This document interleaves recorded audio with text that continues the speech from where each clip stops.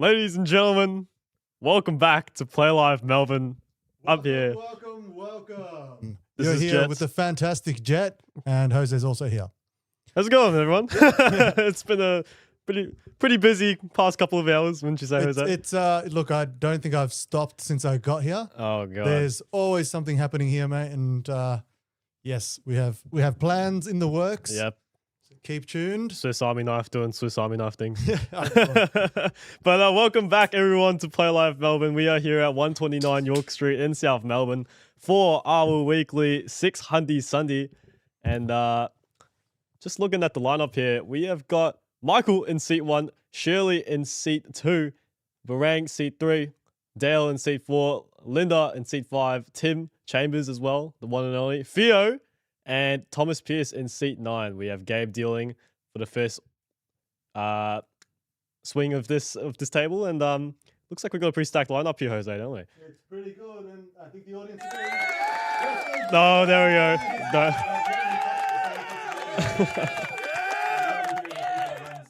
Yep, and we I completely forgot about the sound effects board actually. I didn't. I've been itching to come and press buttons. Oh my goodness. It's all part of the script, ladies and gentlemen. Yeah, it looks like we have a whopping $62,000 total prize pool today here. For this week's 6 Sunday. These Sundays always tend to do Always 124 runners huge.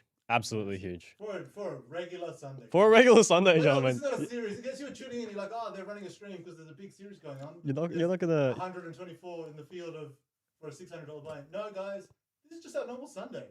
This is how these guys operate. You're not going to get bigger prize pools than this. And have a look at the action here. We have two players who's got the not the nuts. The second, just the they both have the exact same straight from the 6 to the 10, and they both riveted actually. Sorry, Two veterans of the poker game. We'll see them here often, Linda and Tim. we got a Will downstairs. So all three. We got Will downstairs on the behind the computers for live stream, and we're just trying to get the screen to be a little bit bigger because it's kind of hard to read.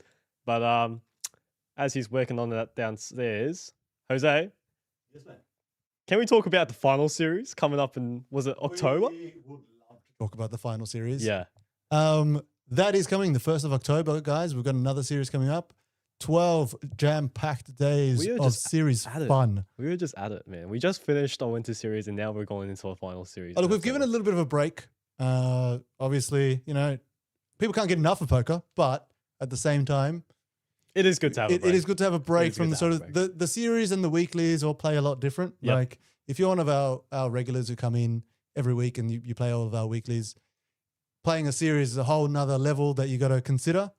And so, give everyone a chance to have a game. Otherwise, we'd be running series every day, No, 100%, man. And to be honest, look, it'll be fun to have series tournaments The run every atmosphere single during day. The atmosphere, is but just great. no, it is 100%. It is. And, But we do also give our dealers a bit of a rest too, mate. They pull in the hours for the series. 100%. A lot Not of me people though. are doing. I'm here pretty much every single week. Well, this with is you, why we got Jet on the commentary. He's can't do too much work, so we get him on behind a mic. He hides his pretty face, but Oh, thanks, Jose. Thank you. he knows his poker. Yeah. I try. No, but seriously, guys, we do have our final series coming up in October, and that is jam-packed with all your favorites, the opening events, the main event, all expected to exceed expectations again. Oh, guarantees going to be Guarantees smashed at $1 left and million right. for the series. Look, I think we did three. We were going, what, 2.5 for the last one and got 3.4 Oh, dude. or whatever it insane. was. It's 3.4 million in the total prize pool across the entire series. That thank is you guys for the absolutely support. insane. Look, these wouldn't exist without you guys. Obviously, everyone who comes in has a go, has a punt. Obviously, you're not doing it for us. Yeah. You want to win, but again, no, we appreciate the support. We understand that, Whoa! not everyone Oh my can. God. Sorry, the screen just exploded in our faces. Just then, we can see everything now. Real good look at. It's lucky it's good quality. No, 100%, man. 100%. No, so as I say, thank you guys for coming in. We appreciate the turnout. I don't know if it's said enough, but the place is really made with you guys, and you really make the place. So big thanks for it. And hey, please come around again if you enjoyed the series. We've got the October one coming We up. appreciate you guys heaps, and yeah, like I said, Play Live wouldn't be the community we are now without you guys, and I'd also like to say a special thank you to everyone who's rocking our Playlife merchandise. If you haven't already, come down to Playlife Melbourne. Come and grab one. Let everyone know Man. that you're one of us. You know, the Winter Championship Series just ended. But that doesn't necessarily mean winter is over. It's still freaking freezing out here. So the best way to keep warm is to get one of our... This has got to be the best hobby to have, right? When it's cold outside. Oh, dude. You don't really want to be inside when it's nice and sunny if you actually play sports and you enjoy the outdoors. But if you are happy to be inside somewhere warm, where you're going to get some drinks, you're going to get some food, and you get to play poker, quality poker, I might add, even if I just say so myself. Oh, 100%. I reckon you're still in for a good time. 100%. Nothing better to do in the winter. I can't imagine where else I'd rather be. Now, going to the action here, we have what looks like there was a call in the cutoff from Linda with the ace deuce of hearts. Very, very beautiful hand. And Tim Chambers just wakes up with it here on the button with ace king. And he's going to raise it up to 30k, and it goes around to Theo in the small blind, who wakes up with a pair, and it looks like he's jammed in there with his remaining 10 big blinds. I imagine it's going to fall around to Tim, and he's going to be calling it off here. So we have a classic flip, pair versus 2 overs. Who you rooting for here, man? I know who I'm rooting for. My man Theo. Oh, look, you've got to, even if he was behind here, I'd still back him with a chance. And oh my goodness, the ace. If I'm going to be proven wrong, it should be immediately. Thank you, Gabe. Oh, no. And Theo is drawing to 2 outs. 2 outs and 2 outs only. 10 of diamonds seals his fate on the river. I would still expect the 6 to turn up there. Yeah. Even if I'd seen one of them fold, I'd be like, nah, still got a chance. Theo just knows how to ruin some people's days sometimes. Unfortunately, this is not going to be one of them, and we are going to see our first knockout on the feature table. Mr. Theo, DOG. Yeah, look, he's won a few of these already himself. Yep. Give everyone else a chance, man. Yeah, he's won enough. Didn't he win like 3? Didn't he win like 3 600 Sundays? 2 Sundays? in a row, and then it was backed up by something. I can't remember. He was having a stellar run that week. He was absolutely just dominating everything. Yep. And yeah, Look, we look at the field. Really, it's even if you're as quality of a player as Theo, you got to beat this field. Man, it's hard to win tournaments, dude. There's some poker stars there. It's hard to win tournaments, and 124 runners here on a Sunday is pretty insane. But going back to the action, Mr. Barang in the +1 wakes up with the ace-10 suited, off of 12 big blinds. You could go either way here. You could mid-raise, you could just jam it in. I kind of like jam it in, I think he heard you. and it does. I think that's exactly what he does. Unfortunately, Dale wakes up here with the ace-queen of diamonds next to act, and it looks like he's going to pop it back up to 175k. Unfortunate for Barang here, but he has won. He did win one of our tournaments he was in the top 3 of players of the series for the last series. The guy really knows what he's doing. Yeah, no, 100%. What was it that he won? Did he win the He was, I want to say, second for player of the series. Player of the series. Plus, yeah, obviously he got player of the series because he won a few events. Yep. So just watching the hand play out. Some chop outs with the paired board. Unfortunately, it does not come. The queen kicker will play, and just like that, Barang will be knocked out of the 600 Sunday on our feature table here, and Dale Code chips up nicely for an extra 12 big blinds. A little bit of, the God saying it should be equal. Yep. It's enough that these people keep winning. They've won enough, they reckon. Let someone else have a go. You rooting for anyone who's left on this table here? Like, given that I'm rooting for sort of superstars. I'm rooting for Michael, man. Michael's a crusher. Michael in seat 1. He's a quiet crusher too. Man. He goes around, he plays at different venues and stuff, and he usually makes money and stuff. Sorry guys. I think Jose's start yelling into the mic. Jose's struggling to find a microphone. Not too loud. Hey, look at that dealer on table 1. That handsome guy. I like him. Yeah, we are streaming on a 20-minute delay, guys. In case for the ones who hasn't tuned into our stream. Wondering what I look like, that footage is me there. On table 1. Yep. We are streaming on a 20-minute delay, so for you, Sitting next to another crusher in this place. But going back to what we were saying, yeah, Michael, man, he's one of the nicest guys you'll ever meet. I remember my first time ever playing at Playlive before I became a dealer here. He was like one of the first few people I met and actually talked to, and he was like one of the friendliest people, man. Like, he rinsed me still, but he was really nice about it, smile when he took your money. Yeah, I'll never forget that smile. It was worth every cent. What a fish, Michael. No, no, honestly, he's one of the nicest guys here. So yeah, and if you want to meet more people like Michael come down to Play Live Melbourne. We have a very, very friendly atmosphere here. Everyone loves it. Do have a friendly atmosphere. Everyone's. I mean, like you get It's a you get a mix good of serious poker and like people are just always so social and like really friendly. And not everyone's there just to crush, man. Some people are there just to meet new people on the weekend, make some friends, and have some fun. So. And as importantly, you get some quality poker. Like with this would be our flagship event. This is where the players all line up to play. That's it, man. And all your good players obviously know a good tournament and thing when they see it. Yep. And they turn out week after week. So I mean, if there's any endorsement of the fact that Sunday's a good thing to play, it's our turnouts. It's everyone sort of coming back in it. I love it. What was the biggest turnout we've had for the 600 Sunday? I remember it was it like 100 and 100. Did we ever get up to like? Nah, I'd say 200 runners is a bit of a stretch. No, 200 runners is probably a stretch. Yeah. But that means that look it very well has a chance. It didn't. Like first place was like 24K at some point, right? Like maybe like ages ago. Can't remember. Can't remember. But it was like these Sundays they get pretty huge. Michael here raising it up to 15K with the King 3 of Hearts on the button. He's got a lot of he's got a lot of big blinds. He's got 53 blinds, 316K right after the first break, and he's going to put them to use here with the King 3 suited. Dale is going to defend here with the Queen 8 of diamonds as he flops a flush draw on 9-7-7-2 diamonds. Not much going here for Michael, but more often than not, he's going to be able to bet this and take it down on on a medium paired board. Doesn't look like this is going to be one of those times though. He's going to put out a bet, and let's see what Dale decides to do here. He could go either way. He could check raise. He could just call, and it does look like he's just going to flat here and see a turn. Picking up more outs now with the open ender, with the 10 of spades coming up on the 10. I think what you'll find is these guys have played together a fair amount. Yeah. So there'd be other things going through Michael's head than if he was just playing someone, just a random face. 100%, man. 100%. Against a bot. Against the bot. Well, that's he's playing someone I reckon he's played for a while. He would probably respect Dale's quality. Like I think as far as players who are known to be good players, 100%, man. Dale is one of them. He comes and crushes a lot of stuff here, and they've played a lot of hands together. Yep. So I think that he's got Dale has some ability to sort of push around a little bit, and it looks like that's exactly what's just happened. He's just put in a bet of I don't know how much it was, but it was around 8 big blinds, and he does just take it down.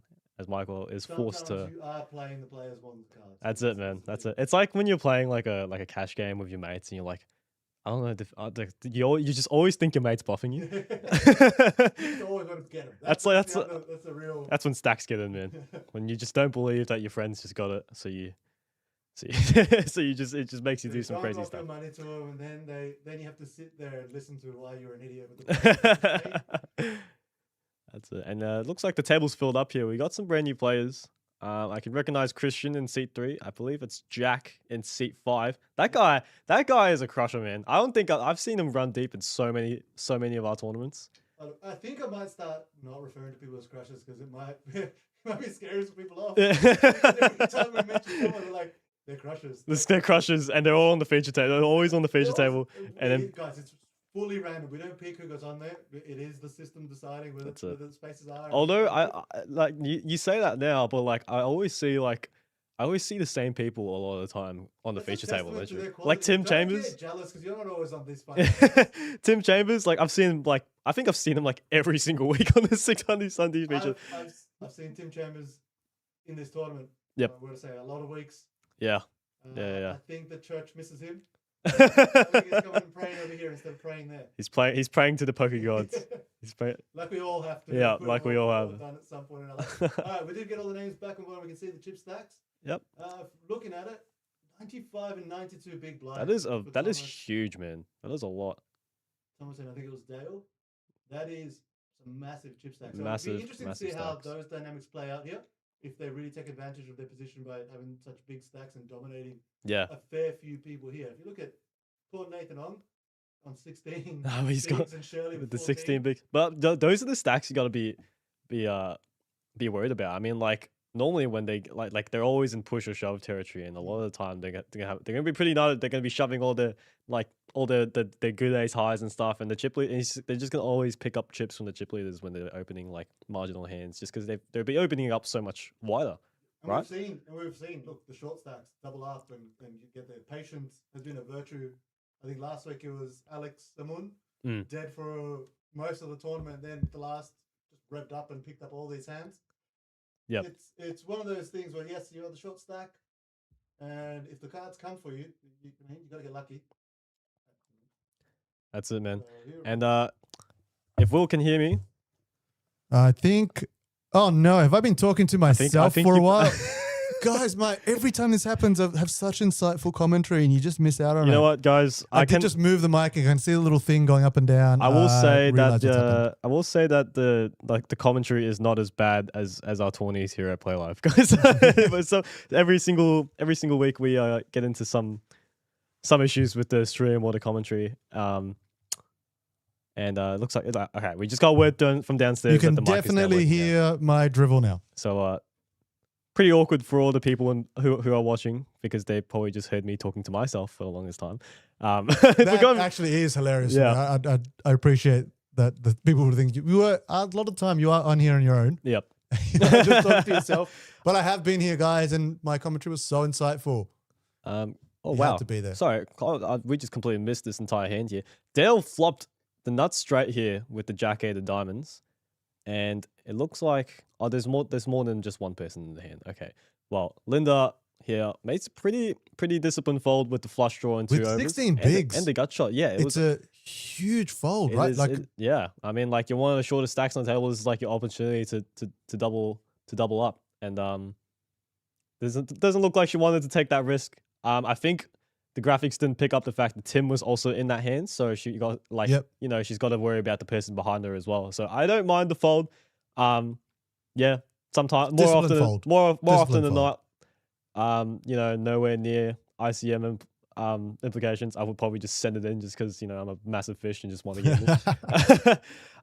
But all I saw on that board was you're saying I have a chance. Yeah, that's it, man. I mean, obviously she doesn't know what Dale's holding. Yeah, it decisions have to be made. But he did just jam his whole stack into 2 people, so you gotta take that into account. He's playing the big stack right, exactly, as I said, right? Exactly right. It's going to be dependent on these guys with such a dominating chip stack over a few of these other guys that they're going to have to be aggressive. That's it, and it might very well pay off. Here it is. Like he took her off a draw whereby, you and I would have gone for it. Yep. Well, that's just our quality or not. That's a different story. But that's why we're in here and not downstairs, right? 100%. Because we probably would have lost our whole stack. That was a chance. Just waiting for Will downstairs to pull up the chats for us. But in the meantime, I've got the Facebook chat here on my phone, just catching up on the comments. Patrick Russell says, "Good morning. I don't know where you're tuning in from, mate, but it's 8 p.m. here in Melbourne." Hey, Pat. How's it going, Patty? He says, "I'll see you both in October." I'm not really looking forward to that, but I'm just kidding, mate. That means that, guys, you'll be able to hear Pat behind the mic again as well. 100%. He was doing finally doing something. He was doing pretty good last time. Oh, at least we had fun. I don't know if that came through on the stream there. You guys actually enjoyed the stream. We always hope that you do, but we had a ball, and I think that kind of translates through. Yeah. Christian here raises up the ace jack off in the hijack, and Tim defends a very beautiful hand, ace-6 of diamonds in the big blind. Both of them flop nothing on a very dry board of 8-8-3, and Christian just turns top pair. Don't you just love that feeling? It's like when you have ace king and the board comes like 4-5-8. Rainbow, and it goes check, and like a king just spikes off on the turn. You're just like, yes, dude, it's the best. It's the best feeling ever. I love the sort of the glance over with a wry smile on her face. She was just going, "Call me, I dare you, I dare you to call me here." Yeah, man. Christian knows how to play, man. Christian, I think it was. If there's anyone, I don't want to fully divulge what happened, but Christian managed to pull up 3rd place in one of our main events after some medical complications, we'll say. Yep. And so I believe she ended up going to hospital the night before. Yep. And then was back the next day to play with hospital ID tag on and all. Oh my goodness. But once it's a final table of a main event, you're obviously not going to, I think it was day 2 or whatever it was. And then she ended up coming 3rd. So ultimately good decision, as I think she was about to go on a holiday as well. So do you end up with some That's how good our tournaments are. People would go to the hospital, extra tens and come straight back. Come straight back to play some poker. No giving up. If you're in day 2, nothing will stop you short of actually that's it, man. Not being able to come in. If you ever, what's like the how do I phrase this? There's a say you bag a stack for like day 2 or day 3 of an event, right? But your stack is worth like 2 big blinds. Do you even just like do you bother coming back like to play? You got to come. Like, look. Like, say you live like 40 minutes away. It might be controversial, but if you don't come back for that stack and battle it, do you even care? Are you even a poker player? Like, what, are you even a poker player? Yeah, I was trying to avoid saying that, but you know, if you don't believe in the spin, right? Well, what's like realistically, it's a chip in a chair. Chip in a chair. That's and it. We've seen people come back from you know a lot less. half a big.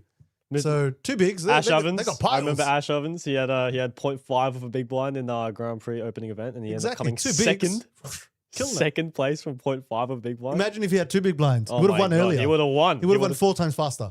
Oh my goodness. That makes sense if you just don't do the math, guys. That's it, man. Jesse Gordon in the YouTube chat.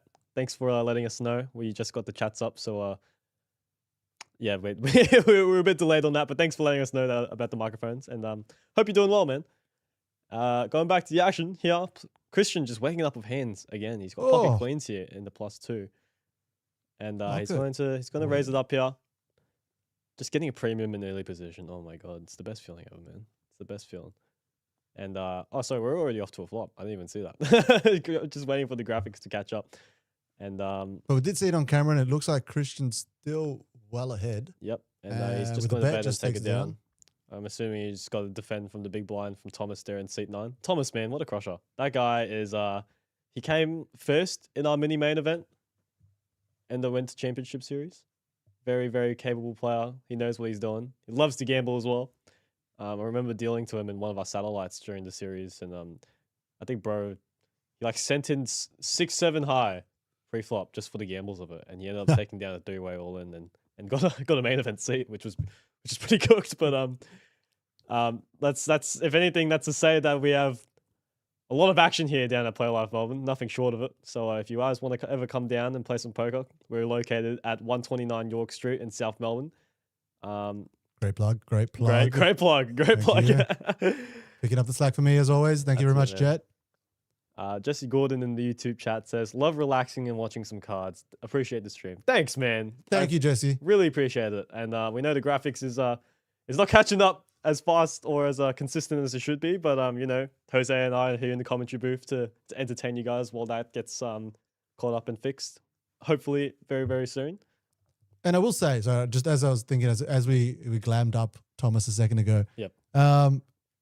We don't think everyone's the best player, guys. We don't actually believe like everyone's the best and knows everything. I think so. Me personally, just probably because I think I'm the worst player. You're all exactly equal. Like I don't put myself in that field. I don't qualify as a player as far as I'm concerned. Yep. So if you are a crap player and you end up in the stream, we'll give you complete crap. Like guys, we'll be honest. We're like, yep, yeah, this guy no good. I don't. Yeah, stuff. Don't rate him at all. Like, how did you get to the final? So yeah, we actually put them into our note. We put them into. There is a list, guys. We have a list. We don't divulge it, but we've all got a list of the bad players. No, we don't. We don't. We don't get bad players to play live. If we ever get a bad player on the streaming table, we'll just run into our notes as we're commentating. It'll be the one time you hear us not go, this person's so good, they've done this and that. Look, the reason we do know about all the stuff about these players is because they come and play and we see the results, right? So yeah, that's it, man. People like Thomas who come in and especially during series and stuff and have some good results. That is what we're backing our opinion on. That's it, man. And a lot of time, like you yourself, you've played with a lot of these people. Yep. Here and other places, and so you know we're saying it with reason. If we believe they're quality players, it's because we do, and it's just a fact of that we have so many that we have to keep saying it every time someone joins the table. That's it, man. That's it. And big shout out to I can't remember his name. Michael, I think it's Biviano. Michael Biviano. You can see him there in seat 3 at the back on table 1. He's one of my favorite people here. Because we were talking about bad players, I just started to bring him up. He's one of our favorite players. He's a really nice guy. Yeah. We don't talk about how he plays or how good he is. But he's such a nice guy, friendly smiles. Apparently he's a really good driver. Yep. He just, he's really nice. Really good driver. Always pets dogs. Like, I'm just trying to glum all the good things about him. We're just saying, we're not even talking about saying random nice things. We're not even talking about because we're not saying how good his poker is. Yeah. So you gotta be fair. Yeah. Speaking of poker though, and big tournaments going around.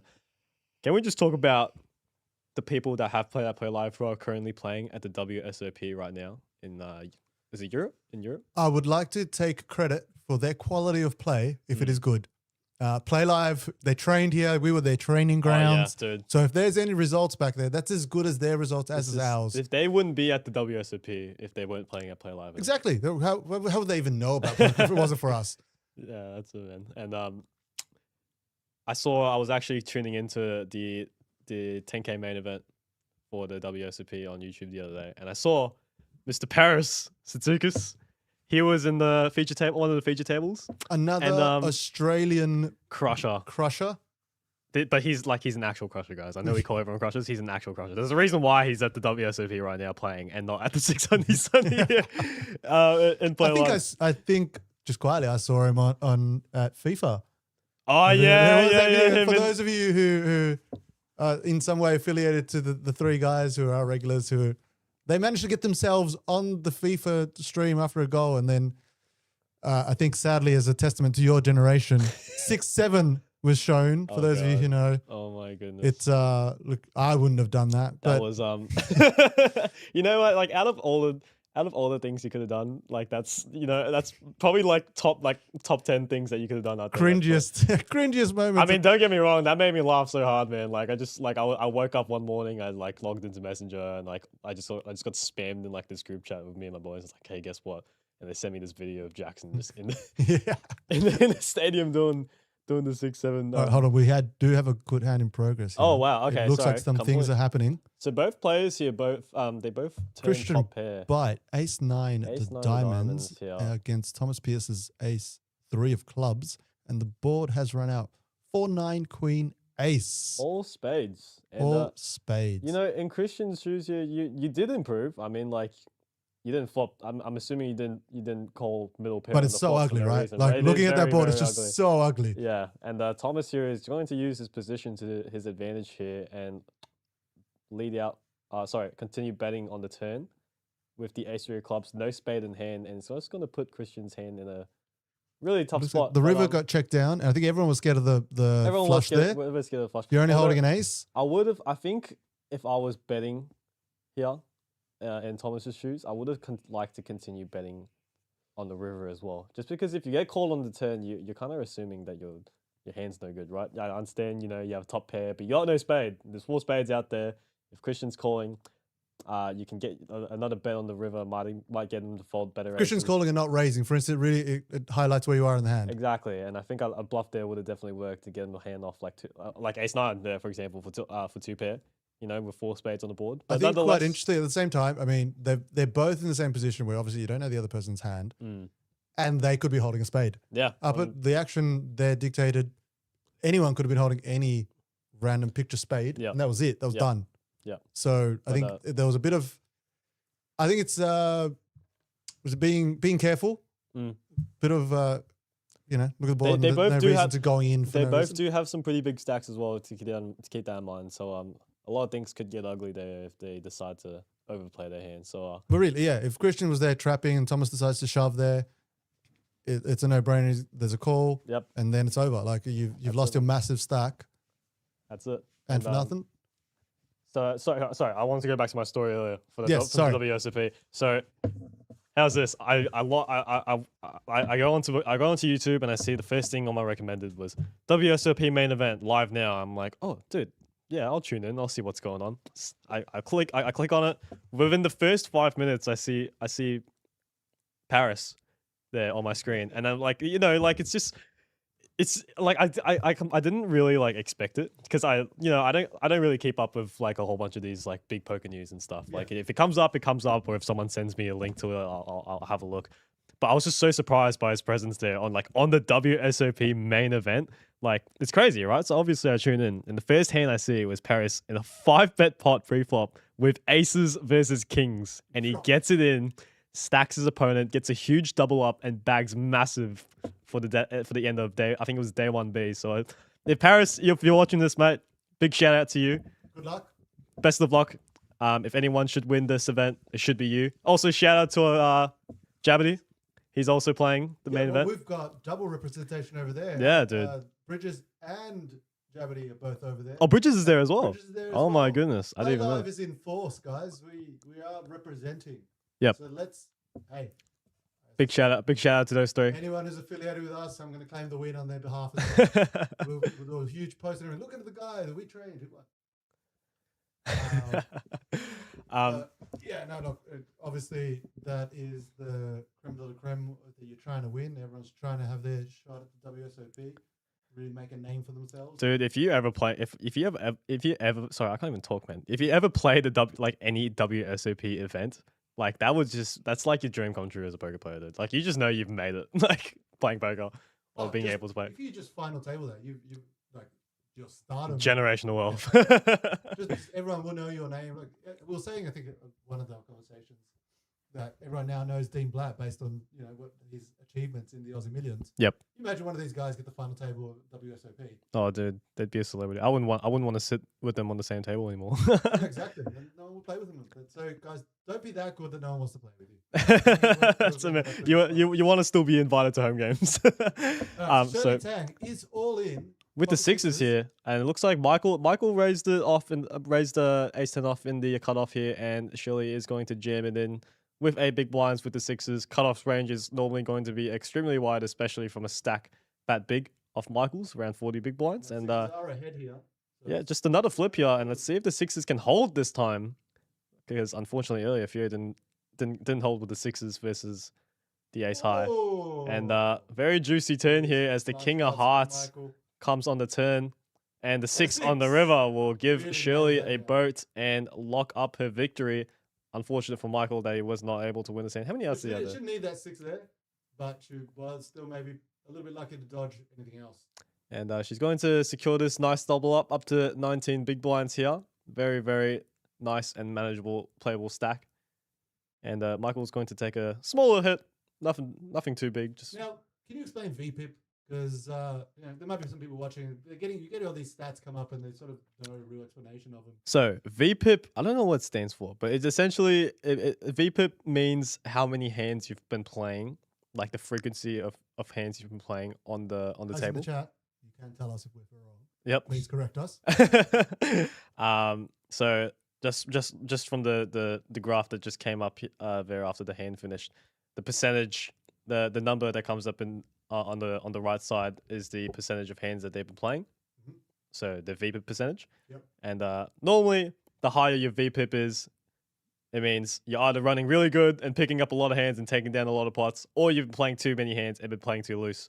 So generally you can kind of adjust your play according to how many hands. You must have seen that VPIP at 0%. Yep. Like, nah, that's it. I'm in. He's in there with the King Jack suited. Pretty standard. He's got 10 big blinds. He's got a suited Broadway in the +2. Jams it in there, and I love this jam because you don't really want to min raise fold King Jack suited, and you can get a lot of random ace rags to fold that are ahead of you, like ace 3 off, ace 2 off, and he's just going to get this through as it folds around to Jack 10 with the 10-5 offsuit in the big blind. So. Well played to Nathan. Not the worst result for him. Not the worst result. He's increased his chip stack. That's about as much as you can ask for at this point. I normally like a fold there from everyone with the King Jack suit, just because you're always just praying that they don't turn over a hand like King Queen or Ace Jack. It would be boring, but I'd be happy with everyone folding. Yeah. And more often, much of a game, but you'd win. More often than not, you're going to be behind, getting called by like Ace 10 or like just be flipping versus a small pair. And so jamming it in there is a very, very nice play from Nathan. Well played to him. And he's just going to chip up here. I swear, guys, I'm yelling at this thing. I can see the little thing go up and down. Thank you, Will, for letting us know. Apparently, I'm slightly quiet again. I think you got to go like right up to the microphone. Well, so I'm trying to be comfortable. I'm currently in like, if you could see me, guys, I'm in like a weird like fetal position, almost hunched over right at the front, so I can scream at the microphone. I'm going to try and move it, but it does mean I'm further from all the sounds. So I apologize for everyone who's here listening out for when I play sounds. I'm too far away to press the button. I think everyone will be happy about it, but still. Oh. Right, I'm going to try and sit like... You can, I think, yeah, that's probably the best idea. Just move the table. Like Sorry, it does make... So, guys, Jet always takes the good mic, just so I can look back. Oh, I think you've gone quiet there again, Jose. Testing. There we 1, go. 2, 3. There we go. All right. I'm not going to move and hope nothing changes. Jose's like not. I'm literally not moving, guys. You're probably gonna need like a massage after. Just this, my 'cause mouth. Your back's gonna be so cooked from like sitting in this weird like hudge spot for the next 6 hours. I'm already uncomfortable with Oh, this. dude. And if it goes like any other Sunday, we expect to see a lot of action still. Yep. And we're very early days into this tournament. Yep, we just got the confirmation. Jen says much better. Thank you, Will. Thank you, Will. Thank you very much. And just because of that, Jose, because of your mistake, we just missed down that hand last. But luckily, nothing much happened. I believe there was just a raise with the ace-10 off in late position, and it just folded all the way around. And if anything else did happen, it wasn't worth talking about. We ignored it on purpose to bring you quality chat like how I'm adjusting my microphone. Definitely not. And you know what, Jose? We have we talked about the new players that came on. And looking at this lineup here, who are you rooting for the most to win? Look, I don't have any favorites. Mm-hmm. I never want to pick, and I think we are people who like to support the underdog, right? Yep. Despite having already won one of these, Tim Chambers, man, he comes in every week. He gives it a shot. He goes and he usually gets deep. I'd like to see him sort of let everyone see him win one here. Yeah, he's definitely. I think the last time he won one, we weren't streaming for various reasons. Yep. And let the man get his fame for his good play. We are seeing another all-in, Linda Curry with pocket fives against Christian's pocket sevens. It's not looking great for Linda right now. And this is just a slam dunk chain from Linda here. Has to send it in with the 9 big blind, with a pair. Unfortunately, she runs into it this time. Christian has the pocket sevens dominating her pocket fives, and it looks like she's drawing pretty slim here on the Queen 6-8 Jack 10 run out, and just like that, Christian is going to pick up the chips, and Linda is going to be out. But I mean, Linda had no real options there. Like you can't. How much more can you wait with 9.3 bigs? That's the struggle, man. That's the struggle as a short stack. That hand is good enough at this point, right? Yeah, that's it, man. It's always. But like I love the adrenaline after having like 10 big blinds in your stack, and you're just always like finding spots to send in your stack and then doubling up. It's like I love it. It's the best. That's what I love about tournament poker. This youth and their love for risk taking. I tell you, just a bunch of. If anyone's worried, like if you're like, all right, I saw Jose with a really small stack, feel free to donate me your chips. I'm happy to have more than 20 bigs, guys. I need all the chips I can bloody get. We're just a bunch of adrenaline junkies here. But I think tonight, I'm rooting for. I think I'm gonna root for Christian, man, because I remember dealing to him on one of our events in the Winter Championship Series, and he was talking to me. It was talking to the whole table. Was like, man, I've been getting crushed this series. I've bubbled twice, and that's how tournament poker is. Sometimes it doesn't matter how good you are at poker, you're just gonna get smashed by the deck. And I definitely think he deserves to win a tournament and cash in a good win. Essentially, it'll be good for the community. It will be. And you know what? He's pumped so much into the Winter Championship Series. I think winning 17K will definitely be a very, very good turnaround for Christian here. Like it's a saying, so I don't want to say it like that, but every dog should have his day. Yeah. I mean, realistically, like, how long are you going to play poker if you can't win it? And you're playing right. It's got to be demoralizing if you can't get lucky at even once. You know, everyone goes through these runs. You hear it all the time. Like I played right. I don't know. I just keep losing all my flips. Yeah, dude. It's part of the journey. It's part of the roller coaster of being a poker player. That's it. And so going back to the action here, we have a raise with the GTO hand here, the ace-5 suited from Shirley, and Nathan's going to defend with the Jack-10 offsuit in the big blind. It always sucks when you pick up hands like this with like 11 big blinds in your stack, and you just gotta defend, and then you get a miserable flop like this, and just like that, like 25% of your stack's gone. But yeah, we just watched Shirley double up before, and Nathan's like, well, what was my turn, mate? Like, what the hell? Happens to all of us. But Shirley picks up a nice one here. She bets out for 25K, and nothing much for Nathan to do, but just to fold his jack high here. And Shirley's going to take it down with the ace-5 suited. No. Looking at the Facebook chat here, Riff Mustafa. He gave me a chuckle before. I'm not sure if you're confusing with someone else here, Santa. I'm not a crusher at poker. I might have literally crushed some things in my life, nuts or something, but I have not taken down any poker tournaments. It says nothing on my Hender mob. You can look, you can check. I'm not lying. I have nothing to gloat about. I did come fourth in the staff tournament. I will have you know. In the staff tournament. Despite people conspiring against me, right? So there was people who were side betting against which one of us would win. Yep. And I felt really bad because Jabberty had some real faith in me. And then I think I immediately lost him $200. I was like, no. Dude, I remember that staff party, man. That was fun. But I made $200, so it all balanced out. So guys, if you're worried, it's all fair. I think you know what? There was a lot of good food during that staff party, and I think I lost a whole bunch of calories running up and down the stairs for the rebuy line. Despite me eating so much. We food were the worst tournament for ourselves to run, dude.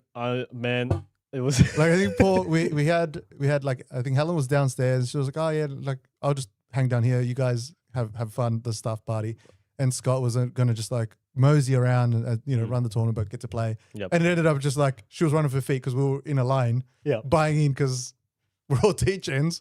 And then Scott never got a chance to really play because it was people were busting out like literally. It was just like lost one. Lost one. That's what happens when you're doing $20 entry tournaments, right? Well, yeah, once you're 10 buy-ins in, what the hell? Just flip it now. What was the prize pool, by the way? I can't remember. What was the total prize pool for that? So I got a couple $100 for it, and that was fourth. It was a few grand in the prize pool. Oh my when God. When it's $20 buy-ins, guys, you can we went hard. It's one of those things where if you work in this industry and you don't get a chance to do the thing, you keep like, I envision that people who watch race cars drive around still want to drive those race cars. It was the same with us. We're dealing all these games, we're watching all these games. I just want to have a shot, and then we're going to get our chance. Like, it's the only shot I'm going to get. Gotta go hard.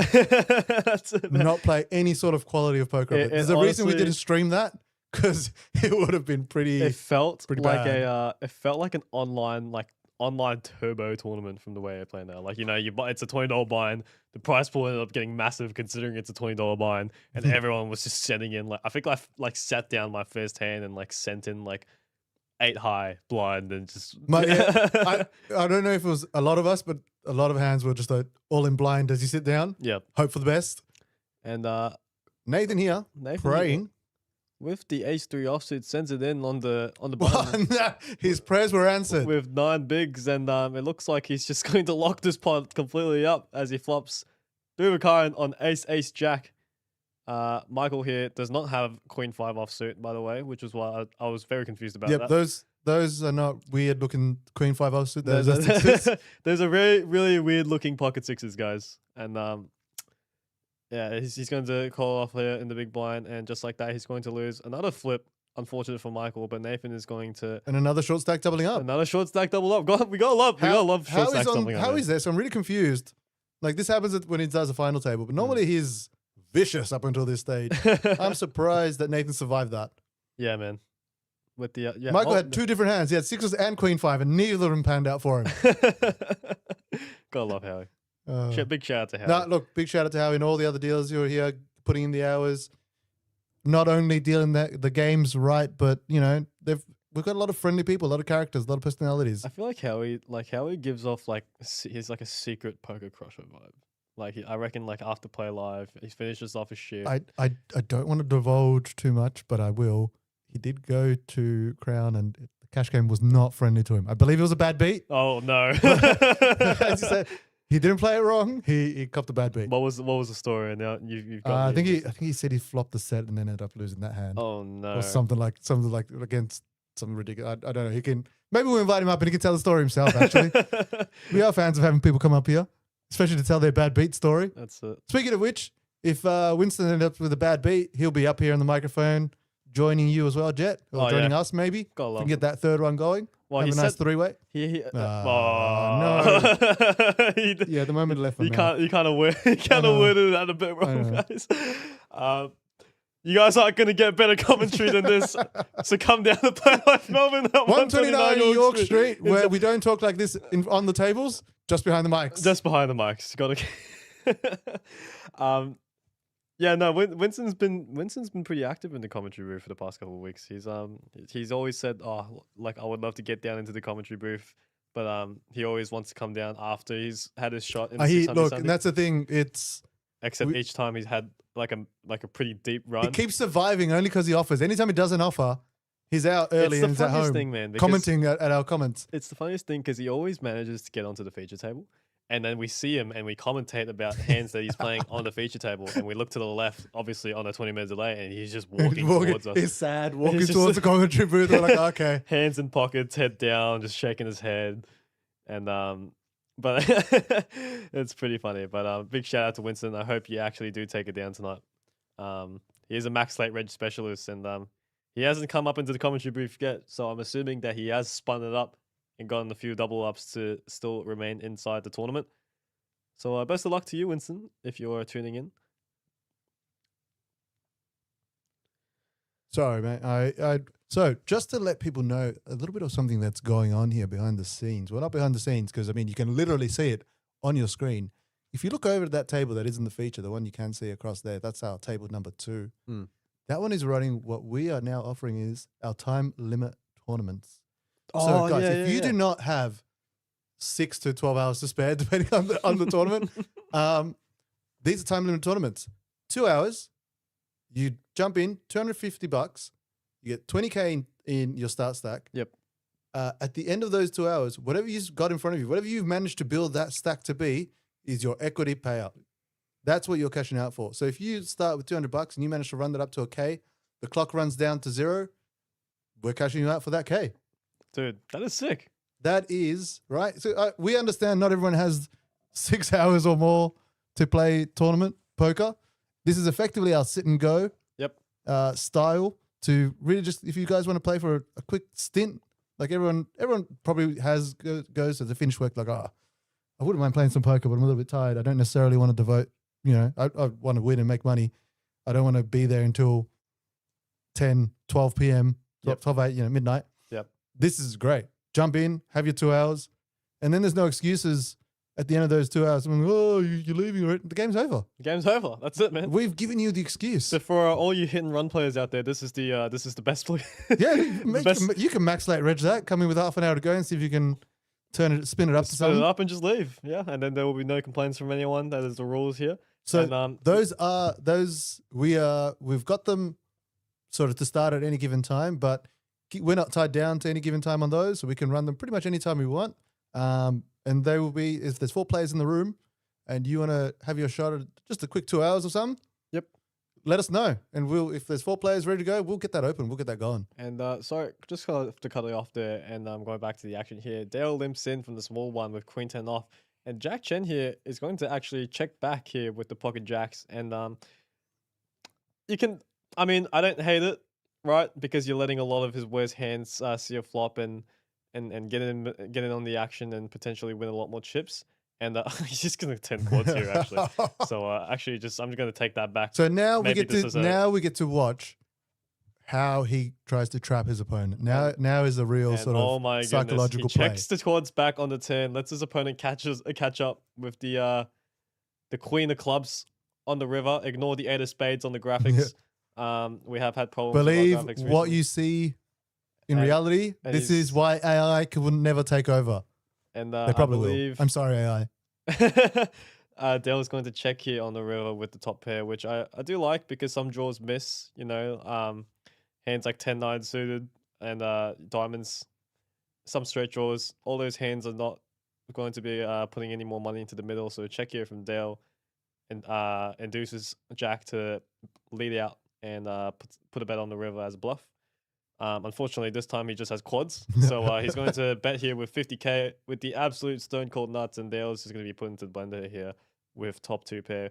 It is kind of a weird spot facing this big of a bet on the river with top 2 pair. I mean, like your hand is just, you got too much hand here, right? And it does look like he's going to pay it off and see the bad news.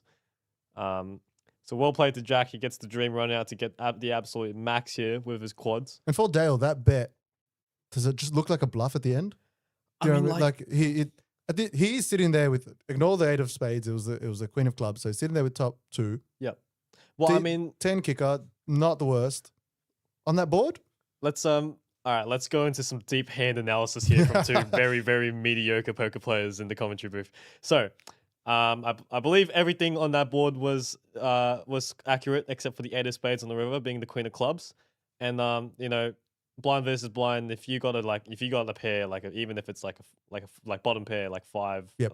I didn't account for the blind versus blind spot. Yeah, And you this gotta- is why I'm not a good poker player, guys. I don't pay attention to where the button is. I think a bet on the flop there with one big blind is just going to be looked up so much versus Dale. I mean, Dale covers him by a lot. Like he's got 60 big blinds in the stack, and Yep. Jack's only got like 10 blinds. So he could definitely catch up. He's got the queen as the overcard. He's got backdoor straight potential. He's also got the diamond in his hand to potentially rep any diamonds coming up on any future streets. So I like the call there from Dale at the flop. Check on the turn is pretty standard, and like there's just so many draws that miss on the river, and it's Do gonna be. you think Dale calls if Jack has shoved it there? That's the thing, because I think that the bet looks like a bluff. It looks so much like a so bluff. So I think almost any amount. And I think, like I said, right, like blind versus blind, like ranges is gonna be so wide, like, and Dale definitely has a stack to pay it off. The question is just like how often he knows, like how much he knows his opponent, and how often is he going to be bluffing there. And back into the hand, Jack just picking up more hands. Yep. He's just in here with the king queen offsuit from the small one.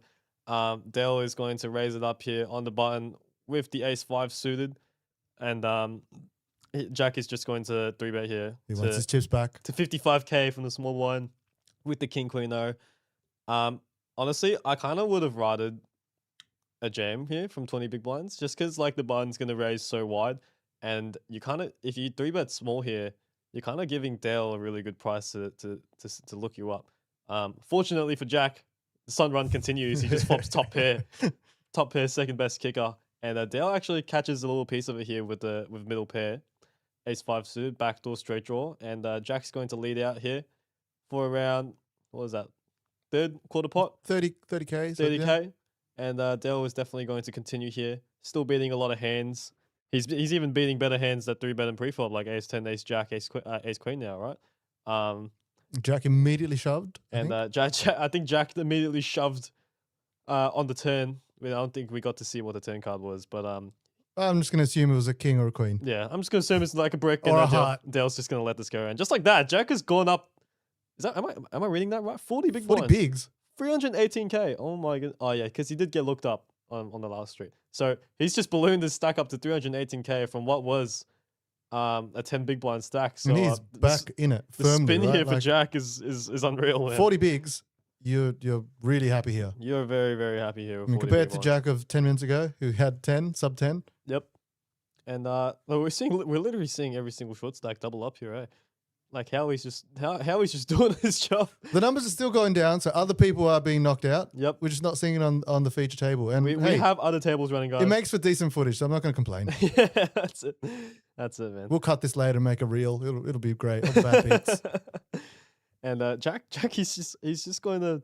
Wow, he's just actually. I think this may have run out there. He's jammed in the Queen 10 offsuit on the button for what looks like 20 big blinds effect. That's a huge jam, a very, very big jam. And Jack, we just saw one of the queens get folded. Jack, you've been playing very well, but me personally, I don't really agree with this. I think this can definitely go into your raise fold category of hands, but he's just gonna get snapped off by the kings here.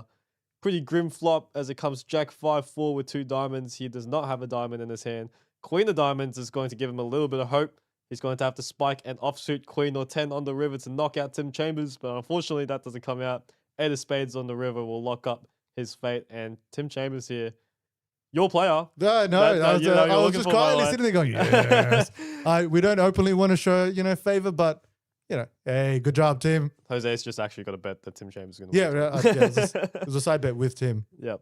And I got a piece. He gets a very, very nice double up here, up to 39 big blinds now. And wow, just like that, Jack has just gone down to last place with 13 blinds. So we've seen a bit of a flip of the chip stacks again. Yeah, man. Like that's poker's brutal, man. Like it can just go just like that. Look, aggressive play works out sometimes. He just ran into a bigger hand. And what's Tim going to do with kings there? He's not going to shy away from it. It's got sub 20 bigs. There's definitely a hand that's got to go in, despite how many big blinds you have. And fortunately for Tim, he's going to be able to take this one down. And looks like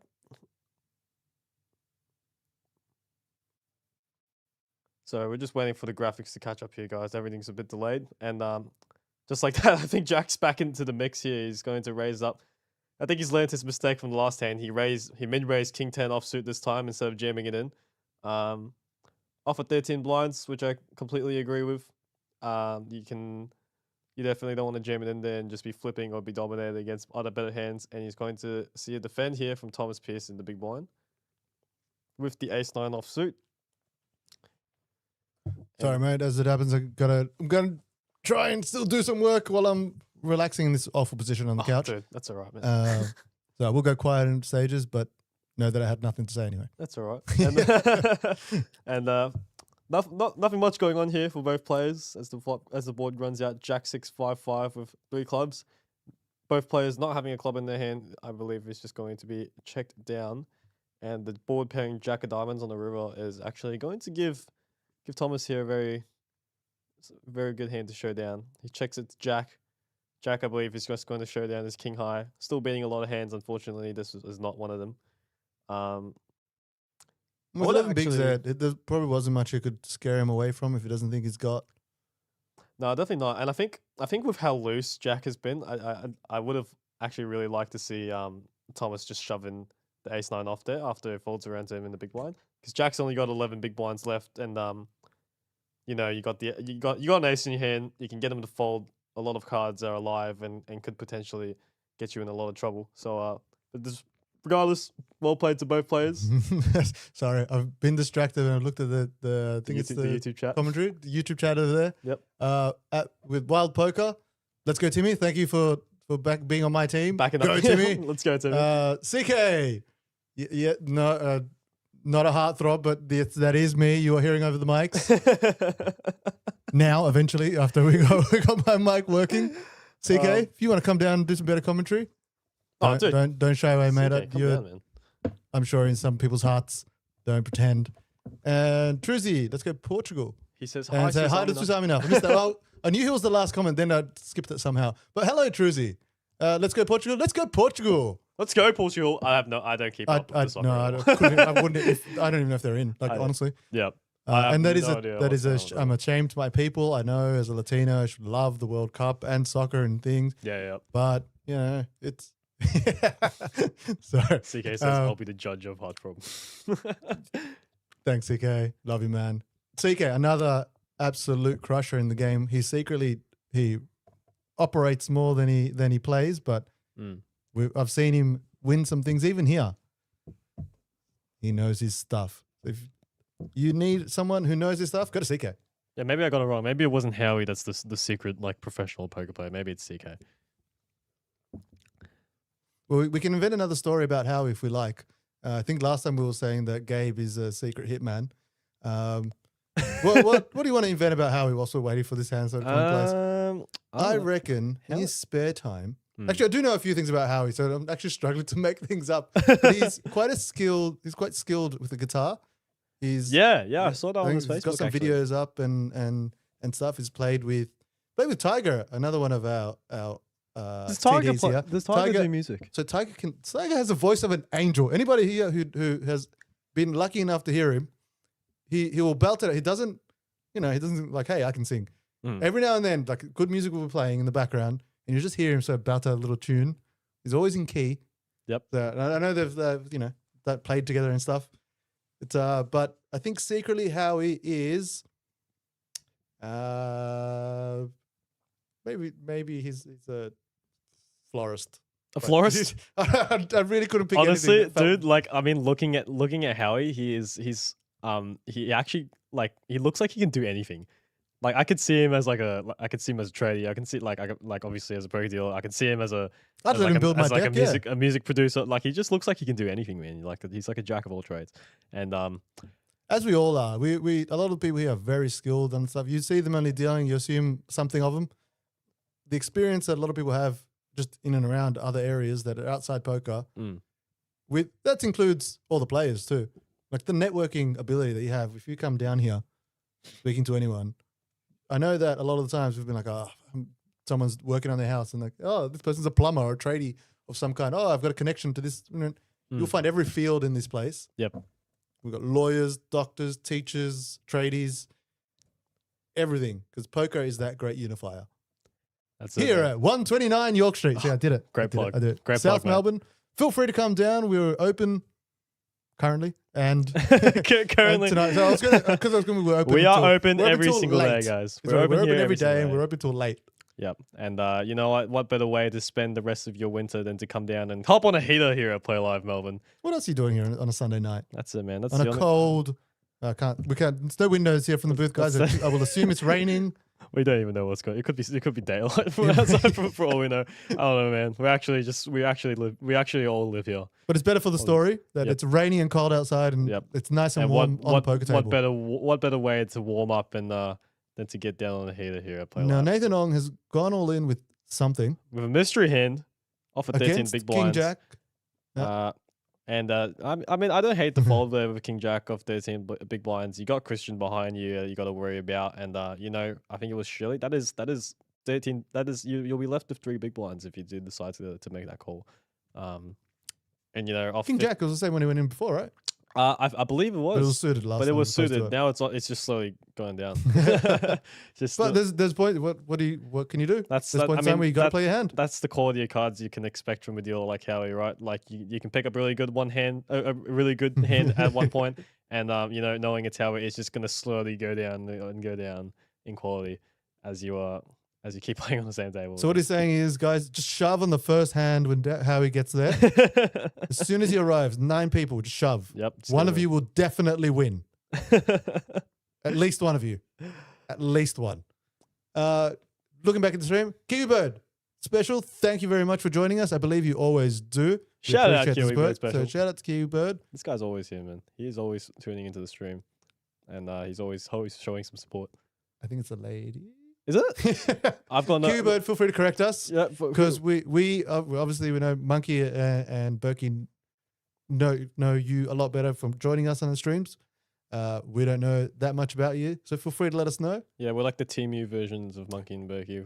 We're only here on the weeklies. We're not here during the series. At least with Timu. I mean, we're not Wish or something like one of the other ones you haven't even heard of. Wish. Oh my god, I haven't Guys, even Wish in it ages. is better than a quiet comment. Actually, I don't know. They got. You can compare it yourselves. Feel free to vote on the comments. Was it better when we weren't here talking last week, or is it better now? I think you know what's really funny. I think last week when we didn't have the commentary on for like the first few hours, we actually got like more views than we actually from when we were on the Oh commentary. no! Don't. Someone will hear that we're turning the player base away. Oh my god. Go bro, already claimed. CK Lifetime says, "Come on, bro. I've already claimed the spot of Team U Berkey." That's funny. That is funny. I Thank you, guess, Truzy. We're better than Dead Silence. That's about as much as I can ask for. If I can be better than absolute boredom, I've achieved something here. It's a really low bar, but Also I can always Jose. clear it. So also say and CK, if you said you've claimed the spot for Team U Berkey, I'm going to say now in front of everyone, I'm going to claim this spot as Team U Howie. Because, you know, we're both Asian and I'm probably a much worse dealer than he is. And that's why I'm up here and not dealing on the feature table. Kiwi Bird Special go says, down on the stream table, man. I'm sure you'll be right. I've done it once. And it was pretty fun. I'm not gonna lie, you know. Although I will say it takes a lot of skill because those cards are sticky as hell. So Yeah, it does get to a point because of the way the cards are constructed. Yeah. There are thicker sort of plastic to the RFID reader in there. Does pick it up. They get a little bit jammier than the normal ones. I do find they clean pretty well, but then in the cleaning process you sort of fade the front of them. So you know, what can you do? yeah, man. And At least we can read, you know, over here. You guys can just guess down there what cards they are. Kiwi Bird Special in the chat says, and he is a she. Oh, yes, I live in Wellington, New Zealand. Shout outs to you, Kiwi Bird Shout Special. out. We apologize for not knowing. Consider you one of our VIPs in the chat. She's from New We Zealand. will never make that mistake again. What's the time difference from here to New Zealand? Actually, the Kiwi Bird. CK has agreed to your deal. You're allowed to be Timu Howie. Take me out. Let's go. You know what? Where's the? Oh, guys, I was supposed to press the sound effect button for like the cheer, not the crickets. That is. Oh no, that's even worse. That is what happened from the wrong button pressing. Oh my Failed. goodness, that is. You know what? I'm just gonna stay away from the soundboard. It's fun though. It's a really good Somehow game. you pick all the right sounds at the right time. I just pick the wrong ones. There's no labels on these. It's my one skill, guys. It's my one skill. Randomly pick a button and you might get lucky. And you might get lucky. 10:45 p.m. Thank you very much for joining us despite the extra 2-hour lateness on your part. 2:45 on a Sunday. Wow. Look, I believe Kiwi Bird usually stays the whole stream. I didn't think. And she is there for And what these- would be 2 o'clock at our time, it'd be 4 a.m. over there. Wow, that is crazy. So we very much appreciate the support. All of you guys, pick up your game. She's 2 hours behind and still watching. That's it. So, do you have the data for the air horn sound? Yes. Don't tempt me, Trucy. You don't know how hard it is that I have to sit on the other side just so I don't be pressing these buttons. That is funny. Going back to the action here, we have a raise from Thomas with the 10-8 suited from early position. Jack Chen is going to make the call here with the Queen 5 of diamonds here in the small blind, and Jonathan is getting a very, very good price with a very beautiful hand here with the 7-6 of diamonds. And he's going to lead out here actually for what looks like 16,000. And I really don't mind this play just because this is a very dry board, and it's a board that really heavily favors as your position in the big blind. And he did scare somebody off. So look, the bet worked. The tactic is And is have a look at this turn card. Thomas is going to float on the flop with the now- 10 high, and he's just going to get the dream turn card. Flush draw open ended. Also gives Jonathan Mooney a flush draw as well on the turn with the 7-6 of diamonds. And he's going to continue telling his story here that he has at least a jack or something strong, like some random 2-pair like jack 3, jack 2 suited that defends from the big blind. And he's going to lead out here again for another 35k with 3.5 big blinds. And Thomas is definitely not going to go anywhere, going to make the call from what it looks like. And I'm thinking of an action river card, Howie. And that is not one of them. It is the wrong red. The 9 of hearts peels off. letting us down. Letting us down, Howie. Letting us down. And you know what? I would love to see another bit. I guess it wouldn't. What would you say? Would you continue betting here after getting called into streets with 7 high? We all know I'm not a very good player. So my opinion is just based on my feels at the time. Looking at the board, how the action's sort of gone. If you're Thomas, do you think a trap's been sort of laid here? If he had the 9 on Honestly, the turn. if I was in Thomas's shoes right now, when you see him barrel 2 streets and check on the river when the board pairs on the 9 of hearts, it really looks like a missed draw or counterfeit 2-pair, right? Yep. Like a hand like Jack 2 suited, and a jam here is just going to get the job done. And like well played to Thomas. Absolute fearless play, right? Just And that's jam the it. power. That's the power of having big chips on the table, man. Like you can float flops with 10 high and turn equity and continue and just bluff rivers with the best hand. But well played to Thomas there. Very, very good jam on the river. Definitely not going to check back 10 high. Unfortunately for what's his name? Jonathan, he's going to have to give this one up with the 7 high. Bluff barreling 2 streets. And he hasn't come into commentary, but Mr. Cam Lawless, another regular, another Play Live favorite and star here, crusher, I will also add. I mean, we've said about everyone, so we're consistent here. He's just sent me a picture that he's watching us, just watching us at home while he's getting other stuff done. We appreciate everybody who tunes in. Kiwi Bird said, thank you and you're welcome. Both welcome. We appreciate it. I think Arthur's on top of that saying he's actually watching from Antarctica. I'm amazed you've got good internet down there. I'm not saying you're lying. I'm just saying I don't believe you. I mean, send a photo. Prove it. Prove it. Yeah. We have a raise here from Thomas. Very active on the table with the pocket 8s. Actual real hand this time. Not a junky little suited connector from early position. He's going to raise it up here with the pocket 8s to 20k. Gets a call from Christian in the hijack with the beautiful Jack 9 suited, and Tim Chambers is going to defend here with the 6-3 offsuit from the big blind. Off to a flop we go 3 ways. 3 of diamonds in the window, and we are going to see a flop of King Jack 3 with 2 diamonds. Everybody has a piece, I guess you could say. Tim flopping bottom pair, very favorable board for Thomas as the pre-flop aggressor from early position, and Christian here with the best of it with the middle pair, Jack 9 suited on the King Jack 3 2 diamonds board. And when it goes check check here, I think I would like to see a small bet from Christian just for some protection and evaluate on the turn if you get called. And it looks like he's going to do so as he puts out a small bet there. If I'm looking at the chips right, just from the glare, it looks like 38,000 is the bet. 38,000, and it's going to get rid of Tim Chambers in the big blind. Thomas here is just going to be left in a really weird spot with the pocket eights. But considering of how loose it's been and calling 10 high on the previous flop on the hand before, I think he's going to see one straight, which is exactly what he does. Ace of clubs on the turn card actually gives the jacks here a very, very ugly turn as you've been downgraded to third pair. Thomas is going to check it here with the pocket eights after calling on the flop. And I think if I was Christian, I would like to, I mean, I don't really see much merit in betting now. I mean, you kind of just... You're hoping that they're holding something under this. You're hoping they're on a draw, right? And your jack is still good, but there's just so much that beats you now. I would like to see a check back and evaluate the river.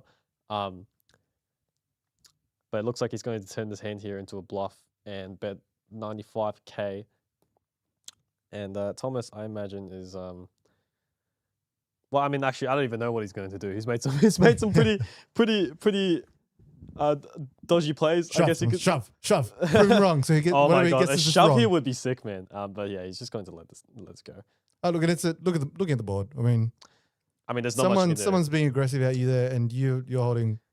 I would like to Great. actually, you know what, if Thomas is ever looking back on this replay here and this hand ever gets brought up in conversation, I would like to know if he was calling on the flop because he thinks his hand is good, or if he thought, or if he wanted to turn this hand into a bluff, or if he was just straight gambling to spike a set on the turn, which actually I've seen him do in the in the main. There was a mini main event in the Winter Championship Series. I watched the replay for that. I think it was like 2 hands before bagging up for day 3 because the final table ended up going on for way too long. He got in a hand with Mr. Miyagi, and Mr. Miyagi had ace queen. He decided to play it really, really tricky and check top on the flop, checked and check back trips on the turn when the queen paired. And Thomas had pocket fours and he defended from early position, and he just rivers like the case 4 in the deck and just gets stacks in. It was disgusting. So maybe he got like a little flashback to that night and decided to see. I did it once. I can do it again. Yeah, with the pocket eights there. Unfortunately, Pocket eight's twice as good as fours. I mean, I can follow the logic. yeah. Told you guys I'm not very good at maths, but this is the way I see it. And just going to back to the action here. Did we see that right? I know the graphics have been acting up a little bit. But did we see a raise from Thomas from under the gun and Tim Chambers just jamming his 34 big blind stack in there with king high? Is pretty gangster.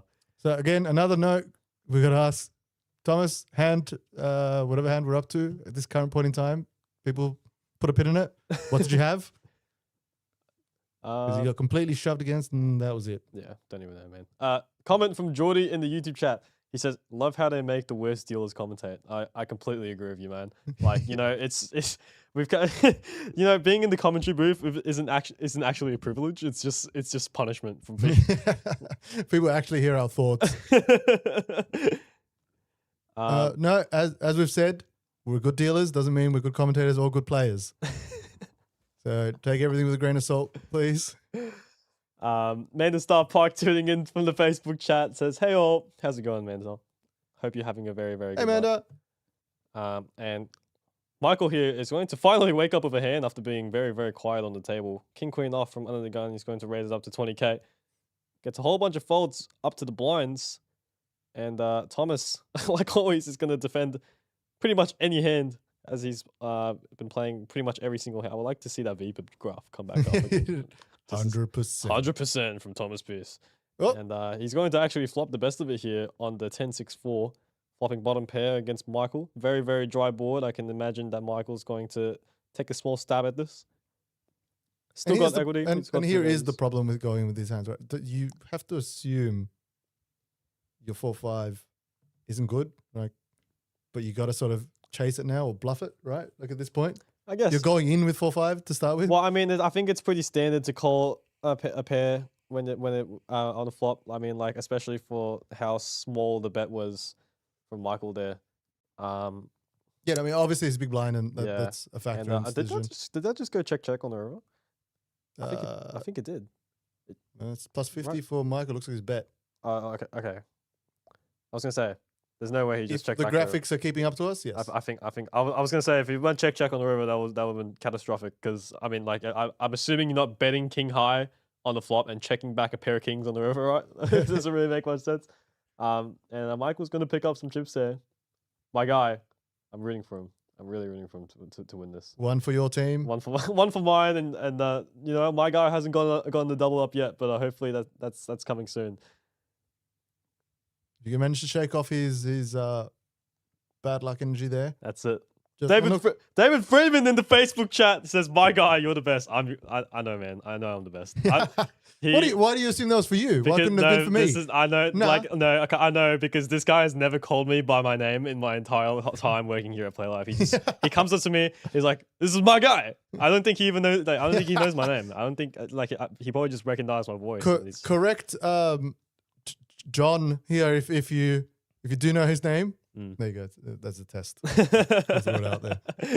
And we're gonna see a Tim range Chambers here. for Kings. Tim Chambers, wow, this is the second time he's picked up kings here, and he's going to put a really, really heavy raise here, up to 6.5 big blinds after an under the gun raise. I would have liked to see a 3-bet a little bit smaller than that. I mean, Shirley is mid-raising from under the gun. You'd imagine she'd be pretty strong, but she also has a lot of raise folds there off 15 big blinds, and ace-3 suited is going to be one of them. And you just kind of just losing a bit of chips there instead of 3-betting a bit small on the smaller side with such a strong hand. But nonetheless, he picks up the chips. Tim Chambers chipping up to 42 big blinds now. So things are going very, very well for him. Now, I don't see these guys going out with any like random hat or bad play. It might just be a bad beat that happens to take them out at this stage when you're this many left in the field. You've had to have done something right. Oh, to look get at here. Christian! What a gentleman. There's no one in the seat, and he's gone out of his way to scan my man Dale's cards just so we can see the cards that have been. Thank you very much. We appreciate it. That was for you guys at home. Really, that's what it was. So according, I'm done, guys. Man, I've decided to stop talking. It's been a long day, guys. I tell you, I'm finally winding down and relaxing, but it's like, all right, now you can stop. You're sitting down. Yep. You're just having a chat. I Yep. forgot how to speak. And Thomas has raised up the 4 high here on the button. Man, you know what? This guy, he's nothing short of action, man. He's coming to play. He's coming to play poker. I don't think he understands. Maybe he thinks he's on the Sit and Go tournament. Maybe he doesn't know he's playing the 600 something. He's gonna top up soon. Here, He's gonna top up soon. He's gonna. I can lose a hand. I'll top up again. But he's going to. He's actually been getting a lot of like boards that have been favorable for him though, despite him raising a whole bunch of junky hands. Gets the gut shot here, gets a C bet in, and gets a better hand like Jack high to fold, and just like that, he's going to chip up once again. So as I said, he's playing top up and whatever. I realized I didn't explain the time limit tournament as good. So guys, it is 250 to play, and you start with 20k start stack. But you can do add-ons throughout once you are at below or the max stack for that given tournament. So you can start with the first level of up to 400 in front of 400k in 40k in front of you in chips, which is equivalent to $40 at cash out. So if you do we started with 1-2 and second level was 1-3. It's a pretty decent amount of bigs to sort of play, and it's as sort of that game plays out. It's a short game, so you do play it a lot differently. Yep. You're not looking to win the entire tournament. I mean, obviously you are. If you take all the chips on the table, go for it. But people can top up again. That's it. So if you do knock them out, it doesn't mean they're gone forever. You know what? And It changes a lot of the dynamics. It took me a while to actually understand the structure and how it works, guys, because I'm really bad at maths. But essentially, if you're also really bad at maths, just think about it this way: you hop onto the table with what's it, 40? Like how much? 250 for 20k. 20k. So you're dividing that number by 10. 100? Dividing it by no blinds would be 100, 200, Yes. which is equivalent to one Yes. one Starting dollar. with 100 pigs. Set, okay, Don't confuse it. Okay, We're no, confusing okay. things here. okay. 100 I'm pigs. just gonna stop 100 pigs in talking. level 1. Level 2 has a higher max stack to start with. So you can go more, and it's still 1, 3, and you can start with you can go up to 5. We're really bad at explaining. We're not great at maths, as you can see. Put a deck of cards in my hands, guys. I'll show you. I'm actually qualified, what? skilled at something. Don't even listen to us trying to explain the structure. Come it's down. better for you to just come down and play Come it. down and have me because- explain it to you badly in person. Yep, that's it. That's it. Going back to the action here, there's a bit of something for both players. Nut flush draw from Tim Chambers here with the ace 9 offsuit with the ace of hearts, and Christian's defended from the big blind with the king queen offsuit with the heart in his hand, in her hand as well.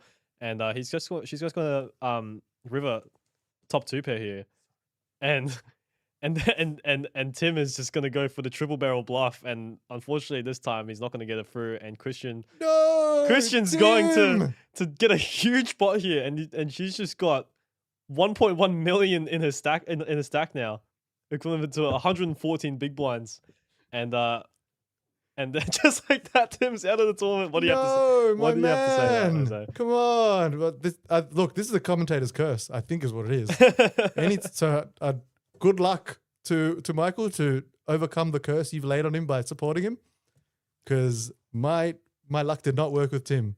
Sorry, Tim. know what? The It was- TRT is available for another 51 minutes according to the screen here, probably 20 minutes less because we're on delay. So another half an hour, you can still jump in, get your money back, go, just triple it, and you've got your buy-in back. So it's, as CK has commented, lucky you didn't choose a career that requires you to work with numbers. Straight fact. And I did a terrible job at explaining it. You are correct. That is funny. You know what? That is actually my mates always actually make fun of me for this all the time. I was, in school, I never got good grades in maths. I actually hated maths. I couldn't understand anything, but they always laugh at how good I am with numbers when I'm on the felt. Like It's different when you've got the chips in front of you. calculating pot odds And you can count chips and stuff. and like, how many big blinds you have after level 3 of a tournament. oh, look at this. And oh my god, we have a Howie race. finally living up to his name. Thomas, after playing what looks like 90% of his hands, wakes up with queens here in the hijack and raises up to 25k. Shirley wakes up with the ace queen offsuit here on the button, and unfortunately runs into a dominating pocket queens. And just like that, they're going to get it in. Not much you can do there from Shirley off of 11 big blinds. Ace queen is an absolute premium after facing a late position raise, and she's going to run into some trouble. She needs an ace and an ace only so far. 3 cards to come on the flop If anyone as can it do it, comes. it'd 10 probably of be Howie. diamonds, Really? 10 of spades, jack of hearts. Ooh. Honestly, not a bad flop for Shirley here. You got the gut shot and the overcard. Let's see what comes on the turn. 3 of diamonds is not going to give her any help.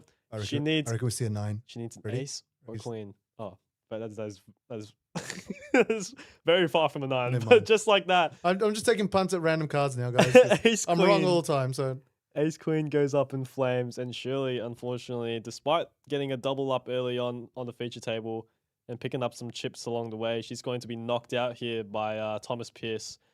and they're down to 25 in this field. They are still going out at reasonable consistency considering the disparity in the chips that are in play. We've got a lot of short stacks on this final table here, not final table, the feature table here, sorry. Goes to Marker in the chat, says, "Yeehaw, Christian for the win." That's it. She has Nice been- support for Christian. he- Guys, Christian's put crushing in it. who you think. If anyone on this feature table is going to take it out tonight, put your vote in. Let's see, I can offer some stuff, surely. Boss is away in America. Let's offer something. I'll think of a prize, but put in your votes. We'll count the first ones and we'll see who gets the win here. Out of these, what is it? It's 1 in 7, right? I'm gonna. You know what? Actually, I don't think we've seen a 6 Hundy Sunday where people from the final table have not made like a very, very deep run into. Despite what was it, 124 runners. There's 124 runners, and each 6 Hundy Sunday we've had, at least like one. Like probably 3 players have made like a very, very deep run and always made it to the final table from the feature table, like from the very start. Yeah, of the yeah, stream. yeah. So you want to get on this feature table so you can cement your So spot. I think there's Then like the table knows you should be on this as the final table. I think you know why that is. I feel like because they know they're being live streamed that they can't punt and just risk their entire stack to build. We've seen some interesting plays though. Yeah, I mean, yeah, we definitely have seen some interesting plays. I mean, like If anything, some people get looser. we've got a 20 big blind shove with Queen High, and then and Thomas here just going absolutely crazy with any 2 cards, and that's the thing when you go crazy, right? Like when you're raising any 2 cards and being a lot. When you actually wake up with a hand, people aren't gonna believe you. And Thomas, when you had the queens there, just got it in versus ace queen and just got a massive. If anything, it was unlucky for Shirley there that he had anything but like a 4-5 rag or something. Yeah, that's it, man. That's it. I'm going to leave you alone for a second. That's all right. Because I had too much beverage over here. It's just soft drink, guys. It's not affecting my ability to look at cards. Michael has Queen Jack. Jose's See? actually been drinking on the job since 2 p.m. It's the only way I can get through That's the the reason days. why the commentary is just The only way I can get through the day sometimes. Oh my god. All right. Leave you alone with Jet. He'll entertain you guys. Thank you, Jose. Hope to see you back here shortly. Trip over all these chords. Deb Wishart in the Facebook chat says, "Hi guys, great comms as usual. Question is, beat the clock 20 on Saturdays and Sundays also. I believe. Let me actually take a look at the schedule for it. At the moment, from what I know, I'm pretty sure that right now it's only on the weekend. For those who actually do know, correct me if I'm wrong, or maybe when Jose comes back into the commentary booth, maybe he can explain it a little better. But coming back to the action here, Michael is going to open up the Queen Jack offsuit from the hijack and get a 3-bet from Jack here with the pocket 9s. Up to 75k. Started off the hand with 11 to 12 big blinds. I think off an 11 to 12 big blind stack, I would have rather to see a jam here with the pocket 9s, just because you don't want to get called and see a couple of overcards on the flop and be forced to fold your hand. But nonetheless, a raise there with pocket 9s from a small blind can never be too bad facing a late position raise. So well played to Jack. Unfortunate for Michael there that he had to fold the 2 overs.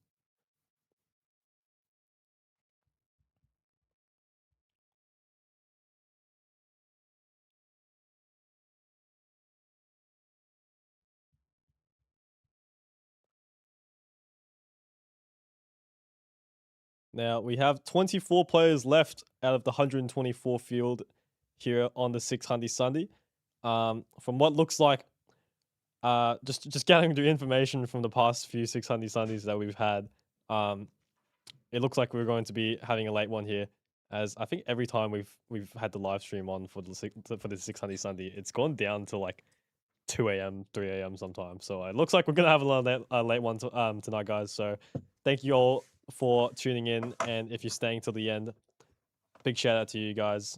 We know how extremely boring poker can be without commentary. So for the past couple, If they're staying to the end, what are you saying, man? Of course you know they're what? staying to the end. What else are they going to be watching? They are staying till the end. There's nothing else happening. The World Cup isn't until like the wee early hours, right? Oh, that is true. You right? need something to do to keep you awake until then. That is so true. Watch these guys and judge them like we do.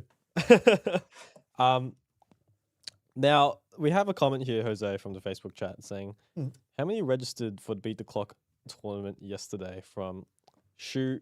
I don't know if I pronounced your name right.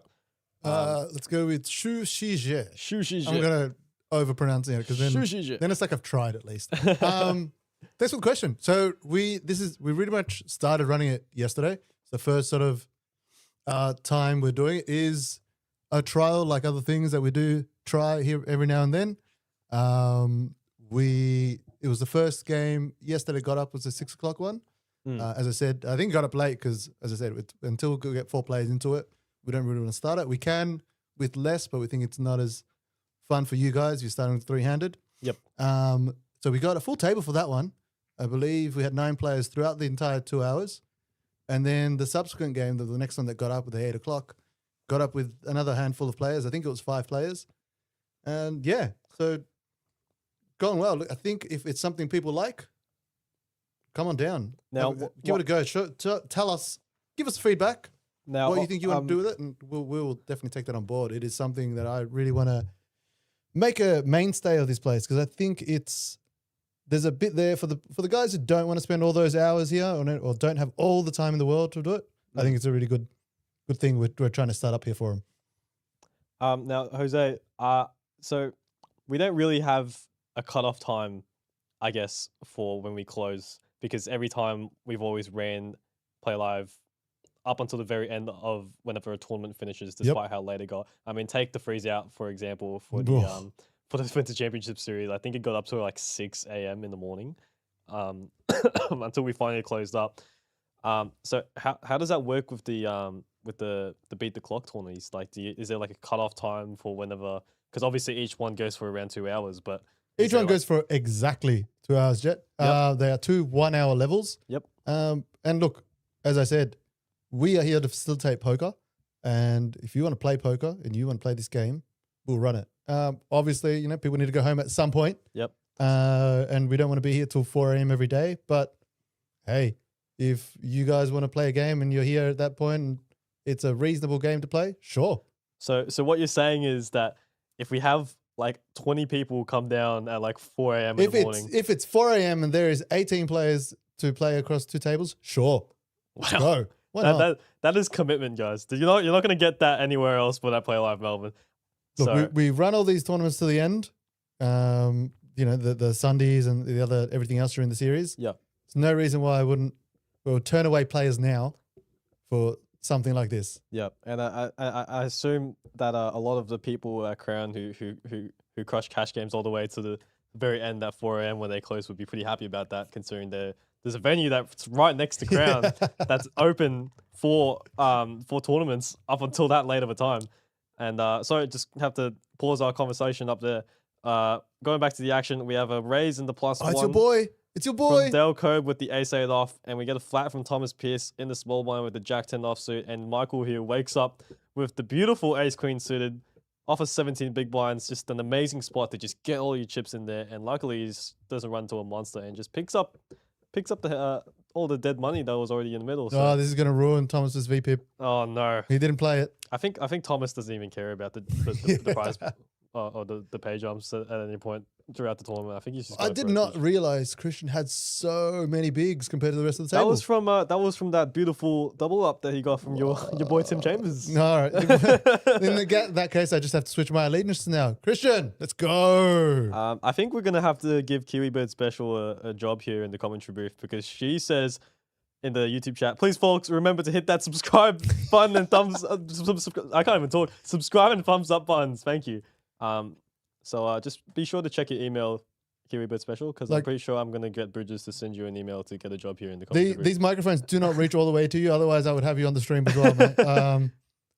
Give you a call and put you through. That might sound a little dodgy. Honestly, she actually probably can manage to do that, because you remember that one time when we had the stream going and we didn't have commentary for it, and then we had like a guy that dude live stream on his channel, and he was commentating it, and which I thought was pretty funny, and it's a pretty big dedication.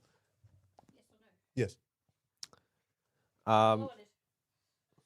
Okay, Matt in the Facebook chat says, can we tip the dealers? Now, here's the thing. If you want to pull money out of your pocket anytime, I'm never going to say no. If you want to tip the dealers for their hard work, they do hard work. We obviously pay them a fair wage. But, if you are appreciative of their work, you can't take anything off your stacks, right? So even with the TLT, what I am suggesting is, because we might have 1 or 2 dealers go through there or whatever, we don't have such a large group of dealers that you won't be able to remember who the person was that was there. They're distinct enough that you'd be like, oh, I had, I think, an Asian guy who was here earlier. We could probably narrow it down. So if you do have someone that you did think did a really good job on your table while you were playing on that one, but you couldn't take anything off your chip stack for it because the TLT was still in play, at any time, when you cash out, we can transfer credit. You can pay them out of your pocket or whatever the case may be. We can definitely tip your dealers. I encourage it as a dealer who was not allowed to take any tips working their time at Crown and was offered only a few. It wasn't that great, but I was offered enough that I could have at least a few more $100s in my pocket. Yep.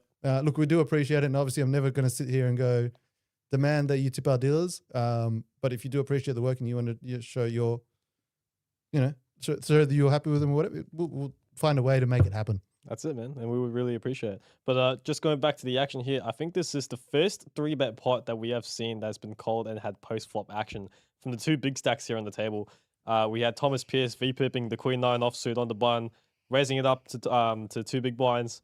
Christian, I believe, has 3-bet from the big blind with a beautiful ace-4 suited. I really like this player. You're just attacking a very, very wide range here on the button, and Thomas has been very active on the table. So I really like this play.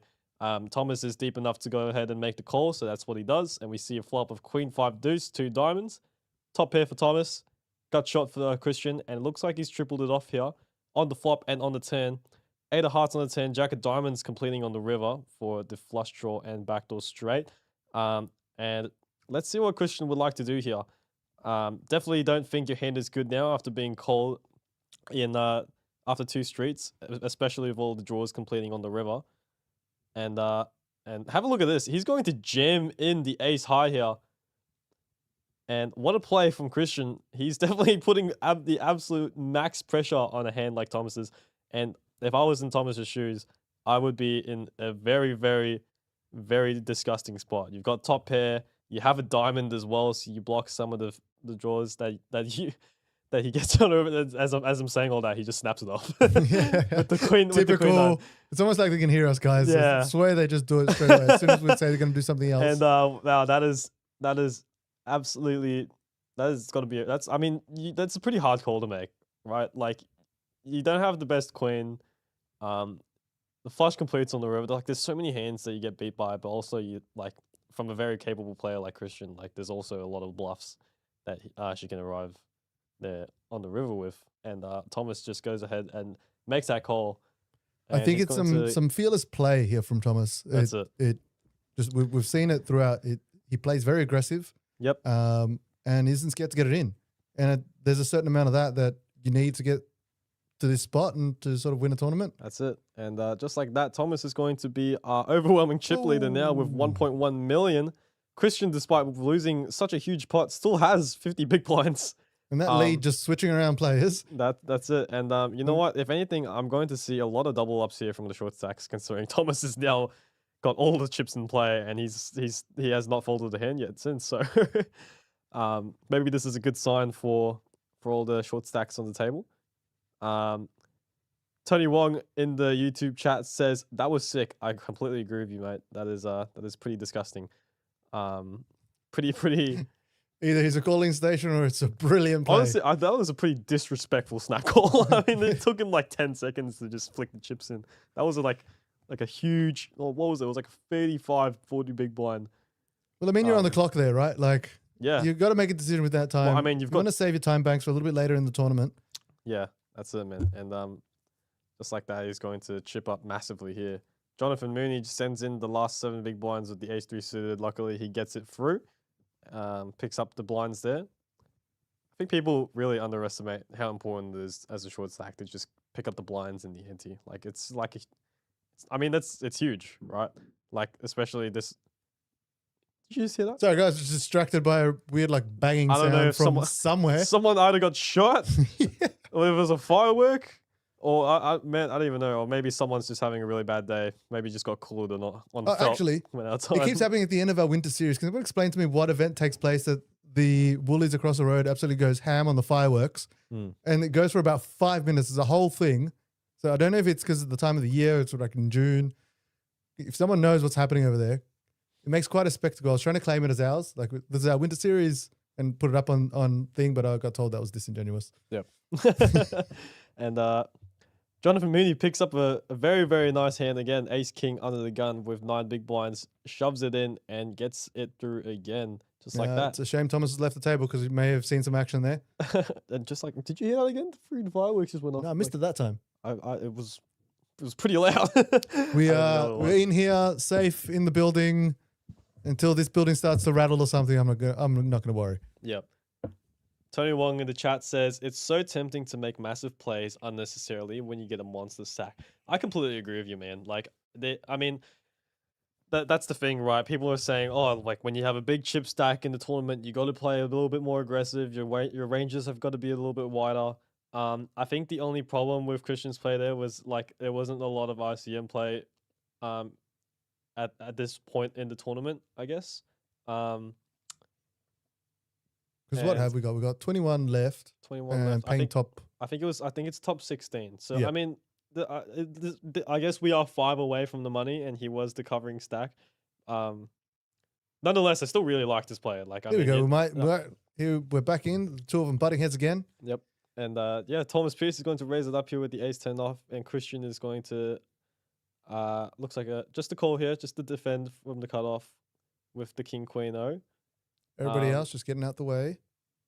But I mean, if you got I mean, obviously there's two sides to the coin, right? Like, I guess whenever you get called off in a spot like that, and everyone sees it, it's just gonna look like a punt. But like when it goes the right way, you're just gonna look like a genius. So, but me personally, I actually really like the play there from Christian. It's just unfortunate that Thomas decides to call it off there with the top pair weak kicker.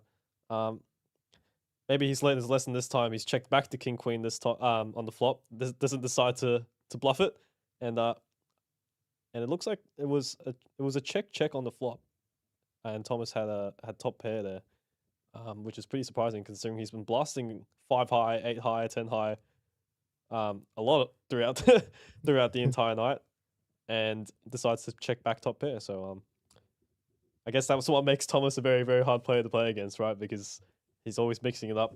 You never know what he's going to arrive at showdown with. Could be 9-3 offsuit and be the winner. So, and I think just after having like taken a beat like that, Christian has to, considering that now the stack size that she's playing with has to consider a lot of other things. It's not just a matter of you're the big stack and you can call whatever. We're now actually 40 bigs. You got to think about your play. There are other short stacks there, so being knocked out here with that.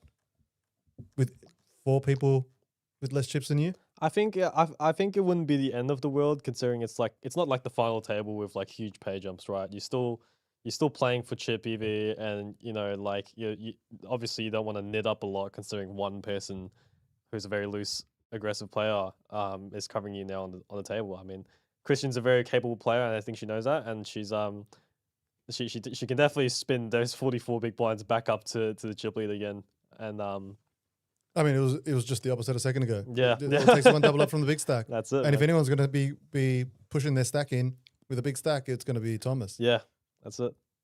103 big blinds. That is huge, man. We didn't see such domination since last week when David Shee was absolutely killing it, I think. That is huge. Absolutely huge.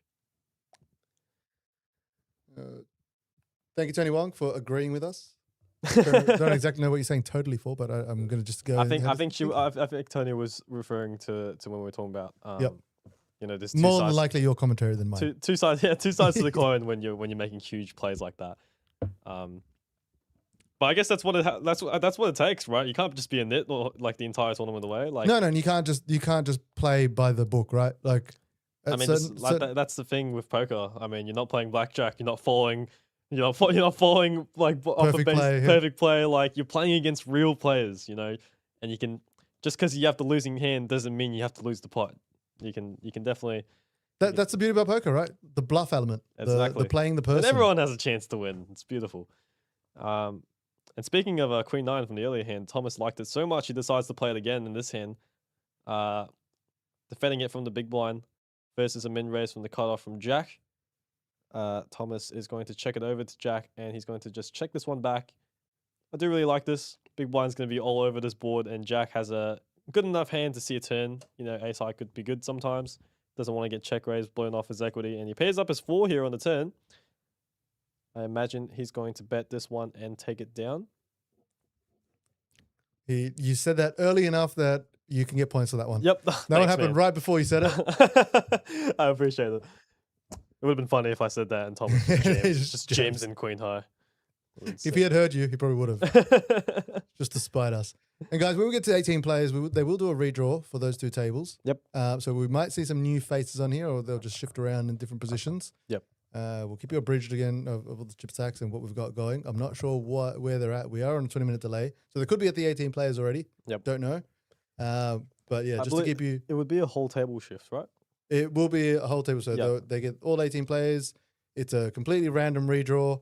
It could end up Maybe on like the feature or on the other table. maybe 1 or 2 people from the feature table stays at the same seats. Yeah, look, the amount of times I've redrawn a final table and the person just stayed in the exact same Yeah. seat and stuff. It is completely random, guys. So Yep. I mean, that is the chance. I hope my boy Michael stays in. So you stays keep- in yeah, C1. Can you Stays imagine in like he goes to C1. the other table and then we finally get to find out what's happening downstairs or whatever and he's out. Yeah. Oh, You're dude, no. We didn't see even see him walking up to the commentary room. Michael, yes, you are free to come up as well. The guys down there, that is the privilege of being on the feature table. Yep. You may get an invite up here.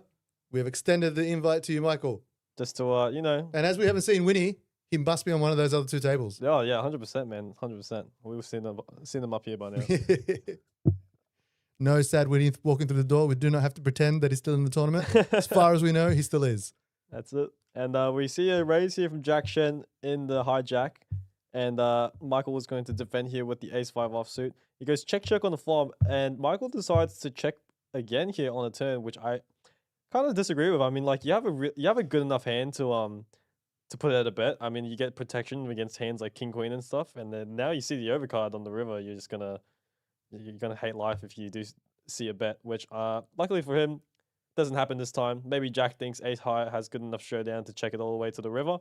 But Michael is going to pick up a nice one there. You know, despite losing 2 flips at the start, he's still sitting pretty on 24 big blinds. He is third in chips despite the 2 overwhelming chip leaders there. I mean, look at this chip. Look, it was 100 big blinds, 44 big blinds, and he just goes 24, 15. Immediately drops it. Yeah, look, Thomas just chilling over the side. Just, I don't have to play. I got 100 bigs now. Run. And So Thomas, guys, we are here at 129 York Street, South Melbourne. Like and subscribe. Thank you, Kiwis. Please do show your love online. Show everyone that you support us by giving us your like, and just keep us going so more people can watch and listen to us drivel at you. Yep, and we are aware that some of you guys may not even watch poker, but you are going to be up late tonight because of the soccer. So we appreciate you just tuning in and listening to 2 idiots talk about hands that we have no idea what about, because these guys are infinitely better than us and are playing on the feature table, and we are up here commentating in the booth. if you have no knowledge of poker, feel comfort that you have a commentator up here who's probably equally as skilled at poker as you. And I will play the role of the beginner poker player and ask a lot of questions for you. Just tell you some interesting stories if I've got them. Now have a look at this here. Thomas decides to limp in from the button with the pocket 4s. And he's actually decided to go the complete opposite route now, like limping in with his actual playable hands and raising his garbage. But he limps in with the pocket 4s here, and because of that, Christian's going to check back and see a flop of Jack 8-7, which actually gives him the best of it here. Thomas is going to continue here for a 1 big blind bet, and Christian looks like he's decided to continue and called on the flop. I believe it went check on the turn, and the king of diamonds peels off on the river. That's the problem with limping in with like decent equity hands here, right? Like pocket 4s is good enough to raise on the button and just get rid of Christian's 8-deuce off. But now he's now you let the other guy catch up. He's just got to let the other guy catch up with a trash hand. And will we see the chip stack swap all over again? No. Nah, not this time. I think Thomas is good enough to let go of 6 pair here, I believe. And Christian's going to take that one down. I think it's just the battle of the trash hands here. I mean, we've seen literally all the trash hands get it in pre, and sometimes they work out, sometimes they don't. Well, all the big blinds will be holding on for dear life, waiting for the small blinds, so let's say, or everyone's short stacked. Yep. Just sitting here hoping for dear life that they get a nice hand, they can actually double up. Yep. But otherwise, that's it. You're just gonna wait for Thomas to, I reckon, take down this field, just slowly chipping away at all of them. You know, it's actually I've always noticed this. It's always the hardest to hang on as like having huge chip lead. You're guaranteed to run deep, obviously, when you've got a stack that big. But when it gets down to like the final 4 or 3, like stacks always get so evened out, and you can't. I think a lot of people kind of just lose that confidence. And sorry, King Jack again. Just to cut myself off there, Nathan just loves picking up the King Jack. Nathan King Jack, and Thomas likes it even better. He just picks up the suited version of it here in the cutoff, absolutely free rolling it, and off a 100 big blind stack. I can't imagine Thomas isn't going to either isolate or make the call here versus the This is a hijack open jam off of 8.3 big blinds. And he does decide to just make the call here. I like calling. But I think in Thomas's shoes, a raise would probably be even better just because you have the chips to isolate. You can get a hand like ace 10 to fold that's ahead of you that might be able to, you know, just flat as well after you've called. But we see the two king jacks here off to a race. Let's see if any clubs are going to be on the board, and not a club in sight. So Nathan actually has the slight favorite, I'm assuming, if it comes spade on the turn. But it doesn't. So eight of hearts comes That'll be it. on the turn, and just like that, they're going to chop up this pot. Not the worst result for Nathan still. Picking up half the blinds or whatever it is where they are. Could be worse. Could be called by like ace high or like a small pair and just be knocked out of the tournament, especially through off the money. And just looking at the stack sizes here, Michael and Dale actually have to be pretty freaking tight considering how, like, they've just got these middling stacks. They're 3 off the money. They really want to get that min cash. 2 players. I mean, Jack's got 15 blinds. 3 players beneath them. Jonathan's got 9 blinds. Nathan's got 9.5 blinds. And that's just people on this feature table, right? There's like 2 other tables. Sorry, not 2 other tables. 1 other table going on right now that could even have shorter stacks. And I'm hoping my boy Winnie isn't one of them. And hopefully he's crushing on the tables right now. But this is the sticky end, right? Where you're gonna have to make decisions where you're gonna have to make a count, and there's a certain point in time where you don't have enough bigs to sort of do anything else. You don't want to get blinded out. It's probably the worst way to go when you just have to turn over your whatever rubbish cards you get because all you've got is your bigs. That's it. You got to be so tight with how you play. Yeah, and you know what? Seeing Thomas raise a whole bunch of the suited trash that we've seen him play earlier on in the live stream, I actually don't mind this raise now. If he from what it looks like, I think he did put in the raise. Yeah, he did. He's still got cards in this. He's still got his whole cards with him. Raising up to 10-5 suited here just because we are 3 off the money and he can apply a lot of pressure off of a 100 big blind stack.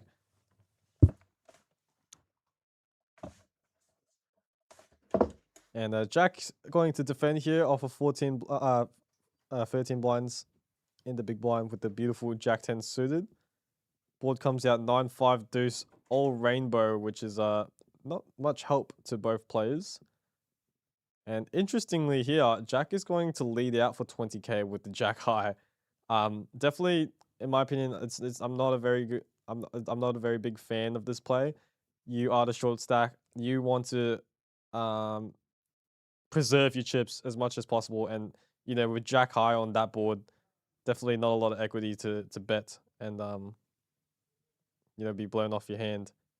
And luckily for him, the Queen of Hearts actually peels off on the turn, which gives him a lot more equity, and it goes check on the turn. And I would have liked to see Thomas put out a bet there, you know, apply some pressure to Jack's like a 9x or 5x that might be leading out on the flop. They might just want to bet the flop and hopefully take it down. But it goes check on the turn, and the Jack of Clubs peels off on the river. And just like that, Jack's going to pick up a nice pot there.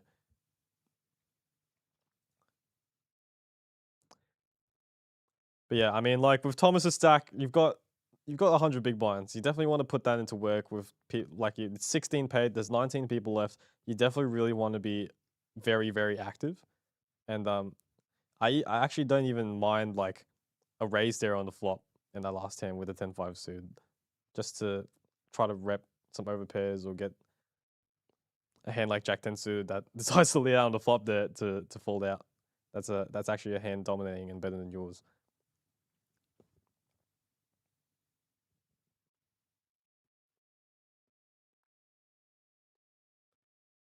Christian here in the cutoff, King 10 offsuit.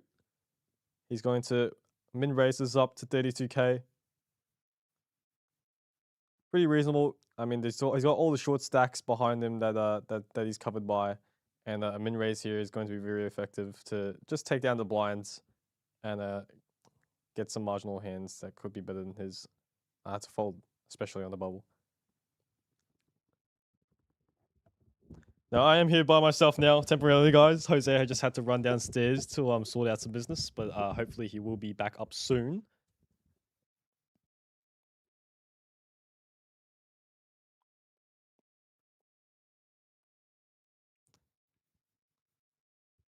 We just saw Winston. Could just see? I just saw Winston just roll on past behind the feature table, just to suss out the chip stack. So I'm assuming that he's still in. Really rooting for my boy there to take down tonight's six Hundy Sundy. Obviously after Michael, I'm really rooting for Michael to win. But yeah, shout out to Winston. He's made pretty deep runs in the past 3 weeks for the 600 Sunday, and I believe he's made it to the final table each time. Not being able to secure the victory or the title for the 600 Sunday, but nonetheless, he is a max late reg specialist. So each time he does play one of these events, he only comes in for 1 bullet and makes a deep run in every single one of them so far. So we get a raise here from Christian in the hijack with the King Jack offsuit, and Jack here is going to 3-bet the Queen Jack suited on the button to 5 big blinds, to 80k with 5 big blinds off a very short stack, actually. And Nathan here with 5 big blinds in the big blind with the Queen 9 of diamonds.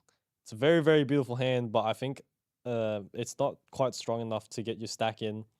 You still got 5 blinds. You can still you definitely still have enough of a stack to try and wiggle your way into the money.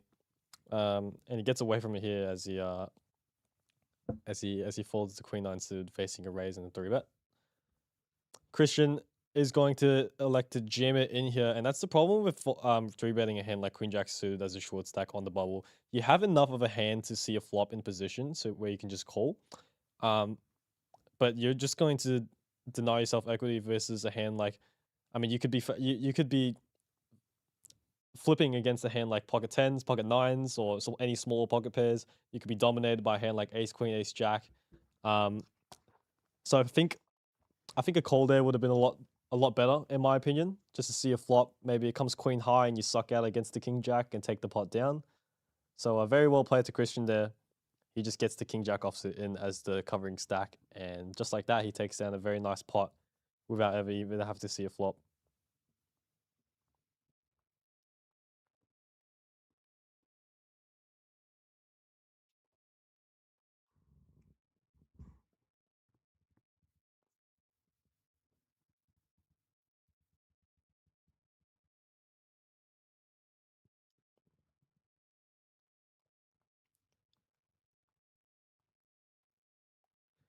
So we have a total prize pool tonight, guys, of $62,000 in the 600 Sunday, and our prize pools get like this almost every week. So if you guys haven't come down already, come on down to Play Live and take a shot. You know, take a shot in our 600 Sundays. It's a $600 buy-in.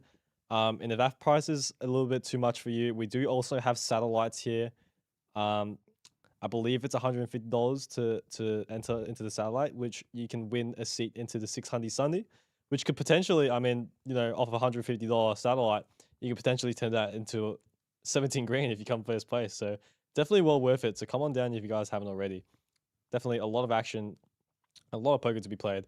And going back to the action here, Nathan Ong wakes up with the ace queen on the small blind, jams it in for his remaining 5 big blinds, and gets snapped off by Thomas with the ace 10. Very much a cooler blind on blind here. And just like that, he's actually going to 10 quads. Second time we've seen quads tonight, and Nathan is still in the tournament and has a fighting chance of 180k. Very, very close to the money. So very, very lucky and very well played to Nathan there. Not much to do. There's no point in trapping a hand like ace queen on the bubble. Just want to get it in. Hopefully you're dominating a hand like ace 10, ace 5 that calls you.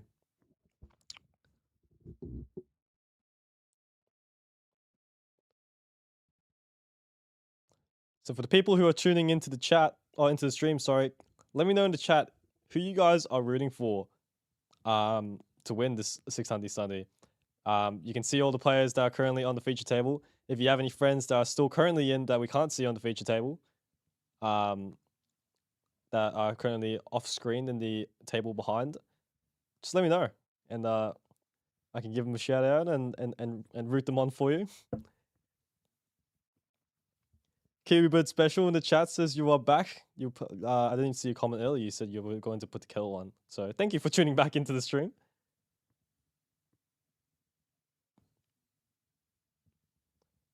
And Kiwibird Special is actually from New Zealand, which tells me that maybe some of you guys who are tuning in may not be may not only just be from Melbourne. Maybe you guys are tuning in from elsewhere around the world. So please let me know. I'm actually really interested to see how far Playlive Melbourne has stretches out to.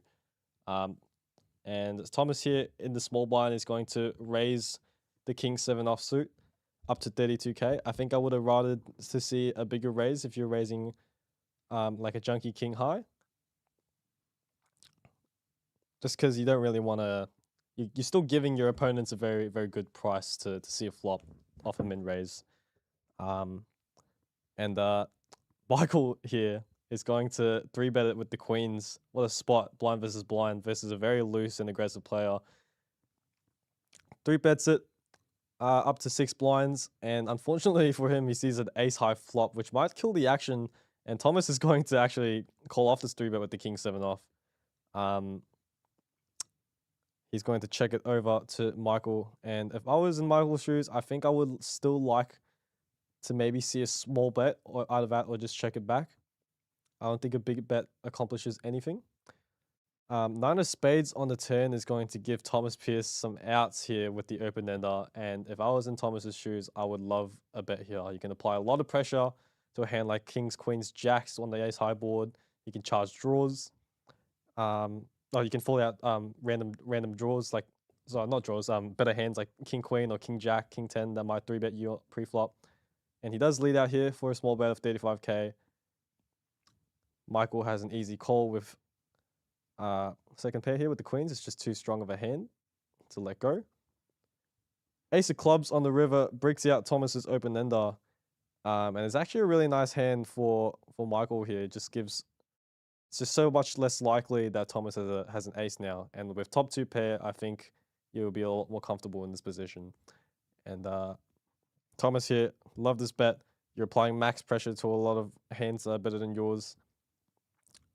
I think, honestly, a jam would probably work even more effective just because you're putting his tournament life on the line, on the bubble.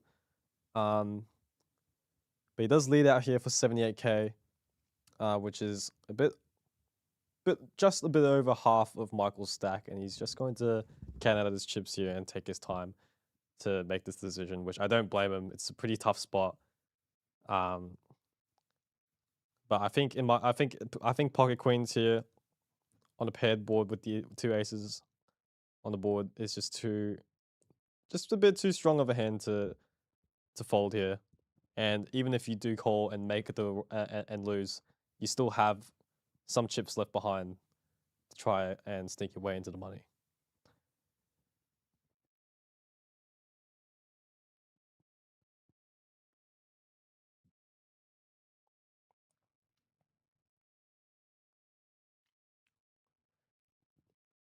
Now tell me, guys, what would you guys do in this position? There was a raise pre-flop, and you decide to 3-bet the queens. Action plays out the way it is. There was a bet on the turn after it goes check on the flop, and a fairly decent sized bet on the river. He does decide to make the call from what looks like the 1 chip flick in, and he does turns his card over. And he's going to take down the pretty important pot here, and just like that, Michael is going to chip up to 32 big blinds, almost doubling his stack here on the bubble. So let's go, Michael. I've been rooting for you from the start. I'm hoping you take down this tournament, man. And this is, it looks like you're definitely on the right path towards it. So well played. Very, very nice call, Michael. And got to give props to Thomas there as well for putting max pressure there with the king high. Definitely doing his job as the chip leader on the bubble. Gosu in the YouTube chat says, I will raise to make an ace fold. That is pretty gangster, man. I mean, if you make 3 aces fold on the river there with an extra 2 big blinds, I think you should definitely buy a lottery ticket, because you have a very, very fair chance of winning.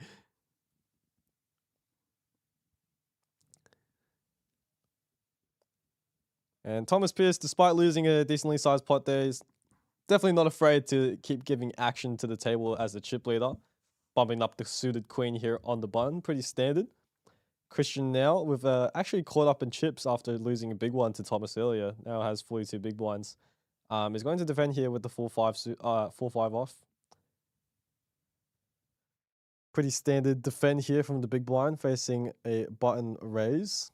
And unfortunately, it doesn't get a very favorable flop. Flop comes Jack 10-6 with 2 spades. Thomas is going to continue betting.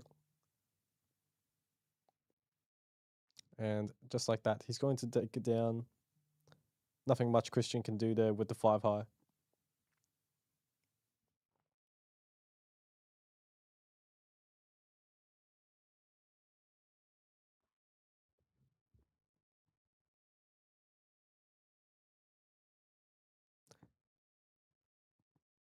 Now, we have seen some very, very long bubbles before. I believe the 600 Sunday we had last week or the week before actually had a longer bubble than what we had during the, I believe, was the main event of the Playlive Millions series that we had in December last year. It went on for like an hour and a half. So if you guys want to pop your guesses into the chat as to how long the bubble will last tonight, hopefully not too long. I still like to get some sleep tonight. Yeah, put a comment in the comment section. I would love to hear what you guys might think. How long the bubble will last. We got Howie dealing on the table, so I doubt the bubble would last much longer than what it already is. Howie is just a professional at crushing people's dreams and busting them from tournaments. So let's see what is going on here. We got a raise in the cutoff. Oh, sorry, not a raise in the cutoff. We got a limp in the cutoff from Thomas with the Jack 9 of clubs. And Dale is going to check back his option here with the Ace 5 of hearts.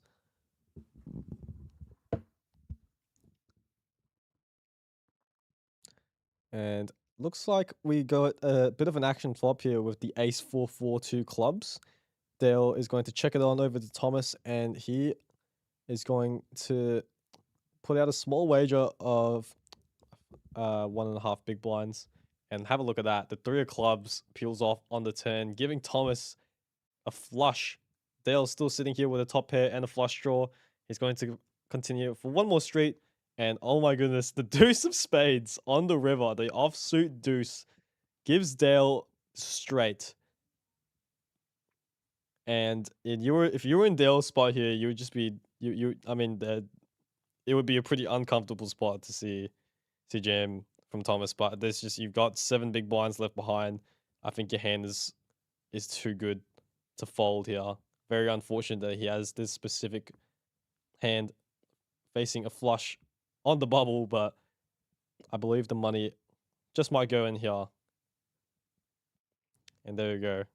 Thomas slides out a stack of orange chips into the middle, putting Dale all in. And as you can see, Dale's just in the extremely, extremely difficult and disgusting spot here. And he's going to take his time to make a decision. We're seeing a lot of action runouts here on the bubble, and just like that, he's going to make the call, and unfortunately Dale will be eliminated here in 19th place, just short of the money. And Thomas is going to remain the chip leader and chip up even more and take down this massive pot.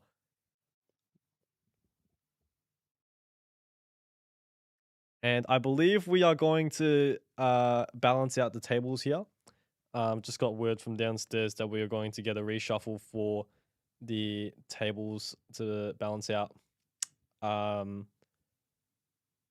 As we get an elimination here on the feature table. And I believe we are also going to be going on a 15-minute break very shortly. So I will let you guys know when that comes on. Arjun Shetty in the Twitch chat says, should be a jam pre against Thomas. Not gonna lie, I think I completely agree with you there, mate. Because Christian is behind you with a very big stack as well. You do cover him just by a small bit. I think if you had any sort of good hand there, you'd probably min raise and try to build up a pot. Him libbing in there with the Jack 9 suit puts him on a very capped range. There's no reason for him to be trapping with a hand like aces or kings. With Dale's ace 5 suited there in the big blind, you got a suited ace. Very nice suited ace to get it in as well. Like even if you do get called, you got straight and flush outs. You do block very strong hands like ace king, ace queen that have you dominated. And I think I completely agree with you there, Arjun. If he did jam in the ace five suited, he would have still been in the tournament and got a hand like jack nine of clubs to fold.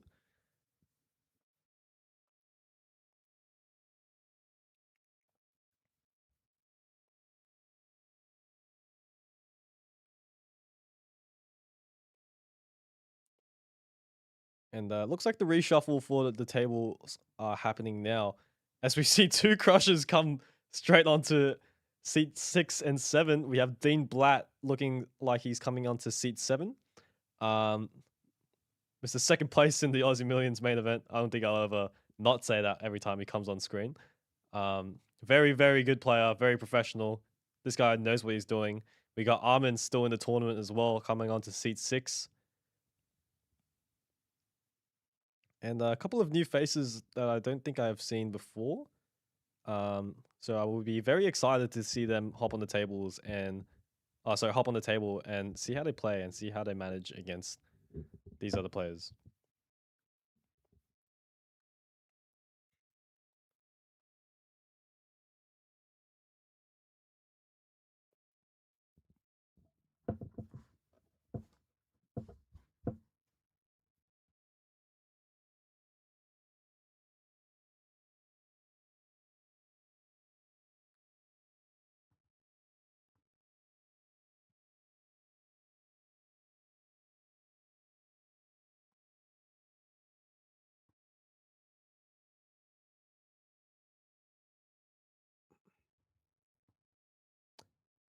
All right, guys. So I just got word from downstairs that we will be heading into a break now. It will be a 15-minute break. Players definitely do need a 15-minute break after that much action and after playing for 2 hours. So we will see you guys in 15 minutes. We're to see when the money bubble bursts and who will take down tonight's title for the 6 Hundy Sunday.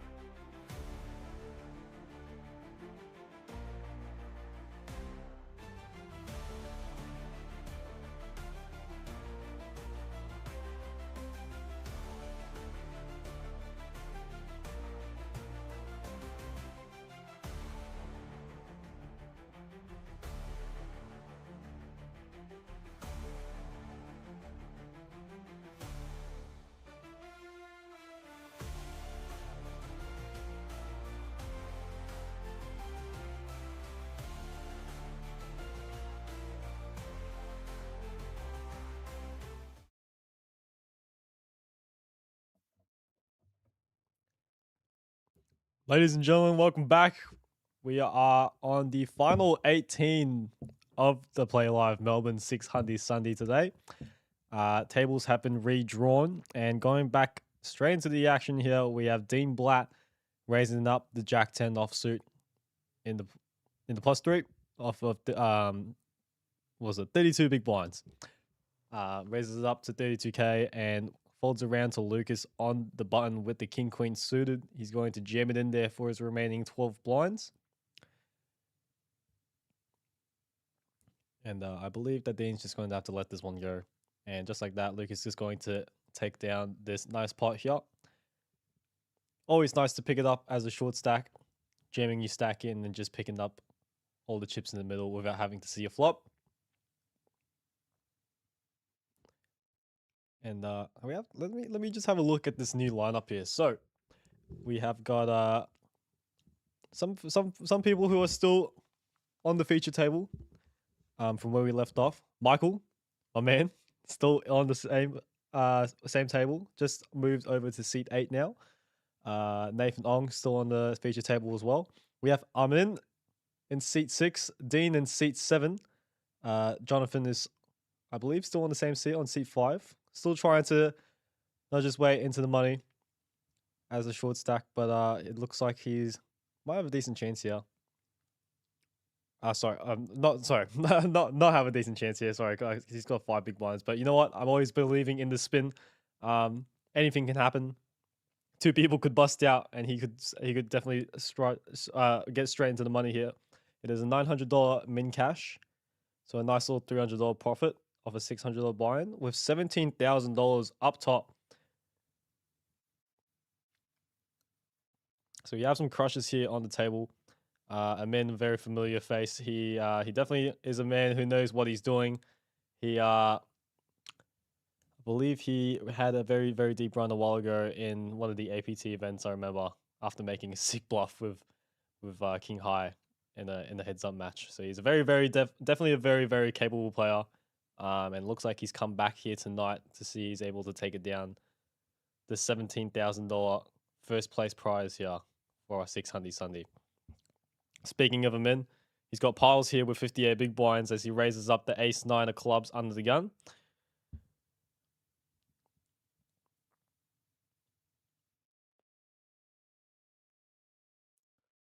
Folds around here to Lucas, finding some trouble here as he has the ace-jack of diamonds dominating Amin's ace-9 suited. And let's see how Lucas wants to go about this hand here. And decides to jam it in off of 16 blinds. I definitely don't hate it. It's just too strong of a hand to let go. And it's folded back around to Amin here. And off a 60 big blind shove, it's definitely not a very good price. There's a lot of hands that dominate Amin's here, just like the ace jack we're seeing here right now. And he's going to take his time here, weigh out his decisions. And I believe he might just have to let this one go, as he does here. Puts it in the bin, and just like that, Lucas chips up once again. Taking down these small pots is definitely key to building a stack here as the middling stack on the table. He's definitely got to be very, very, very careful here, considering Jonathan has a very, very small stack. It's got about 5 big blinds. We also have Jack Chen and Nathan here with 11 blinds. Very, very close to the bubble.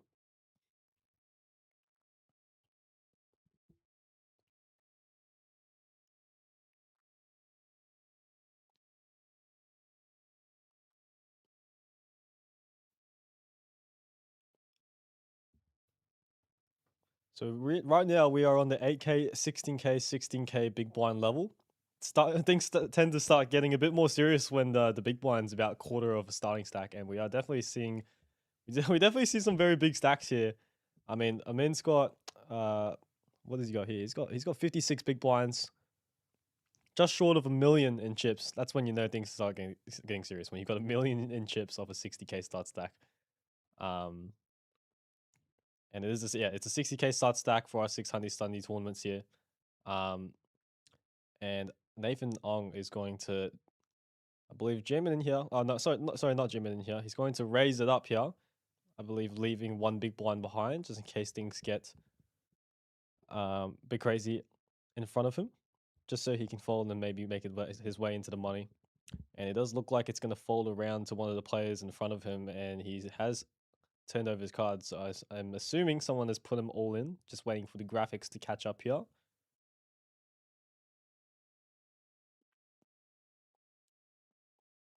And he's actually just going to run into pocket kings here from the small blind from Jonathan, and just an ace in the window and an ace followed up behind him. Ace 9, 2 clubs board puts kings all the way behind.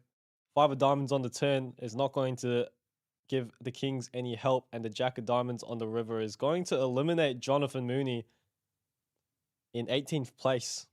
So right now we are on the stone bubble for the 600 Sunday. Very, very unlucky for Jonathan Mooney. Very, very well played to him.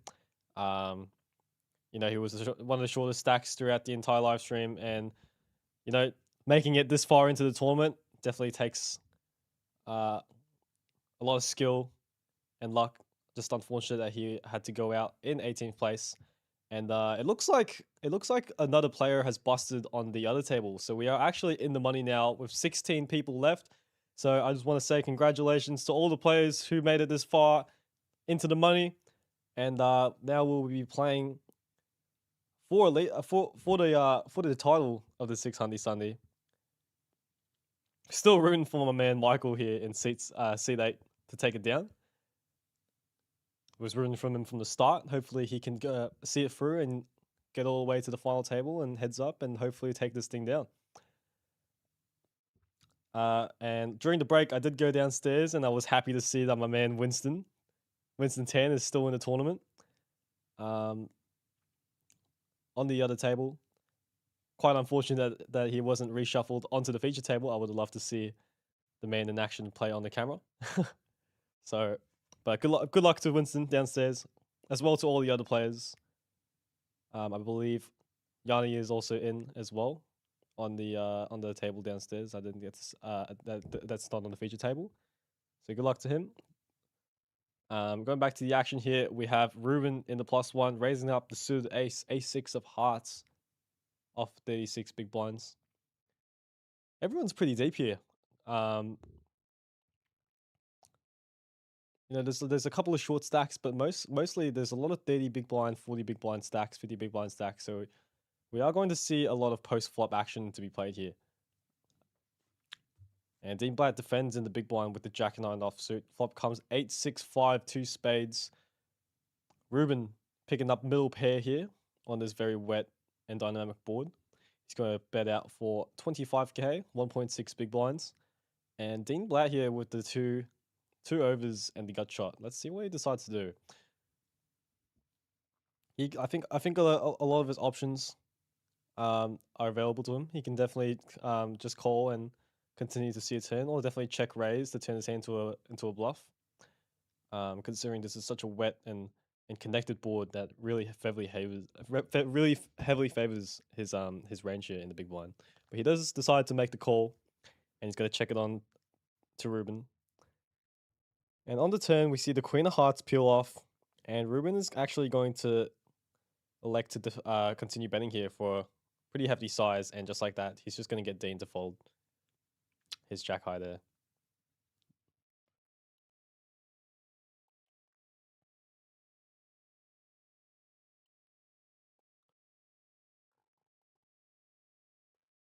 He did turn the double gutty there, now that I look back and just realized. So pretty interesting that he does decide to let that go. Obviously, it's Dean. He's downstairs playing on the felt, so he definitely knows a lot more than I do. But it would have been interesting for him to see him peel for one more straight. But moving on to the next hand.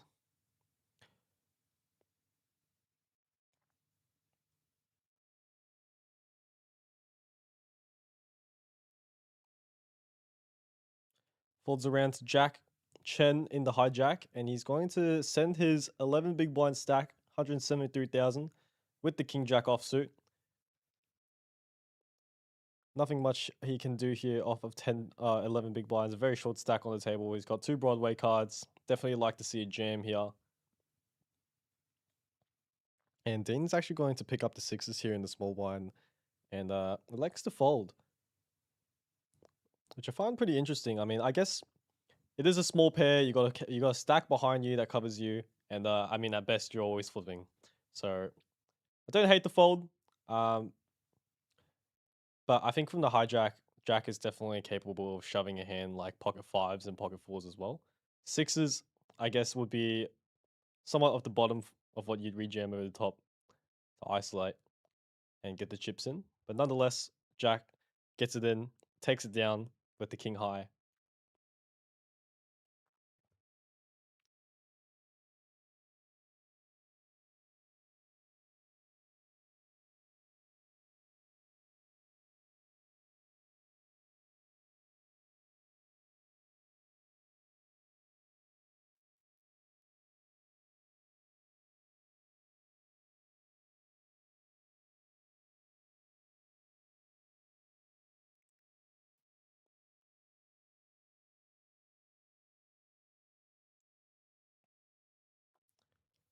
Now, from what I can see here, it looks like Lucas Moore in seat 1. Very, very, very good player. Very capable player. He's going to raise it up here with the king queen off. I was dealing to him earlier during the first few levels of the 6 Hundy Sundy, and he just went on a massive sun run, winning 3 flips in a row, back to back all ins. So I'm very happy to see him make it this far into the tournament. Yeah, he's a very, very capable player. I believe he won one of our tournaments in the in our winter championship series. For I think it was I don't think actually no. I think he came second place. It was against got heads up with Barang, and unfortunately could not get it done. But nonetheless, he scored a very, very nice score of, I believe it was around $32,000. So my man here definitely knows how to play some poker. And we get a call on the button here from Dean with the queen jack off. Very nice 2 broadways to see a flop in here. Here we're in position. And Michael, my man Michael, wakes up with the ace 10 of spades in the small blind, decides to 3-bet it up to 95K. And I honestly would have liked to see a little bit bigger of a raise here. I mean, you got a raise and a flat here from the button. So there is quite a lot of dead money in there with the big blind and the ante. So I think a bigger raise would have. I would have liked to see a bigger raise with the ace 10 of spades. There is a very vulnerable hand, and plus you're giving quite a good price for your opponents in position to call and see a flop with. But we also see the 4-bet jam just whacked it in his face there with the king queen off from Lucas, and manages to get both players to fold. So very, very nice pickup there for Lucas. Definitely don't hate the play. With a raise and the call on the button, small blind can definitely.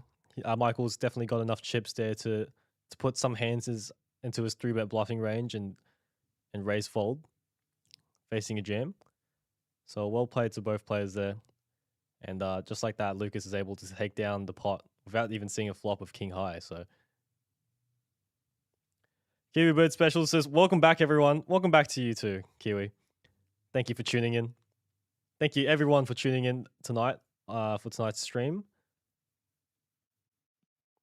It is just me currently in the commentary booth right now. Jose is downstairs sorting out some stuff. So I hope to see him back in the booth soon. But in the meantime, I will be taking care of you guys as the action rolls on here with Mario Fore. I hope I am pronouncing your name right. He jams in the pocket 8s off of 15 big blinds in the +2. I think it's a very, very large jam at this stage of the tournament. I would have liked to see him in raise here with the pocket 8s. Off of 15 big blinds, you're kind of folding out a lot of worse hands. And just like that, like Lucas is going to get rid of the pocket 7s here. and it's very nice fold from Lucas here. A lot of the time, you're going to be dominated by bigger pairs or just flipping with a hand like ace queen, ace king. So very nice fold from Lucas there, and that's why I think I would have rather to see a min raise there from Mario, just to let worse hands like pocket fours, pocket fives, sixes, sevens see a flop, and they could honestly even rejam if they with hands like that, thinking that you're weak. And obviously when you're jamming 15 big blinds there, you're kind of falling out all your smaller pairs and only getting snapped off by bigger pairs like 10s plus. So thanks, bro. In the YouTube chat says, love your work, Jet. Thanks, man. I love you too. I believe that is Mr. Nick Mooney. So shout out to you, Mooney. I believe my first time ever doing the commentary in the booth here was with Nick Mooney. So definitely have some good memories of him. Had a lot of fun. And going back to the action here, we had pocket queens here in the hijack from Dean Blatt, Mr. Main Event himself. Folds around to Nathan in the big blind with the ace-5 offsuit. Facing a raise from the hijack with an offsuit ace. Off at 13 blinds, I think you can definitely call here and see a flop.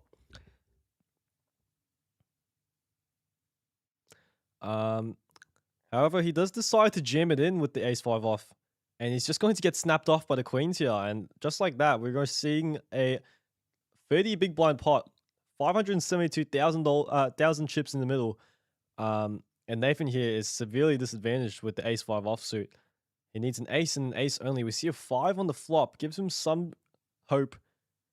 But not much help here on the turn as the 6 of spades rolls off. He needs a 5 or an ace on the river. Unfortunately, it does not get it. 10 of clubs seals his fate. And just like that, Nathan Ong is going to be eliminated here in 16th place. And Dean is going to get a very nice pot here, scooping in the pot with 29 big blinds. The rich get richer, eh? I think he's a very good player, but he's also been on a very massive heater. I believe he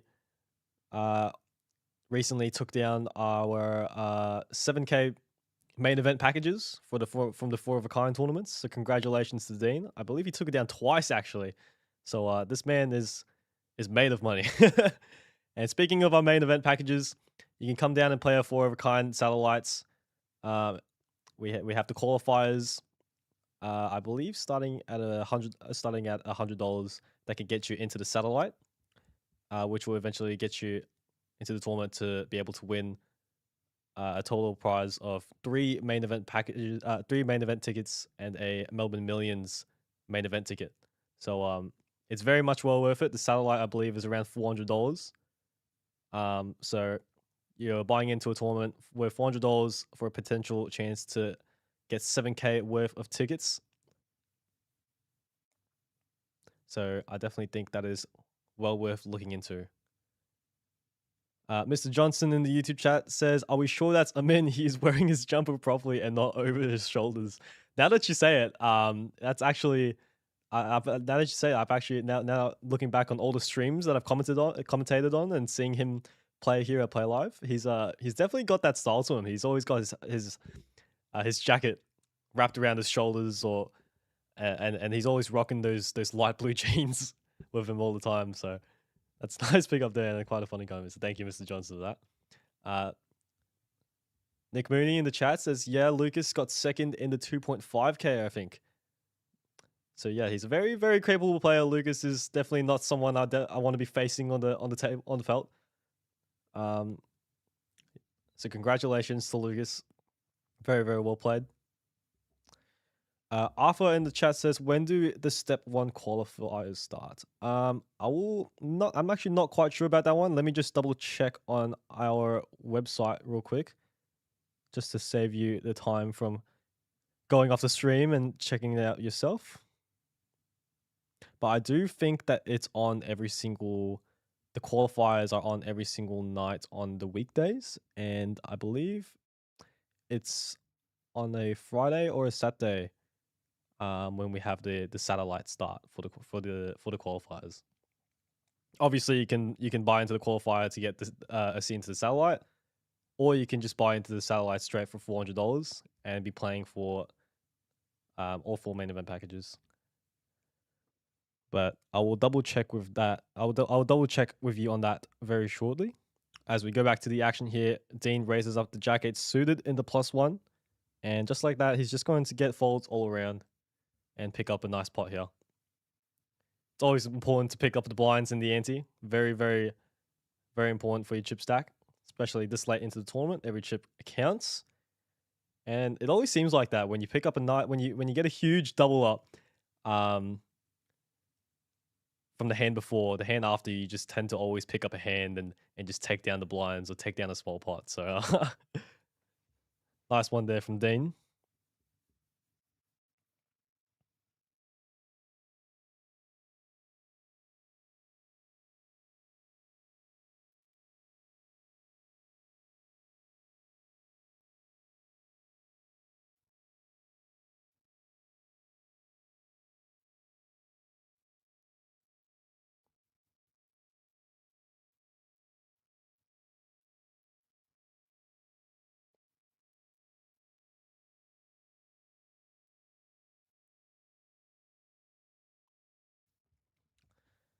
And coming back to the action here, we have a limp in from Ruben in the hijack with the Queen Jack offsuit here.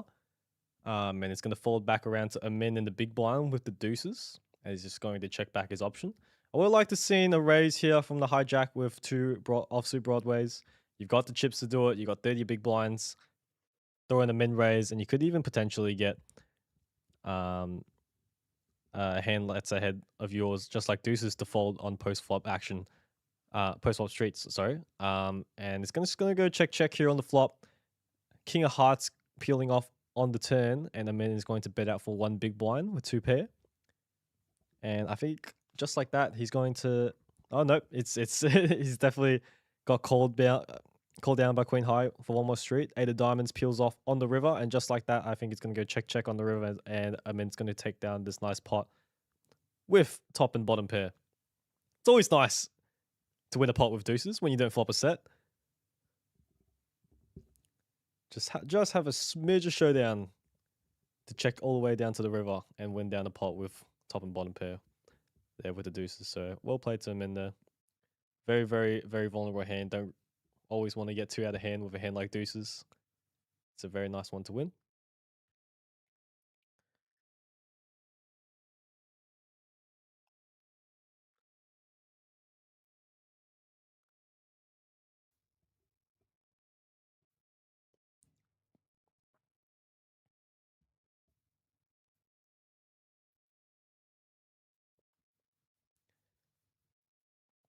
And seeing some action here, Jack Chen with the King Queen O is going to jam his remaining 8 big blinds from the cutoff. And Mario, just on the button behind them, picks up the pair of 8s and is going to jam over the top. And just like that, we have 2 short stacks here going into a race. King Queen offsuit versus 2 black 8s. We're seeing 5 cards to run out. Flop comes King 7-5. Terrible flop for 8s as King Queen picks up top pair. And just, oh my goodness, the 8 of diamonds just peels off on the turn. And the King of clubs as well on the river. Just a bit of needling there from Gabe as Jack picks up trips on the river versus a turned set and rivered boat from Mario. And just like that, we're going to see an elimination in 15th place for Jack Chen. Well played to Jack. He was running very, very good at the start until he got in Queen High versus the Kings for a huge one. But nonetheless, he did secure that min cash. And just like that, we are down to the final 14 players of our 6 Hundy Sundy. I believe we will get a new player coming in soon from the other table just to balance out both tables here.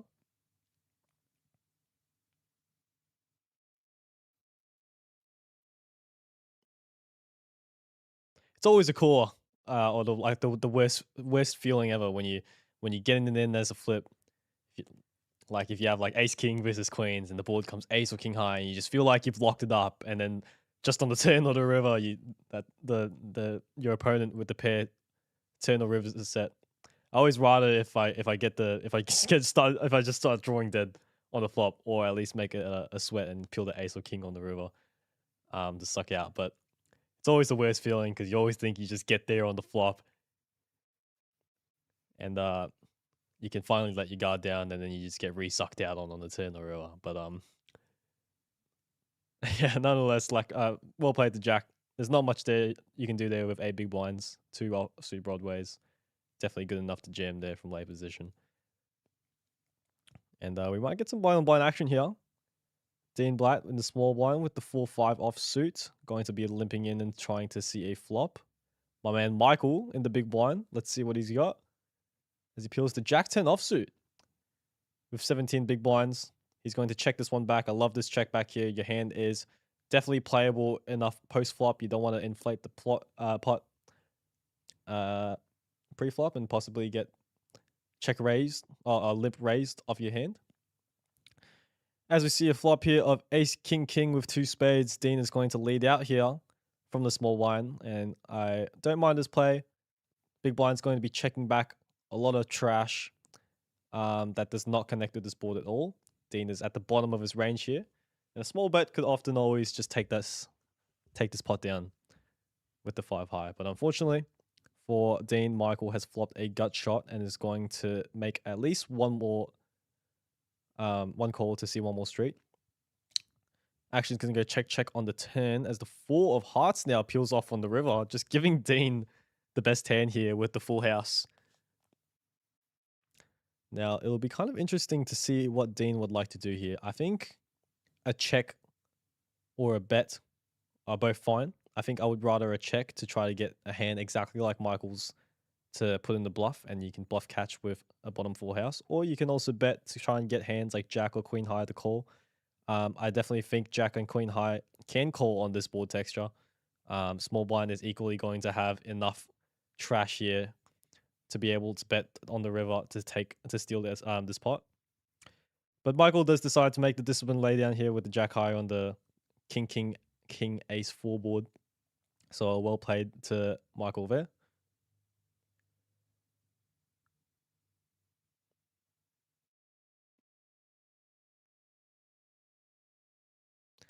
And just like that, Dean's going to be chipping up even more now, potentially making another deep run in the 6 Hundy Sunday.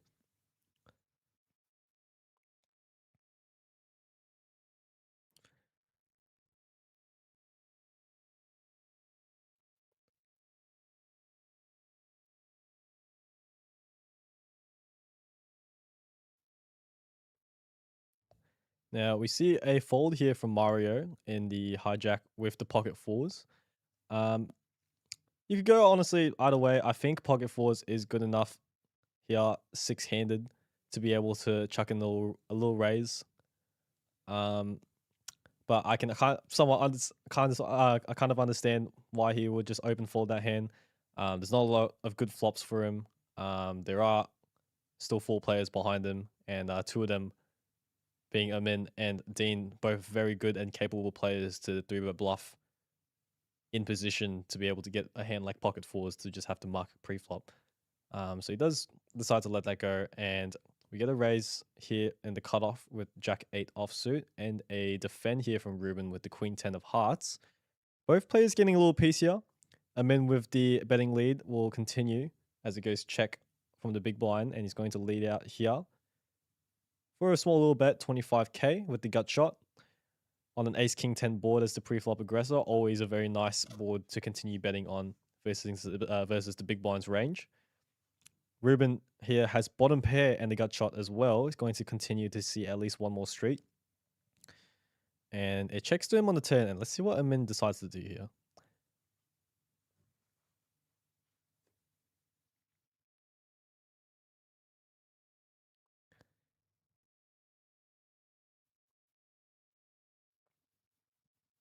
Does elect to put in another bet. Looks like around 90,000.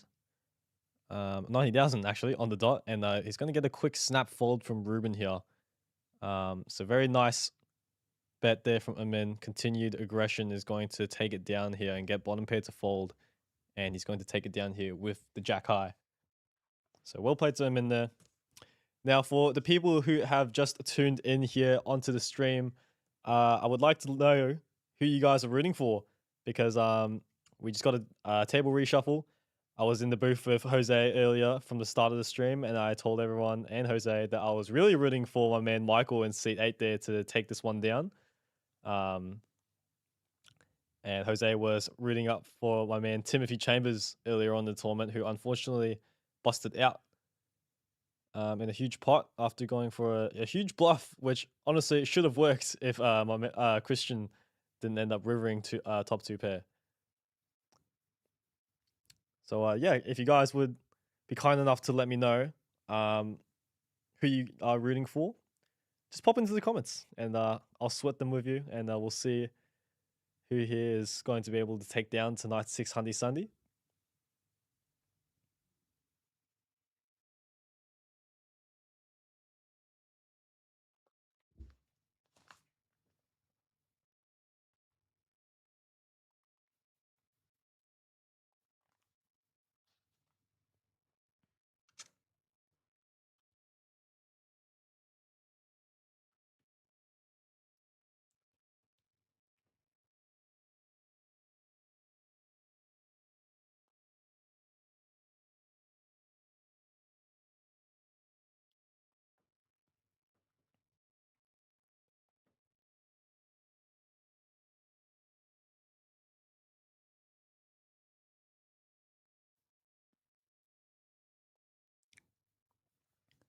Not much action to be had here as he folds around to Lucas and he just gives him a cheeky smile with the 7 deuce off in the small blind. Could honestly go ahead there and raise with 7 deuce. Me personally, on these blind on blind spots when I have a lot of like offsuit trash, you can get away with stealing the pot there, chucking in a little raise somewhere in the ballpark of like 2.5 to 3 big blinds. Just because your hand is so trash, and you can definitely get away with just raise and falling to a jam or a re-raise. Whereas if you had a hand like a suited connector, or like a hand like King 10 suited or King 10 off, you definitely can just limp in and try to see a flop. You have enough equities, play post flop. But Lucas does decide to go ahead and muck that one for obvious reasons. I mean, you don't really want to be playing out of position with 7 deuce offsuit. So coming on to this hand here, we have a raise from our man Michael with the ace 10 offsuit in the hijack. Folds around to Amin in the big blind, picking up the beautiful 7-6 diamonds. Very, very nice defendable hand here to see a flop with for an extra big blind. And just like that, he flicks in the call, and we're going off to 3 cards. 10, 4 deuce rainbow. Beautiful, beautiful board from Michael here with top. Very, very dry, static board. I can't imagine he's going to check this back, and he is going to put out a very small bet here around third pot. I think it looks like 35,000 for 1.8 big blinds. Amin just doesn't have enough hand to continue here, and he's just going to be folding the 7-6 of diamonds.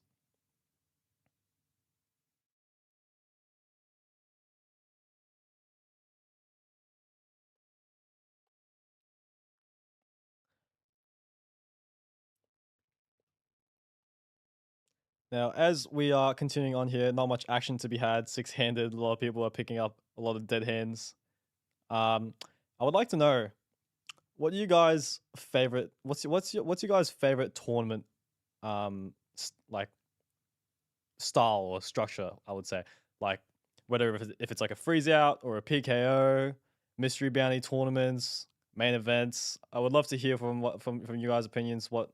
What types of tournaments you guys love playing? Me personally, I love freeze outs and I love mystery bounty tournaments. Mystery bounty tournaments, pretty self-explanatory. It's the best feeling ever when you build up a big stack or take down knock out a player and just bink a huge bounty. It's the best feeling ever. And it's just got more of that adrenaline rush to it. I feel like when you're picking out a bounty compared to like a PKO.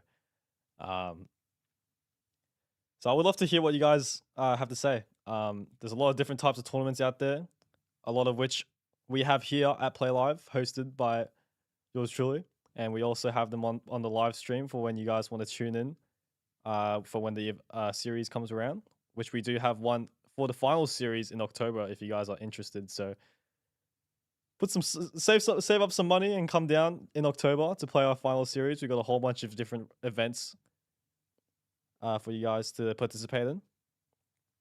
And going back to the action here, we have another blind on blind spot. Amin Riazadi has the 8-5 of diamonds in the small blind, decides to limp in here with the 8-5 of diamonds. And Dean here with the ace-5 offsuit.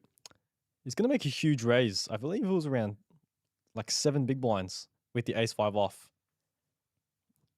And I would actually really like to know the reason why he made the raise that big. I don't know whether if it's a misclick or not, but from 1 big blind to 7 is quite a stretch. But nonetheless, he does take it down there. I guess seeing a flop there with ace-5 offsuit and playing post flop against Amin is not something he's looking forward to, which I completely understand. Playing post flop with Amin can be very tricky.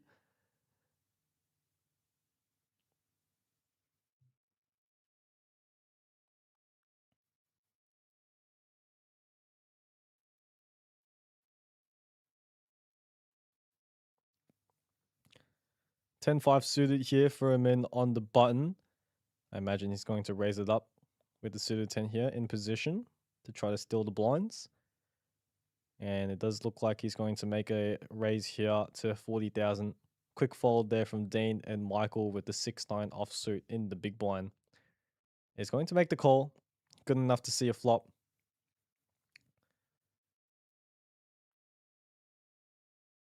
Board comes out 8-3 deuce. 2 hearts. Nothing much going on for Michael here as Amin picks up the overcard and flush draw here. Very, very nice flop to see after raising pre with the 10-5 suited in the hearts variety. He's going to continue betting here for a very small size, and I imagine Michael is just going to let this one go unless he gets any crazy ideas.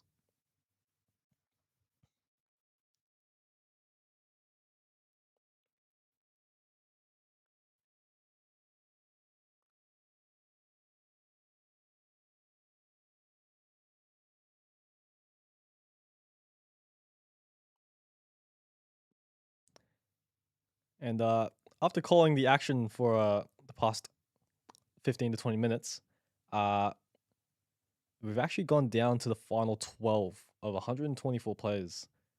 So we are 3 people off the final table, ladies and gentlemen.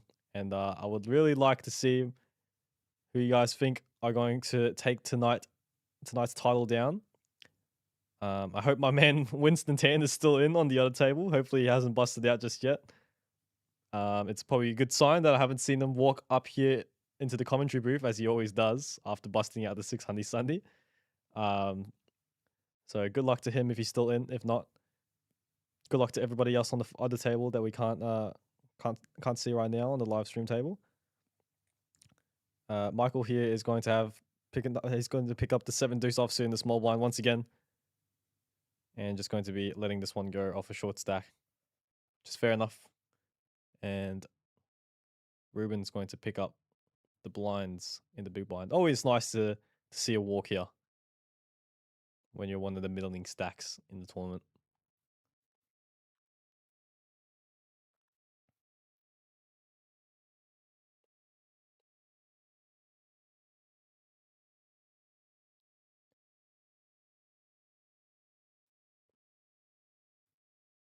Speaking of 7 deuce, Mario picks up the 7 deuce under the gun, decides to let this go.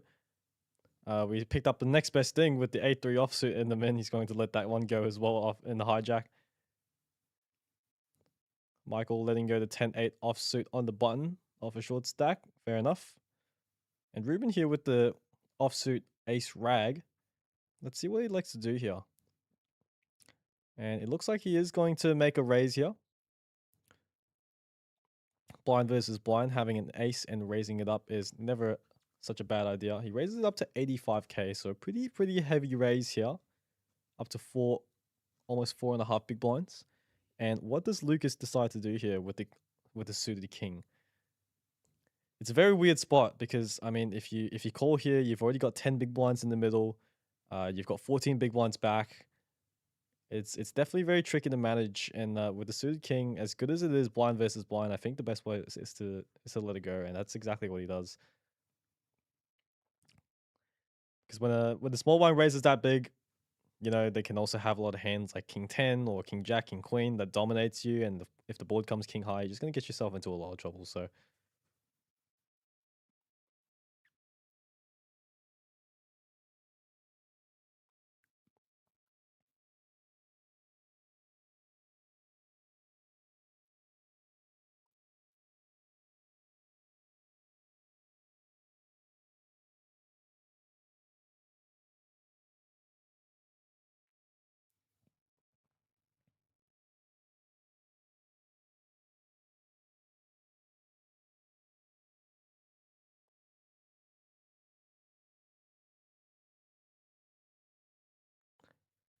coming back into some more blind on blind action here. Lucas offers 17 blinds, peels the Jack 9 of diamonds. Natural 9 for all you baccarat players out there. I know Monkey, who does the commentary here in the booth for the series, loves his baccarat. So shout out to Monkey if he's watching this.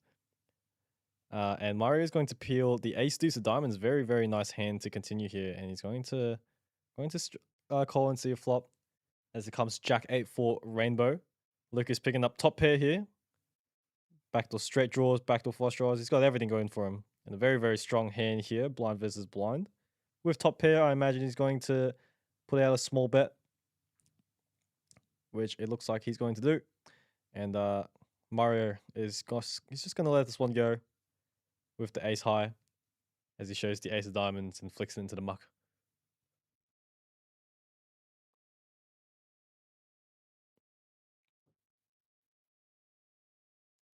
I think he definitely could make a case for appealing a street there for versus a small bet with ace high. You've got the 2 diamonds in your hand. There's a diamond on the flop. Ace high could still be very well good against a lot of random king and queen highs that could raise pre and stab the flop. But either way, fold or continue is alright, and he does elect to fold it and put it into the bin.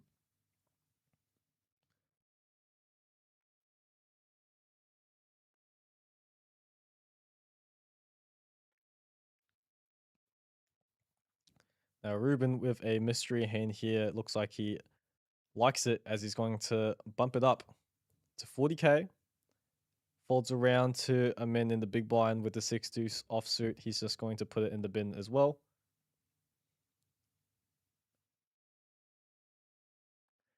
My name is Draven in the YouTube chat says, let's go, Lucas. Love that. I love it when people here support their mates on stream. It's the best.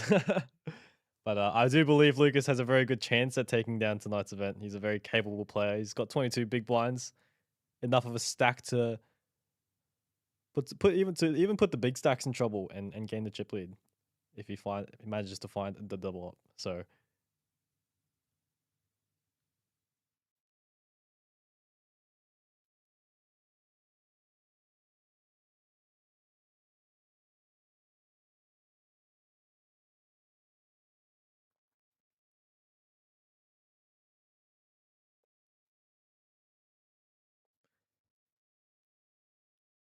Lucas here with the 10-7 of hearts, picks it up in the cutoff, puts it in the bin.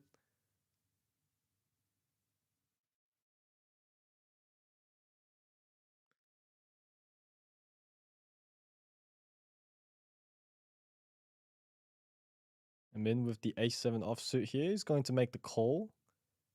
Blind versus Dean. As he pick up the queen-jack offsuit here. And let's see what Dean decides to do. He does decide to check it. Good enough hand to see a flop. Doesn't want to get check raised and blown off of his hand here. As the flop comes 8-6-5 for 2 clubs. And Min's going to check it here with the open-ended straight draw as Dean checks it back. Deuce of hearts on the turn does not change anything. as I imagine the action is going to go check once again. And the 4 clubs peels off on the river, giving Amin the one-liner for the straight. Let's see if he wants. Let's see how much he decides to bet out here. I think small bet is definitely the play to go here. There's not much interest shown in the pot, and you kind of just want to be called by like a hand, like a single pair holding, or like a river 2 pair. He decides to go half pot, and just like that, he's going to be taking it down.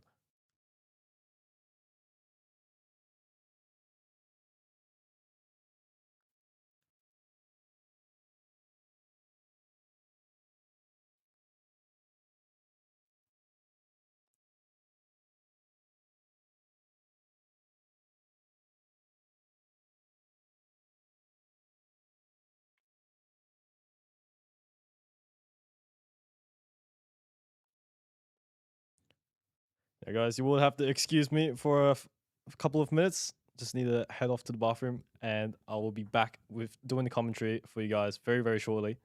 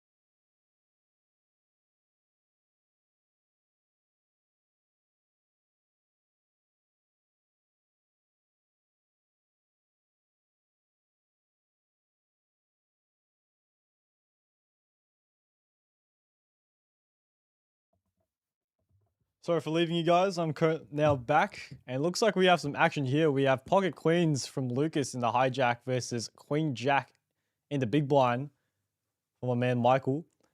In some serious trouble here. He's going to need some help. Turn some equity with the 8 of diamonds on the turn. Needs a 9 and a 9 only.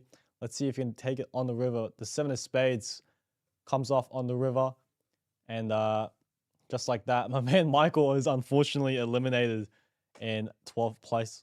Or 11th place, sorry.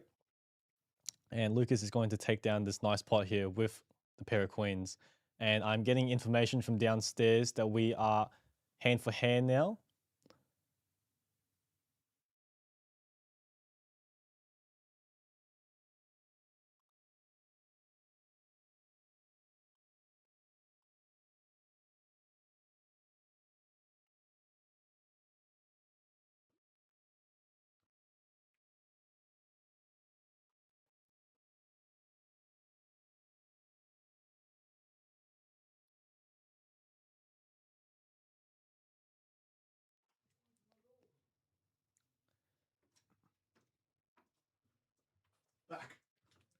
And now we have Jose coming back into the commentary booth after what felt like forever.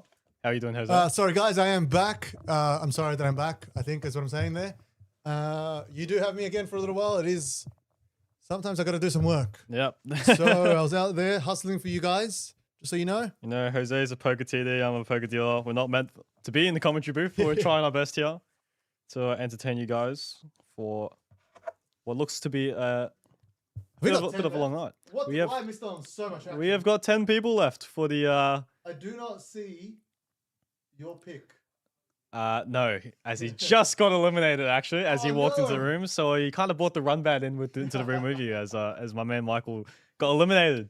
He woke up with Queen Jack offsuit in the big blind, and unfortunately faced a he jammed it in, I'm pretty sure, versus Lucas, who was the initial pre-flop aggressor with pocket queens. So I imagine you can imagine it's pretty hard to beat pair of queens with Queen Jack in your hand. So Well, look, that's what we say, that there's that bit of element of luck in this game. that's it. That's it. And speaking of queens, Amin here is going to pick the same hand up in the cutoff. Let's see what he decides to do. Imagine he's going to raise it up to 2 blinds here, up to 48k. Now, how much of your play style changes as you get to this point where you're one off the final table? Like, does it really affect your mental, like how you think that you should be playing? Is it more pressure? Is it the same? Like, Oh, well, look, I mean, I have definitely not been in enough final table bubble spots in a tournament to be able to. I don't know if anyone heard that. My question to Jet was, when you're one off the final table, does it change the way you're going to play? Like, do you have to really make other considerations? Do you want to make that final table? Do you just play it like you would because, it's the correct play? Yeah. So you just play your style because, your game and hope it keeps you carrying through as far as it has? Or do you wind down a gear or wind up a gear at this stage? Well, obviously, there's a lot more ICM at play when you're on the final table bubble. That's when the money's jumps start getting a lot more serious. And me personally, I haven't been in enough final table spots to be able to make much of those decisions. I was just going for your opinion. I know myself. Look, I am susceptible to pressure in these situations. 100%. I think if I wasn't rocking like 100 big blinds right now, I'd be a little scared. Yep. No one's incredibly short on this table. It's pretty even, actually. Yeah. Looking at it, the lowest stack's only 16, biggest stack's only 43. Yeah. And There's not much in 100%. I mean, I feel like play would definitely be a little bit more tighter if you were one of the shortest stacks being covered by a lot of the other people. But I imagine, looking at how these guys have played, and Luke, we have Lucas, we have Amin, we have Dean, we have all these players. I imagine have been in tons of these final table bubble spots. And they all know, in the comments, my name's Draven. Yeah, it depends on your stack sizing, your spot you're in, and the position. So I think everything is so situational. So as long as you make what you consider to be the right play, you can at least stand on that. So I think that's what that's it. As I said, guys, I don't have the experience on it. This is obviously goes into a lot more of the theory in behind knowing what position, like how many people are left, what the paid jumps are going to be, and blah, blah, blah. But it's Johnny. Oh, well, mate, put your own name there. Who are you trying to hide from? I didn't even know it was Johnny. This is Johnny. Then he's got some experience. The winner of the, what was it? Correct me if I'm wrong. The Hydra? The Hydra. The Hydra just snapping up 30K if I'm just to, tell everyone what it was about. And I think then he backed that up with a Sunday. I believe Johnny's the reason why dealers can't play at Play Live anymore. He took from the player pool. He took from the player pool. We do not allow that, people. We want the real players to be able to get the money. Yep. We're already getting money by being here. It's only fair that everyone else can get a chance to. That's it, man. That's it. But nonetheless, congratulations to Johnny for winning the Hydra, taking down that title. It does go to my theory that to be a good poker player, you have to have dealt first. So you can feel like the hard times. In order to be able to win. And then you get to deserve your win after that. That's when you get to play. That's it, Thank you, Johnny. Love you That's too, mate. And where are you, by the way, actually? Why are you not here on one of our tables dealing away? he's out there. I guess he's got a life. He's out there crushing poker tournaments, man. Well, yeah. You can't play here. He's got to go play somewhere, right? He's still living off that 30K from the Hydra. And to let everyone know, we now have a special guest. You may have seen him walk past the screen before I saw him. He's been brought up a lot of times tonight. As he was playing in the 600 Sunday tournament tonight. A Playlive celebrity, a Playlive regular, Mr. Winston T. A round of applause for Winston, please. Thank you. Yeah. Thank you. Hold on. I've got this covered, guys. I've got it. Yeah. Woo! Go winning. Welcome, Winston. I don't know how to stop it. Nope. That wasn't it. Nope, that wasn't it. No, there we go. I think it just. I muted you. I think it just stops on its own. No, it's that one. There we go. Hold on, guys. I'm trying something. Sorry. I can stop it. There we go. Right. So there we go. We figured it out, guys. So we're all taking it bit by bit. Now you get to hear all the sound effects you came here for. Don't pretend you were here for poker. Winston, we were rooting you on, man. We both each had our picks. I was rooting for my man Michael, and Jose was rooting for his man Timothy Chambers. Tim Chambers. But we were both rooting for you because we knew you were running deep.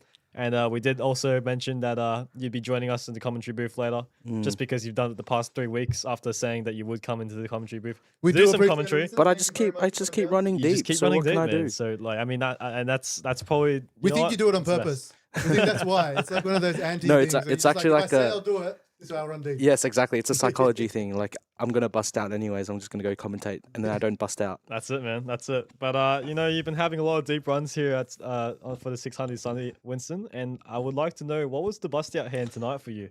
So I had 6 big blinds when there was 13 people left. Yep. I jammed king queen off under the gun. We stole, got up to 8 bigs, and then we pick up 9s. We jam again. We double off against ace jack, and then we had 11 bigs. Then we found ourselves with pocket 6s, 10 bigs on the button. Yep. And we just jammed. Jammed 10 bigs against king queen, And king on lost the flip. window. Yeah. So 13th today. Couldn't beat my last week's results. Well, you know what? A deep run is a deep run, Winston. You got Max late reg again. Max late red specialist, one and only Winston 10. But you got to give yourself props for that because you know it's hard, man. It takes a lot of luck to run deep in poker tournaments. Not only just skill, and not only did you get it in good, you came as a max late reg specialist off of how much did you start with? Was 8 big blinds because I 8 actually big blinds. came straight into the big blind so, and folded. so So you came in with What a 8 lucky guy. 8 big blinds and managed to spin your way up to 13th place for a nice little min cash there. yes. So congratulations to you, Winston. And that just goes to show how good the structure is. Like you can max late and still run quite deep. Yeah, that's it, man. Oh, look, it's a strategy that I don't have the balls to pursue. But there's a lot of max late reg players and people who Well, if you can value understand that. Yeah, I understand if the you maths value your behind time, you value your time. If you're not doing anything else, then might as well just play, it. right? Yeah, come in, build a stack for sure. That's it. But obviously, like as you said, if you're still getting good value, come in max late reg. Why wouldn't you? Mm. But guys, do come in at the start. It's fine. So how many people do we have watching today? That I don't know, but you know what? The comment section has been fairly active. You know, we got Thank you guys. Johnny just tuning in now into the stream. Hello, okay, Matt. Yep. Okay. Matt is still. Don't know if he's still on the stream, but his last comment was from an hour ago. But well, if okay, Matt is still there, we got a hello here from Winston. Still, thank you for everyone who is still watching the stream. And as our friend over in New Zealand has said, like and subscribe. Do it for her. Don't do it for us. Don't do it for us. Do it for somebody else. Another poker player has asked you to do this. Do it for Kiwi Bird. Yeah, do it for Kiwi Bird. Gotta love That's the Kiwi Bird. least we can do for the support that we get from Kiwi Bird. Now, as you already heard, Winston, I've picked out a player to win the tournament. Jose's picked out a player to win the tournament. But now that you've We just both joined have us- been wrong. So you're winning this competition no matter who you No, pick. yep, You won the already- last longer. You've you've won the last longer for the commentators here. Are we having a side bet or? Matt's still here. Hey Matt, thank you know you, thank you for watching still. Winston, you have the money to play the 600 Sunday. And there's a reason why Jose and I are in the booth working, and so because we don't have the money to be placing side bets. But we would like to hear who you think is going to take down this tournament, and I'm gonna put a special twist on it. I'm gonna say that you can't pick Dean or Amin because they've got too Oh no, many. you can no. They've got too many titles on their heads. Even if they do win, we'll take the nearest person that comes up to We first are place. firm believers in the commentator's curse though. So if you do pick one of them, it's because you don't like them. That's what's happening. And we were our picks were because we were rooting for the underdogs, and at that time those two players were on the shorter stacks. So Yes, we did support them once. yes, that's it. We still have an outer table though, so I really want to see who's out there. Do you know by any chance who's still on the other table? I do not. I don't remember names. I remember faces. Okay. You know what I might do? I might be useful as my position as a Swiss Army knife. I see if I can find out who's on that second Oh yeah, table. okay, sweet, beautiful. Um, Now tuning back into the session here, we got okay Matt, who also replied back to your comment earlier saying still here watching on my TV. yeah, I said hello to him. Thank you for still tuning in. And everyone who tunes in. I'm surprised that okay Matt is still tuned in after my lone commentary earlier. There's a lot of silent moments because I was actually scrolling through. You know what? I'll admit this now. I was on ChatGPT for a lot of that time trying to pick out conversation topics that I can talk about in the commentary booth by myself, because I don't think people understand how hard it is to commentate on pretty much. It's difficult even when there's multiple of us here. And it was like the worst time ever because we were hand for hand. So there was literally just nothing. It was like nothing playing, like no hands being played on the stream. And I'm just sitting here just trying to like under like the pressure, just trying to find topics to talk about. Guys, put your love in for Jet. He had to do it on his own. It's not easy, I will admit. So if you appreciated his commentary, feel free to give him a like and subscribe to our page. He very much appreciates that. Here at 129 York Street, South It's Melbourne. South Melbourne. That is absolutely I might right. even throw in the phone number every now and then and the email after this. That's it. So you can go off mic and make him tell me straight away. Yep. Coming back to the action here, we have King Queen suited. We see a raise here from under the gun from Mario Fuare. Folds around to Lucas in the big blind. He's just going to muck the Queen 8 off suit. Fairly standard. I think I'm going to go for my pick. I'm going for Lucas, Lucas. to win. Yes. Yeah. I think He's pretty good. he's a crusher, man, and we were talking about it earlier. This guy came second in one of the bigger events here at Play Live earlier on in the Winter Series. Was not able to take it down, but I feel like you might be right on this one. I feel like he's definitely able to take down tonight's 6 Hundy Sunday with 17,000. Sorry, just shy of 18,000 up top. Actually, big payouts here. We got 18K up top, 11.2 for second, and 6,900 for third. And I'll tell you that I've told you once, and I'll tell you again. You're not going to get better prize pools than this on your weekly tournaments here at Play Live Melbourne. It has become a staple, the 600. Yeah, It's so good. It's Like, everyone's fan favorite for a reason. I can't miss it myself. Like I said last week and the week before, people literally skip out on going to church with their families to come play at the 600 Sunday here, starting at 2 p.m. every single Sunday. If you can't afford a $600 buy-in, you can always buy into the satellite, which is, I believe, $150. $150. $150. For a 1 in 5. So imagine buying into the satellite, which is a quarter of the buy-in of the 600 Sunday, spinning it up to $17,960 tonight. It's the kind of story we love to tell. It is. And which, by the way, I'll tell you now, this is one of the smaller prize pools of our 600 Sunday. We've reached 20,000 and 19,000, which I think it was like 3 weeks in a row. Yeah, for first place. 3 weeks in a row over 18. It was Well over absolutely massive. $18,000. It will get there again. It's just people are just having a little break. 100%. There's I think Vegas we were happening. discussing this before, and is the reason we've sort of give a bit of a break between our series. It's just to give players a bit of a rest. That's it, man. Like I understand everybody loves poker, but there's only so much poker you can get sometimes. That's I think. it. And you know what? Like, I don't blame them, man. We just finished the Winter Championship Series. We got APT coming up next month, which me personally, I'm really excited for, considering, I don't get to play much live poker as much as I used to now that I deal here and also have a lot of outside of life commitments. And people would be also looking forward to the APL Millions in August, which, by the way, I think It's good to have so many choices. It is. And can I just say, Australia poker It's on has the just rise. blown up recently over the past. It How- really it was- has. it's- Not since Joe's win. Yeah. Ever seen such like an increase in anywhere. Look, I don't know if it's because we've been at this for about just over a year now. Like not 18 months quite, but I didn't know. Obviously, we thought that the appetite was there, but I didn't know the appetite was so huge. That is in there. So like people still want a good game of poker. People still are happy to have a shot. And along about 15 years ago with the rise of the internet and online stuff. The rise of internet. This is coming from the- a yeah, 40-year-old guy. Listen, I still call it Safeway and you give me crap about it every Oh my time. goodness. Actually, people in the chat, now going off topic completely. People in the chat, do you still call it Safeway? I know I've got people around my age. I think I said what that was. I'm going to divulge that again. But young Jet over here keeps giving me crap about calling it Safeway. Look, in my day, when I grew up, it was called Safeway. Safeway. So that's what I'm calling it until I die. Oh, Anyways, I forgot what I was talking about before. So It's you all right, man. enraged me with being old. That's all good, Jose. Well, as you recollect your thoughts and try to remember what you've been talking about, going back to the action here, Amin has raised it up to 48,000 with the ace-5 of clubs under the gun, the big GTO hand here. And Lucas in the small blind has king-queen offsuit. And it looks like he's going to make a play here, thinking Amin might be raising a little bit light for as the chip lead. And also king-queen would work a lot better as a 3-betting hand. I hope he didn't call this. Yes, that's good. And he does decide to 3-bet it here to 160,000. Really like the sizing, big sizing, 5-handed And here. I think this is just a special case. Like, you wouldn't do it against anyone else.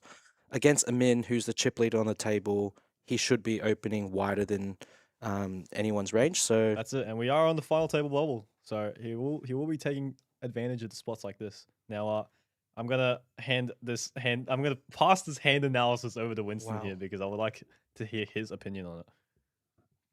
On this hand. on this hand. Yeah. Well, I think what's Amin's position here? Under the gun. First to act. Five-handed. He's cut off hijack. Yeah, I think honestly, if I was Lucas, I would rather. He was what 20 bigs. I think he was around 27 big blinds. Well, to I start think off the it's a hand. perfect play by Lucas. to 3-bet the king queen after. Yes, against Amin, but Amin understands that you have to kind of play the player. Yep. If you know Lucas knows that Amin should be It's- raising It's wider. like that meme. It's like that then- meme on Instagram where like when you know your friend's bluffing, so you rebluff him and he Yeah. rebluffs you back, but then you don't have the hand to continue. So Correct. you go. But ace five suited there by Amin, like it's ace five suited is the hand to 4-bet jam with. Yeah, and that is exactly what he did. And you know what? That's the reason why he's the chip lead. And he knows these spots. He knows how to pick up chips here, and that's exactly what he done.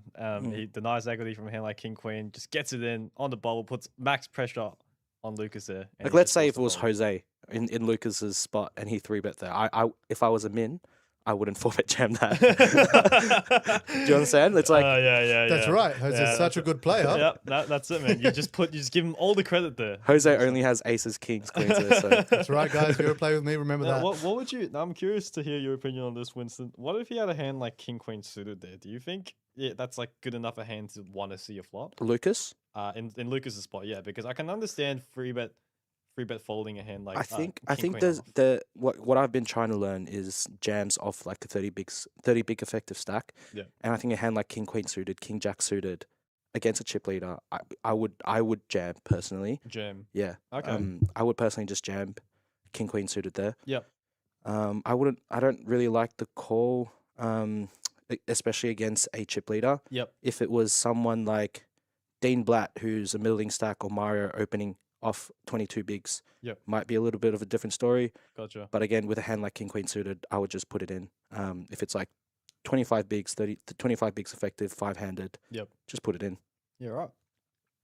Well, that's a beautiful hand analysis there, Winston. And going back to the action here, it looks like we have a raise from Dean under the gun and a flat from Lucas on the button with the pocket threes. And flop comes Jack 9-8 with 2 clubs. Not much going on for Lucas here as he continues to have bottom pair. Dean here is going to continue betting here with the open-ended straight draw. Despite not having a pair, I think this bet is going to take it down more often than not, and that is exactly what happens. Now, I think Lucas had 20 bigs on the button against a hijack open who covered everyone to his left. I think pocket threes works better as a jam. Yep. Rather than a flat. Yeah. Do you think? What do you think about that? I've got a bunch of ice cream in my mouth, by the way, right now. Shout out to Michaela Thank you, because Michaela. she bought us McFlurries into the commentary booth. But she didn't get me anything, and she knows that. Oh, Oh, Cam, my God. I couldn't love you anymore. Cam Lawless bringing us. mate. Okay, you know what? What a guy. I take back my shout out to Michaela. She just brought the ice creams up here, but thanks nonetheless. But Oh, it was it wouldn't have gotten up here without her. It was Michaela's birthday yesterday, and if you've been here in Play Live, you know our staff. Can we They get a work bunch really of happy hard. birthdays? Can we get a couple happy let's get him birthdays for into the Michaela? comments. I was so just so you know, Michaela, we were here. Me and there's another person in marketing. We were both like, all right, we're waiting till midnight. As soon as it hit midnight, we are going to be the first to like bomb her with messages. Like, and then I think it hit like 1 o'clock, and we're like, oh, we missed it. It's not as funny anymore. There's no point doing this. Let's get at least one happy birthday Michaela in the chat. All right. If we don't see a happy birthday in the chat, You're within not the allowed to next come to 30 Play Live again. seconds, we're ending the stream. Yeah. But seriously, thanks Cam for the ice creams. So appreciated, buddy. Thank you. That's a Don't really strategic understand. play. Maybe he just really didn't like our commentary, so he just wanted us to like Shut him up. Just shut us up for the next like 10 minutes while we eat these ice creams. But no, seriously, thanks Cam. So Really it seems appreciate like there's no love in the chat for Michaela. So Michaela's actually crying. She,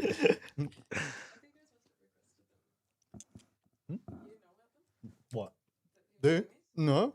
oh, we This have. is an absolute surprise. We have. I think if we scroll down, I think we have. Oh, Deb. there we go. Is that We a got a happy birthday cake birthday? from Deb. Is that a birthday Oh, cake? Deb. Shout out to Deb. Shout out Also- to Deb. Oh, and Deb, Matt. shout- Happy Matt, birthday, Michaela. everything's coming in now. There we go. Everything's coming in It's the now. delay. It's the delay on the stream. Yeah, That's the what it chat has a was. 20-minute delay. That's everything's coming in. Also, we'll add. Deb put in there that Walton's was what she remembers it as, and Matt was like, I don't know what Bilo was. To be fair, Bilo was a great establishment, part of the Colt subsidiary. Just for people who want knowledge, you got another happy birthday from Luca. Luca, the one and Oh, only. the one and only Luca. That- Oh my goodness. That is a celebrity Luca. shout out if ever there Luca. is one. Celebrity Luca. Luca, I think I heard Michaela whisper on her birthday you're her favorite player here. Yes. At Playlive. So thank you, Luca. When Happy we- birthday wishes. When she Although- was admitting all the truths, she picked you as a favorite, mate. Although staffs are not supposed to have favorites. No, we don't. No, we don't. Michaela definitely has favorites. Dean Verb says happy birthday to my Dean, baby. Dean as well. Dean said happy birthday. She just left the room, so Of you course, guys. you said that, Dean. he knows. She's just left the room, guys. So we can No. lay off. We the can stop birthday pretending we wishes. care. We can stop pretending. Doesn't matter that she got We older. can stop pretending. Everyone we has a care now. birthday at least once a year. That's it, Nothing man. special. No. As for all of our team, we are very appreciative of Michaela and her work. Maruf is the other person in marketing, and Shout out to They- Maruf. I saw him in the chat earlier. you know if you're seeing the pictures and all the marketing stuff that we put out there, that's coming from their brains. It's they're the young people, so we trust them with this sort of thing. Because the kind of posters that I'll put up. Going back to Ooh. the action here, we have a raise on the button from a min at the absolute top of his range here with the What ace did king Dean do off here? suit. Dean here, I believe he flattered from the small blind with queen jack off, and Ruben completed in the big blind, getting an amazing price with a trash hand, jack six offsuit, and you know what? It's not poker if the trash hand doesn't flop the best. So 7-6-5-3 run out here. Ruben picks up the best of it with the worst hand pre-flop. He's going to. What do you like? I mean, Dean's a crusher. What do you think of his call on the small blind with queen jack off I think against a chip leader? I think it's all right. I mean, I think he understands that the button's going to be raising a very wide range, and And you he know, might. Queen Jack is it just gets put in a really tough spot if you 3-bet, Yeah. and even if he calls, and then it's a very vulnerable hand, to play post flop as well. I mean, And if Amin, Amin's capable of 4-bet jamming Exactly. ace 4 suited, ace 3 suited. exactly. Why and- would Dean do that, right? and I Against think- that player. I think like even if Amin has like a really playable hand that he can just call facing a 3-bet on the button, and the board comes like jack high but like a bunch of low cards, you just get put in like a really tough spot, right? I mean, you have top pair, you flopped great, you loved your hand on the flop, turn was a bit all right, river 4-liner to the straight, and then later you look back on the stream and then the board, and then you look back on the replay, and then you just find that Amin had like 10 high in that position and turned the flush draw and decides to bluff river. Well, So- me personally, I mean, Dean is way more studied than I am. I just wing it. I would have personally folded Queen Jacko there. Yeah. I wouldn't feel comfortable playing out of position against Amin Gotcha. in that hand, and I think for me, my edge would be just to fold. Yeah, fair enough. Guys, just so that we can get Winston off of the fence here, the other table. So the people you cannot currently see, we have Byron Silvers, we have Yanni Andos, we have Christian Bite, who is, I think, technically my horse now, right? I think since Okay, Christian well, knocked no. out Tim. To be fair, we were both rooting for Christian from the start. I Wait, did yes. say he had a rough winter championship series, and I think he deserves to win tonight. Wait, before we go there, like I think I just got a McFlurry. We guilt tripped Cam. Oh, no. But Oh, dude. why did I get an M&M? I hate M&M. Oh, Wow. Wow. You can't just say that. I mean, Jesus. So Who- Cam buys you a McFlurry, and then you're just completely shitting on him. Who would choose an Don't M&M spit in the guy's McFlurry? face after he got you. He's Cam Lawless. He's not flawless, all right? It's all right. Everyone makes mistakes. Rubbing off on him, guys. He's getting old now. Look at that joke. That was terrible. And I appreciated it fully as a father. Nah, I love Cam, man. He's one of my favorite players. No, yeah. Cam knows he's got a special place in all of our hearts. And he's got a special, no, stop there. You know, sometimes I'd be having a rough day. I'd come into work and I'd just pray that Cam's just sitting on the end of table 5 and just drinking away and playing poker and giving us all a laugh. So a big shout out to Cam there. It is, as I've always said, it's you guys who make the place for what it is. Characters and personalities. Like, poker could be very, very dry and boring. I think everyone's had a situation where they've played a game somewhere and it's just been like, ugh, this is an absolute grind. Only in that it's so goddamn boring. So anytime you've got like characters that make the place lively, and I think Playlive, Winston and you, Jet, too, you played here, Mm. but you're here more often, and obviously you're biased.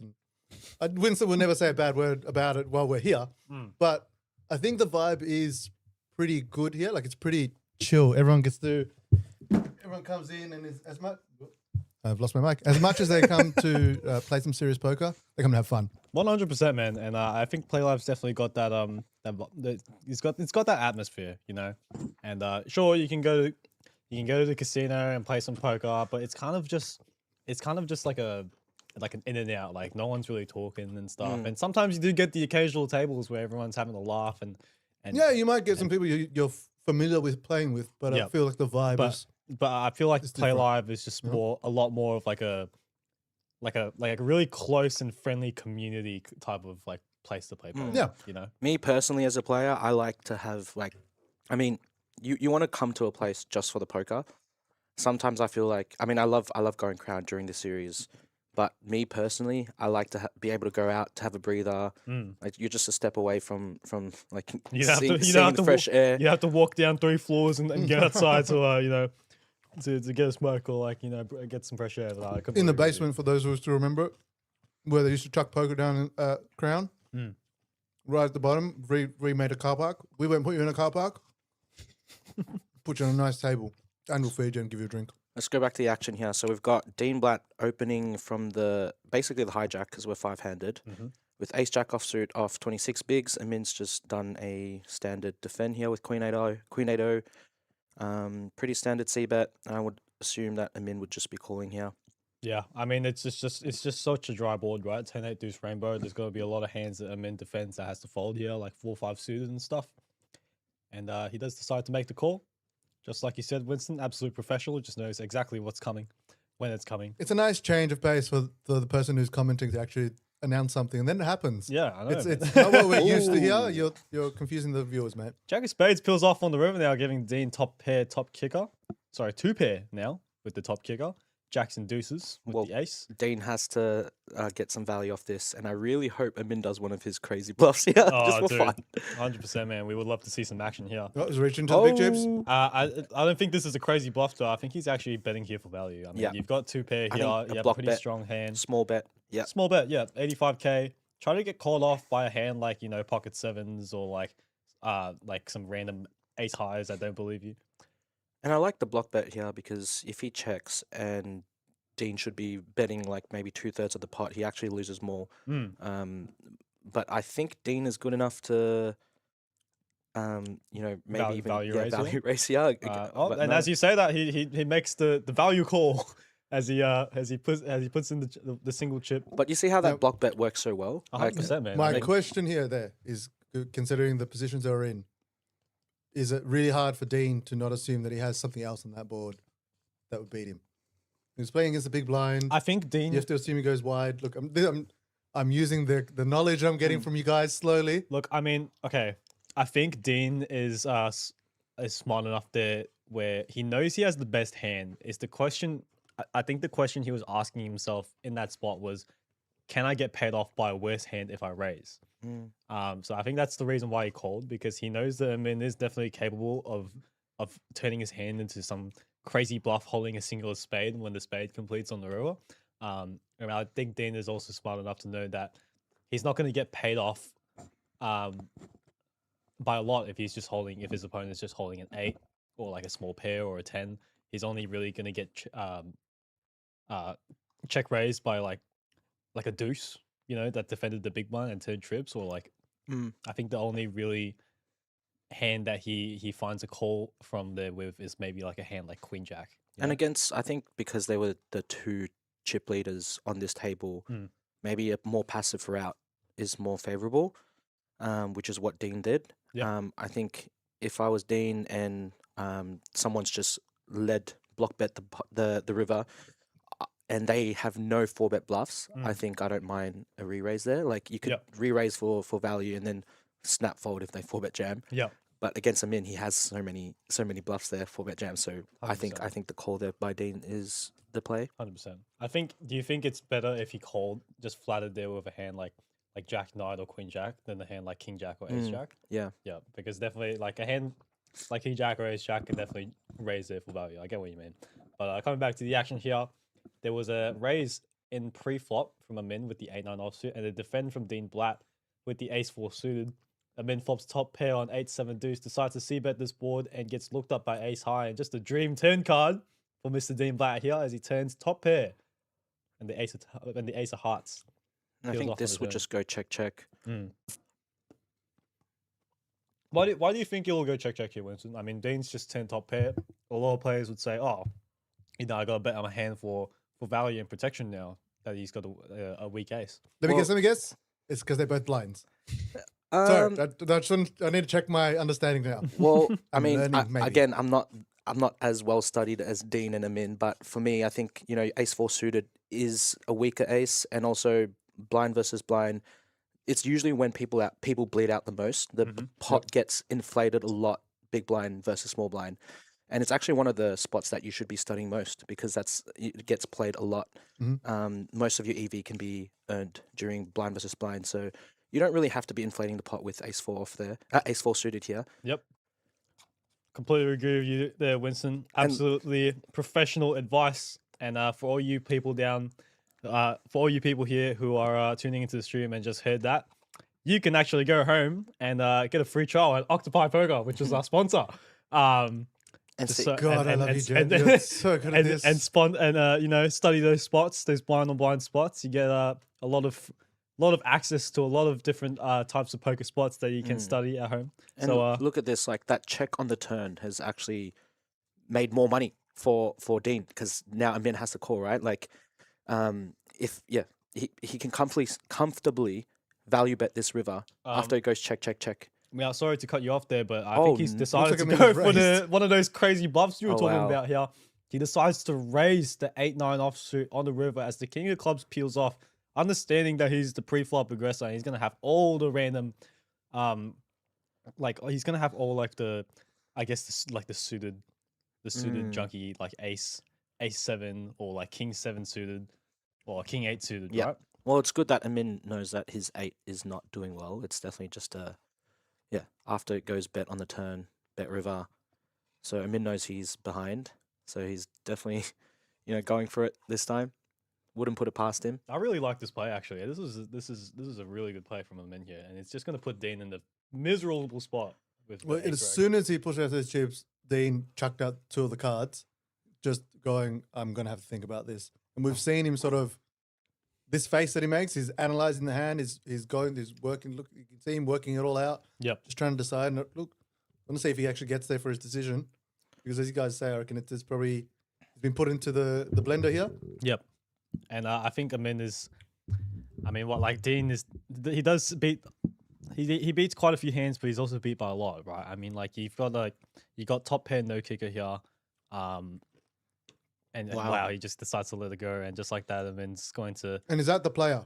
You know what I mean? Like that's the player being played. Like he knows his spot, he knows where he's at, he knows his how he's considered. Yep. And like, was it someone else? Dean might make a call, but the fact that it was him in, maybe is what got that through. That's it, man. Well said, Jose. Round of applause to Jose for that beautiful. Oh, make me read every time I move the mic dies. Damn it! wrong sound. I couldn't reach it in time. Got there in the end. Now, as it does go for so goes for long. ages. That guy's really happy at the end. He's clapping and everything. Just I want to put add in there. We've got the comment from Deb that you could smoke at the bar at Crown. As I'm sure some of you don't remember. So when I first started dealing there, they had just changed the rule because they were just implementing all this non-smoking inside stuff. And they had just been told, so the poker players were told, you can't smoke at the table anymore, or whatever was the case before. Yep. You have to go up to the bar. The bar is literally meters away from you. Like you'd be dealing on the table and just imagine go up 1 meter and then go like out 30 centimeters. That's how far away they are from you. Just smoking anyway. Wow. So that is showing my age. They eventually cut out all smoking in the poker room there, and Probably that was another big outrage. Had to walk all the way outside for a smoke. Yep. Unbelievable. But I mean, let's realistically, if you think about it, kind of for the best. I don't know 100%. I did not want to for anyone who's dealt in like the smoking areas of places and casinos, or who's old enough to work at when it was still legal at nightclubs and all that. Yep. You came out stinking, and it's the last thing you want to do. You can prove to you're like, oh no, honey, I haven't been Yeah. playing poker. You smell just like the poker room. You know Instant what- being busted. You know what? I mean, like, I think it's increased the longevity of lifespans for some of these players. I just have in general. disagreed with a few things, a few changes that's been made around the casino. But that now that you told me that, I think that's probably one of the good things that they've done. Better for everyone's health. You're already Better taking for their everyone's health, and you know what? It's good because you don't come out of the poker room after, you know. money. Oh, look, just for the poor staff that don't smoke, but you're in there. Yeah, that's it, man. It was it. crazy times. Times have changed, folks. Times have changed. Times have changed. If you are a smoker and you come and play, don't worry. The door is not that far from the tables. It is only like a 30-second walk out there. You can have a quick smoke and jump back in, miss out too much of the action. We are tailored towards you guys here. Now, have a look at the chip distribution here. We have a man just, once again, overwhelming chip leader. He's got 42 big blinds. Dean is now one of the middling stacks here with around 20 big blinds in the stack. Ruben, Mario, and Lucas all within the 13 to 18 big blind mark. Lucas is now the shortest stack on the table after having a pretty good run early on the second half of this live stream, where after picking up a whole bunch of hands and stealing the blinds. Are they playing hand for hand here? They have been hand for hand for a very long time, actually. We are currently waiting for somebody to bust out. Hopefully, it's not our man here, Lucas. Despite him being the shortest stack here, I think he's definitely got it in him to spin it up. Now, Amin here raises up the ace-8 offsuit from under the gun. Pretty standard. He's got the most chips in play, and we are 5-handed. So ace-8 starts to become more of an attractive hand to be playing. Just thank you for Amin for not making this 5-hand table boring. Yep. Got Keeping it. the action 100%. going. 100%. And we are going to get a call from Dean here in the cutoff, and I believe we're waiting for the graphics to catch up, as I think the big blind has also decided to jump in and make the call. And we did get word from downstairs that the software is acting up, so we will try to get to our best to announce the action here for you guys. You can call out this one. All right, so we have on hand 112. Sorry, the screen is just kind of blocked at the moment, so we can't really see around let me try to call this one. Alright, So Amin as a chip leader just opened ace-8 offsuit from the hijack. Pretty standard as a chip leader open here. And Dean's just set mining here with 4s. And I think and big blind also defended. And it went check, check, and check on a jack 9-5 rainbow board. Queen of Spades And peels the off on Queen the of turn. Spades peeled off, yeah. We are waiting for some action to be had here, but it doesn't look like anyone's too interested in the pot just yet because we haven't seen any chips being dragged into the middle. But yeah, we can see. You're not frozen. I can't see people Oh, moving. yeah, I think the big blind just folded. I think the big blind has just folded. And Jose's trying to just fix up his mic here. Fiddle with the mic here. There we go. It's good. And just like hands over, I'm assuming it looks like it's Big being blind? no, I think it's being scooped over to Dean's way, which would probably make the most sense. I'm assuming big blind didn't have much. Well, we got word that I think the turn, was it the river was a queen? No, Or they it's didn't even deal queen- out a something like that. I don't think.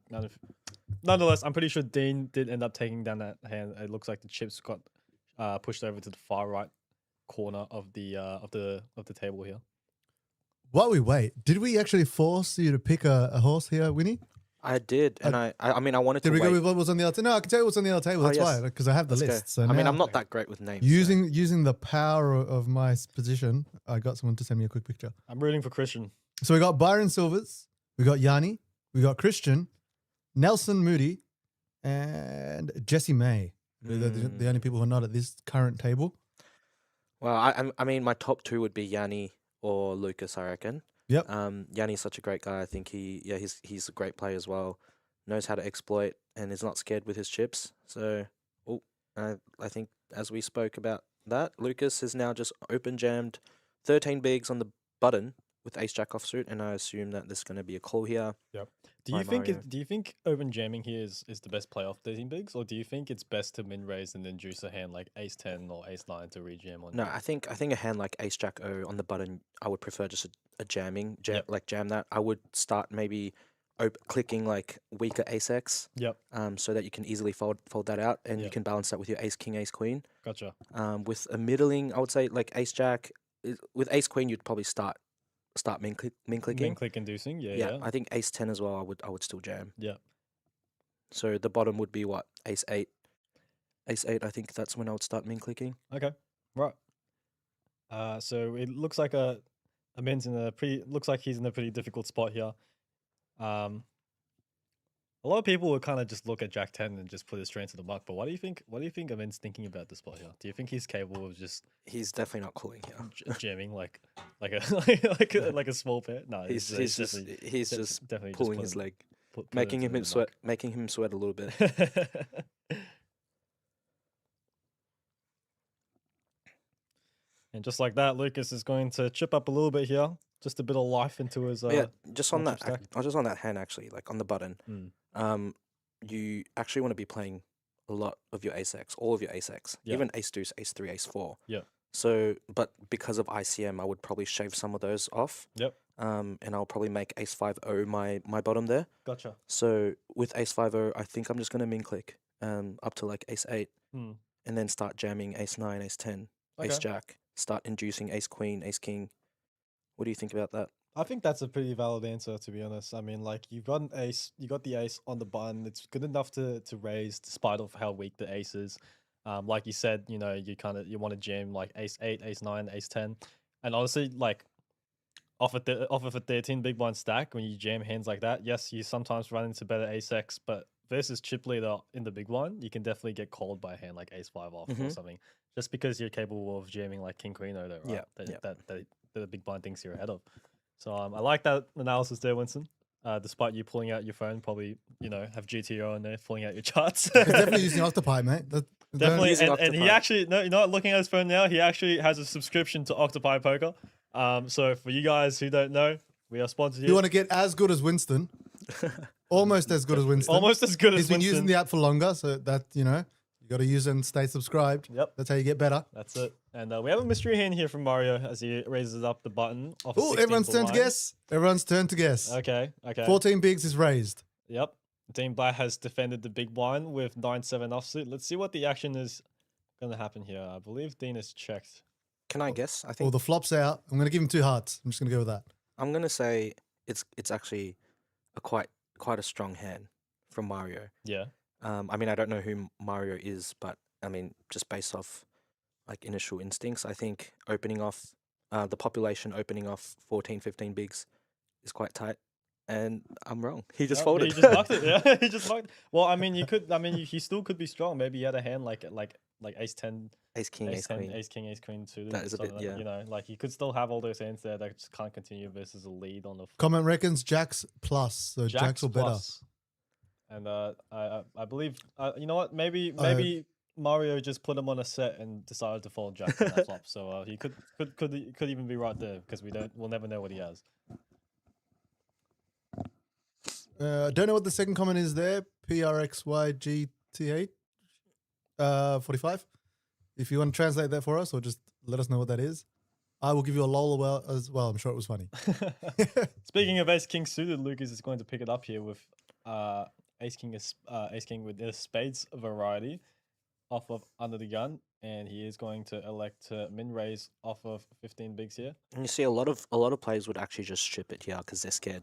Yeah, 100%. But you're like, actually losing ace- so much value. You are losing so much value. You get like you just fold out all your weaker ace x from your opponents. And look at this. I mean, this guy Ruben, he will probably just fold to an open jam with king 8 off, right? Mhm. But because Lucas raised here off raised here with king 8 suited, board comes king high just like that. Ruben's just gonna have to send it in with top pair just getting dominated. But nonetheless, we are going to see a flop here. 9-5 deuce with 2 spades. Probably about the best board you can see here with ace king suited, despite you only having ace high. You got the flush draw. You got the spade. So you got the flush draw and the 2 overs. most of the time you're just going to be able to bet and take this down as well versus the big blind, and it does look like that might be the case as he puts out a bet. It looks like around. I would really like a 1 big blind bet here, like just like off that 13 big stack. Yeah. Because I mean, what makes you say that, Winston? Well, you're basically playing 15 bigs effective. And did I Oh, get this? Yes, jam. did I get this right? Did we just get a jam from Check jam. Ruben? And Wow. oh, and just like that, we're seeing a run out with Ruben all in and at risk here. 9 of clubs peels off on the turn. He needs an 8, and an 8 only does not get there. And just like that, Ruben's going to be eliminated with. And look, Lucas has just gotten max there Oh just my by me goodness. clicking. And guys, Yeah. we're at the final table. Woohoo! Let's go. That was probably the longest final table hand for hand. Thing. Yep, there he got there in the end. But yeah, like I mean, like exactly like you said, Winston. Like a min racer just got the absolute max from a hand like King 8 off. So even if your opponent doesn't flop top pair, they can definitely just spew off the chips just like that. But Lucas, well played there. You did a lot of you did the play that a lot of the population of poker players might not have been able to do, min raising ace king off a short stack. So well played to you, Lucas. And just like that, we have the He's my final horse. 9. He's my pick, so Yeah, that's good. yeah. Lucas is gonna take it down, man. I hope he does. But All right, guys, we are now seeing the final table. So the players will get a little bit of a break. We will also take a break. much So needed we'll one. be back in about 15 or so minutes. Don't go too far. Keep the stream on, even if you decide to leave the house. We don't mind at all. Yep. Just remember to like and subscribe before you leave. We just need the view. We are at 129 York Street, South And- Melbourne, for the and- 600 Sunday. And I think this is I said all my now things. Octopi. Yep, 100%. That's exactly what I was about to go on to. If you guys haven't already, go check out Octopi Poker. You'll be able to see it in the top left corner of the screen when we go on break for the link. If you don't know how to spell it out correctly, it's honestly a great site, and you can definitely go check it out. For the 15 minutes you have to spare while we come back to the final table. So, Winston, Jet, thank you very much for joining us here. I may or may not be back with you after this. Yep. And just a quick a note to the person on YouTube who said I was a boomer. Well, he Not that is. old. Calm down. He is a Relax. boomer. I'm actually a millennial. Anyway, It's not see a you big guys back here in 15 minutes. We're going on a short break. Silence.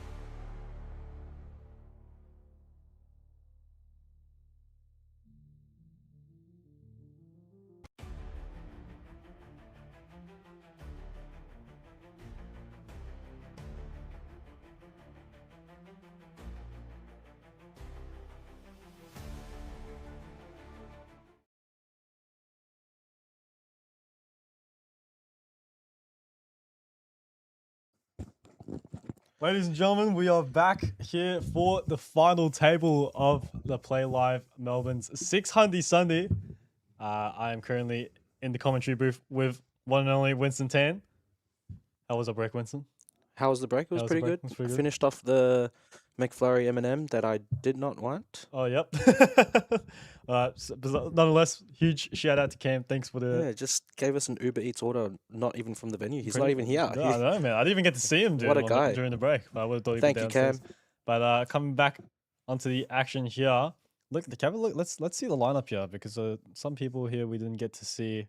That was on the other table the entire night. We have Christian Bite in seat 1, Amin in seat 2, Lucas one and only the horse we've been going for in seat 3, Dean seat 4, Nelson Moody, which I don't think I have seen before, in seat 5, Giannis in seat 6, Mario in seat 7, Jesse May in seat 8, and Byron Silvers, also another unfamiliar face to me, in seat 9. Pretty strong lineup, I must Very, say. very strong lineup. And they are going straight into the action here. Dean is going to raise up the 10-9 suited under the gun. Do you think this might be a bit too loose to open from under the gun? No, I think it's a perfect You hand think it's to. fine? Yep, perfect Yeah, hand to and, open fold. Unfortunately, he just runs into it here as Mario picks up the kings here off of 13 blinds. And let's see what he decides to do. I think 9-10 suited is the bottom there from an under the gun range. Yeah. It's all these suited connectors. I think definitely 9-10 suited is going to be going to be a good hand to open up there. And Mario decides to 3-bet here with the pocket kings to 125k. Pretty much a min click here actually. And let's see what Dean decides to do here with the 10-9 suited. I think he'll be pretty good enough to just fold here. Like he can't. The SPR is just quite bad if Yep. he just calls. Yep. And And he just does. Yeah, I'm wrong. He just decides to do exactly the opposite of what you just said. But I mean, it is just a min click, right? I mean, you're paying an extra 2 big blinds to try to flop something good. And this is one of those boards where he might be able to continue versus a very, very small bet. Personally, I think, against the population here, this guy's 3-betting off a 10 big blind stack. Yep. It's so nutted. And just like that, he's going to chuck his 10-9 suited into the muck. Not Against much- against an under the gun range as well. Yeah, Like, like this guy has to be an absolute genius to put ace 5 suited or something like that into like a 3-bet min click range and then just bet the flop and take it down, right? Versus an under the gun open. So unlucky for Dean there to lose a bit of chips with that hand, but well played to Mario. A lot of people will kind of just send in their pocket kings off of a very short stack instead of finding that small little 3-bet to get the absolute max out of a hand like that of 10-9 suited.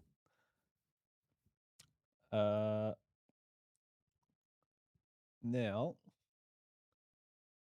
so I'm just reading the comments and it just got retracted. So, Ruby Mackinson says, "Go Nelson."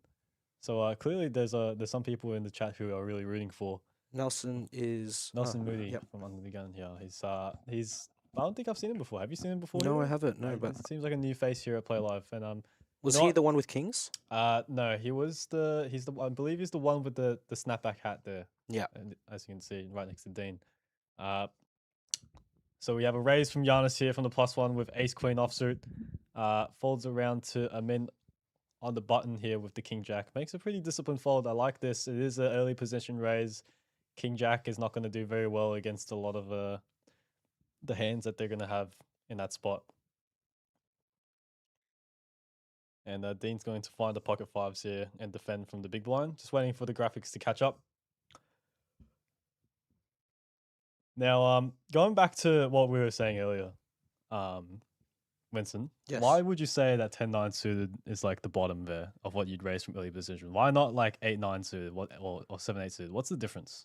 Like why 10-9 suited?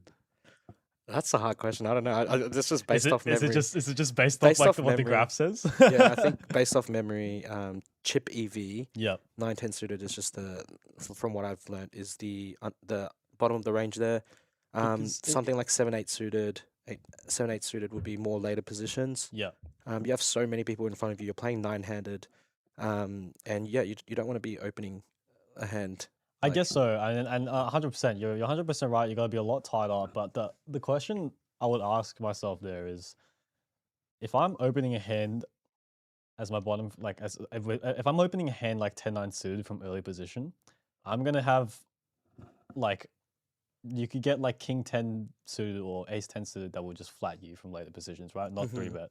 And a lot of the time you're gonna get into a lot of you might get into some troublesome flops if the flop becomes like 10 high, right? Yep. And whereas if you raise like 7-8 suited from that spot, maybe not as much, but like you have like Less interaction. less interaction, and on top of that, your hand's pretty disguised, right? Like Mm. you don't expect your opponent to be raising that weak of a hand from early position. So I think- guess that's something we have to like. I think it's also dependent on your comfortability in navigating post flop. Yep. So personally as well, like I would take more of the nittier side. Yeah. Dean, a player like Dean, so experienced against this field, I would say. So yeah, I think he knows that he has an edge post flop. So Yeah. 9-10 suited becomes an open there from him. Yeah, 100%. Yeah, and like exactly what like one of the people in the comments from the YouTube chat said earlier. A lot of what you play, when it was short-handed earlier, I believe when we were like six-handed, he said it was entirely situational. Like depends on how how well you know your opponents. You know how much of an edge you have against them. Exactly. And that's why poker's so fun. Like there's never a similar spot. Like Yeah. And you have to be thinking, does that person know what I'm thinking? Yep. Is that person responding to what I might be doing? Yeah. Like you really, there's so much to it. Yeah, 100%, man. And we just missed an entire hand there, but just to recap, there was a raise from our boy Lucas on the button with the queen eight of clubs, and Dean decides to 3-bet the pocket tens from the small blind, and just takes it down. So well played to Dean there. And what I found, like, sharing hand histories now to, people more experienced than me, Yeah, like the standard, what I used to do is just, say the hand out under the gun open. Yeah. This happened. This person calls. Yeah. And now you can't just do that anymore. You have to say, okay, what's their player type? Are they the chip leader? Are they a middling stack? Would you say like you How play? many percent of the field left? Do you play a lot more differently when you're on live stream than you were like compared to if you're off the stream? Like how differently do you play? I mean, you shouldn't play differently, right? But No. of course, there's that factor of like, oh, is someone gonna judge me? Or Yeah. And sorry, we're just going back to the action here. We have an open jam from Jesse May here with ace queen from the +1 off of 16 big blinds. This is an absolutely huge jam, and it's got to be so nutted. Where I think ace queen off is actually like the bottom of her range here when she's jamming 16 big blinds. Don't you think? And look, like I would personally min click to induce here because you get king queen off to fold. 100%. But if you think you don't have an edge post flop, like why not just go? Yeah, just send it jam in, it, right? right? Just send it in. So, and sorry, going back to what we were saying earlier, I've always had like nightmares of if I'm ever on like a streaming table, and I get into a spot where there's like a huge, if I'm facing like a huge bet on the river. And I've got like ace high, and I know I'm right, but I like feel like I'm gonna get judged so hard when I'm on live stream. Like it's a skill to not let it affect you. 100%, man, 100%. And you know what? Like I'll probably won't have enough experience because I'll never be in those situations because Play Live, I work here, and like this is like one of the only streaming tables. And that's what I love about Play Live as well. You get exposure to like playing on the bigger stage as well. 100%. Like you get to experience playing on a feature table every week. Yeah, dude. 100%. And it is important experience to have. Yeah, that's it. Now Jesse picks up the pocket fours here under the gun. I think off of 19 big blinds, you're kind of just folding this. Yes, I do like a fold on ICM. You got your 9-handed under the gun. Yeah, and there are some shorter stacks on the table. Off of 20 big blinds, you still have enough chips to run deep in the tournament. Right? I think in this case, maybe like 7s or 8s becomes the bottom here. Yeah, 100%. I can't really see how many big blinds the first player has. +2, so Christian, well, there he is in seat 1. yeah. He's got piles. From what you can see, he's got 56 big blinds. So Nelson's definitely the clear shortest here with 9.7 bigs on the button. Yeah, and Christian here is going to open up the queen 9 offsuit. And good fold from fours. Like Yeah, very good fold from fours. He did exactly what you said you were supposed to do this time. So well played to what's his name? Jesse May there. So very, very loose open here from Christian in the +2. Well, he is a chip leader, He is but the- still quite loose, I would Very, say. very loose. I think I'd rather open like Queen 10 offsuit, not Queen Mhm. 9 if I'm going this loose. Lucas is going to flat here with the Ace Jack in the hijack off of 27 blinds. Well, and against quite aggressive players behind as well. Yeah. You've got and, Amin, you've got Dean. Yeah. Falling over to Giannis here in the small blind. Now he's got 27 big blinds, which is, it's still a pretty big stack, but do you think you're I would hate a call. Yeah, I don't think a call here would do very He needs to be 3-betting this And- against a chip leader who's Yeah. opening a wider range. and it looks like he does 3-bet it, Yeah. but he It's a uh, 4 he- bigs. This is his special. Yeah. That's why. He decides to not go for the big squeeze here, which I would have really liked to see. I mean, you could definitely fold out Christian's very wide opening range here, but instead you're giving him a very good price. Mhm. But say if Giannis here were to like three bet to maybe like I'll say 3-bet to 6 bigs, like just 3x. Yeah, Like usually you'll be going like 4.5 to 5, but Yep. the deeper you are in the tournament, the more your chips are worth. And he's so- also out of position. He's in the small blind, so if you, I think a bigger size here would work well. But Yep. like, let's say theoretically, if you were to raise to like 6 or 7 big blinds, and then the Christian folds, and then Lucas decides that his hand is good enough to back jam all in. Like, do you think what do you even do in that spot, right? yeah, you have to fold. You have to fold. Yeah. So, now we just see the same hand going out of here. Ace Jack versus Ace Jack. Giannis, You see how powerful just that. Even I know it's a small 3-bet, but it's a small free bet. having that aggression pre-flop gives you so much edge. Yep. Because now Giannis can just bet, and Lucas would most Probably just likely have to take fold. it down. Yeah. But I think with Ace Jack, depending on the sizing here, with backdoor hearts, he might decide to call one time. Yep. Backdoor straight, backdoor flush. Yeah. And 2 overs to the top to the bottom cards. This late into the tournament, and you're kind of inflating the pot. Yes, you are in position and stuff with ace high. Do you think that's still the best play, or I think it really depends. Really depends on the sizing. 3.3 big blinds into 12 big blinds is quite small. Yep. It's like 25%. yeah? Quarter So pot, I think and he's just gonna he's let just this gonna go. fold, Yep. And well played to Giannis there. I would have loved Giannis to raise it bigger, Yeah. at least to 6 bigs. 100%. And I think he's going to look back on it now, hear your genius analysis and think better of it and be like, the next time when he gets into that spot in the small blind Well- facing a raise in the call, he'd be like, you know what?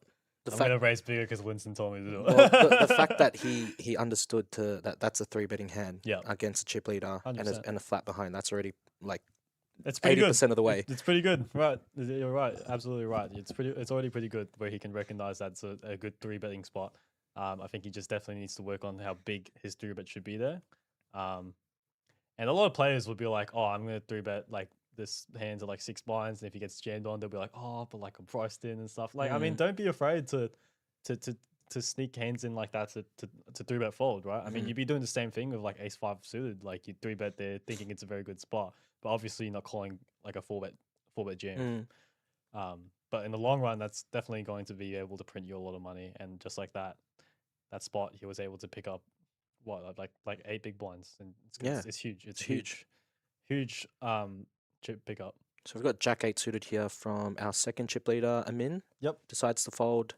Don't mind the fold. I mean, it's still a bit too loose. Like even like Jack 9 suited there is kind of dodgy from the +2. Giannis peels the 9-4 offsuit here. I love the way he peels his cards, man. He just he takes We his- actually, I was on his table today, and we actually told him we can actually see his cards if we look down, because he Oh, usually really? bends it. Yeah. And And then it's really funny because he takes the time to peel it one Yeah. by one. it's very scary as carefully. well. Yeah, no, 100%. I think I think before poker he was definitely a baccarat player, Yeah. peeling those cards like that. But yeah, I know that's now looking at. I mean, but just take a look at these chip stacks here. Like it's actually really, really Even. even. Yeah, like we got 3 stacks actually with around 35 big blinds, 35 big blinds. Christian in the chip lead with around Yep. 50 big blinds. And although- I think because of that, I believe it makes 9-10 suited an okay open, yeah, because everyone's just similar stacks, right? Everyone's similar You've stacks, got you know. one person with 9.7 big, so the Yeah. ICM pressure is not that high yet. yeah, the more you get to chip up and get yourself to a second spot, Yep. the better. Like 100%. And the like, when people are three betting you, it's going to be a lot tighter, right? It's not going to be from like a chip leader where you think you're going to get bullied out of the pot because they cover you by like 20, 30 big blinds. But I mean, even if you're in Christian spot here, like you got 50 something bigs, you still like stacks are so even, you can't really like you can't bully too much because Exactly. people are not folding exactly enough, you right. know, Yeah. 'cause- And even if you're three bet bluffing against like a 20 big blind stack, there's not much ICM pressure on them either. Correct. There's only So- one. Like, I mean, there's just Nelson with 9.7 bigs, and that's about it, right? But running back into the action here, Giannis picks up the beautiful king queen of diamonds in the cutoff. He's going to raise this one up to 60k, folds around to the big blind, and he's going to pick up the 9-6 offsuit. I think this is a hand decent enough to see a flop from the cutoff. But he decides to just let this go. I feel like every time we say something, they just do the complete opposite, huh? No, I think I like the fold there. Yeah. No, I think you can definitely go either way. I think maybe like 9-7. I'll take like one gappers. Yeah, one gap is like 9-7, 8, Yeah. 8-6. Definitely good enough to go ahead and peel. Now, if you say had like a hand like 7-8 suited in the big blind, facing like a min raise from like middle position, but you got like 6 big blinds, like I'd still defend. you'd still defend. Yeah. I feel like a lot of people they really underestimate how powerful it is to defend. To hit a pair. Yeah, to hit a pair. To hit a pair when you're that I mean, short. like they'll look at like Jack 7 suited and be like, oh, like this is terrible. But I mean, it is still just one big blind to call. And like a hand like 7-8, if it comes out like 9-10, Yeah. 9-10, like what, 5, you got a Yeah. gut shot. You Or like, got- and yeah. backdoors, you can and just you open jam. can just kind of send it, and then Yeah. you can get like king highs to fold, right? Ace highs, yeah. So yeah, going to Facebook comments here, Mr. Bradley Goodman. Hey, Bradley. Haven't heard from this from guy in Vegas. a while. From Vegas, my brothers in the combox watching from the WSOP. Love hearing you guys on the mic. Thank you, Mate. Brad. Best of luck to you playing the WSOP. Absolute crusher. This guy, I remember you came like you did. I remember you did a very, very good run in the 5K event a while ago. And the jackpot at Crown. And the jackpot. You know what? I actually didn't even know about that. And when I heard it, I was like, dude, there's no way. You know what? He's inspired me to play. keep gambling. to play Texas Hold'em. Big shout out to Mr. Bradley Goodman in the chat. You're an absolute legend. And you know what? Best of luck to you playing in the WSOP. And not that you need any more money than you already have, but a lot of our Play Live community is there right now. I've got our very own Josh Abity, Bridges. They both bagged for day 2 of Yep. the 10K main. yeah, that is insane. And yeah, you've got Paris, Yep. who was on stream. I was actually talking about him earlier. First hand I tuned in onto the WSOP main event was him in a 5-bet pot with aces versus kings and Oh, just wow. getting it And in he clean. just- It was He's a absolutely. luck box. He's not even good. You heard it here, ladies and gentlemen. But best of luck to all you guys playing the WSOP. Definitely supporting you guys from down here. Yep. Hopefully you guys can bring it home. Whether you're up or down from the series, in the World Series of Poker, you know what? You should definitely be proud of yourself because being a poker player and playing in the World Series of Poker is definitely an accomplishment that you should be proud of. I think Jackson was to the left of Kasuf. Oh, really? Yeah, was it Kasuf? Yeah, well, I saw in one of his stories. That is. Or was it absolutely Kasuf or crazy. Cabral? Cabral? I think it was Cabral. Dude, I would love to be on a table with Cabral, man. I'm not too involved in the watching like celebrity poker. Yeah. Is Cabral the He's like the Casino Royale. Oh.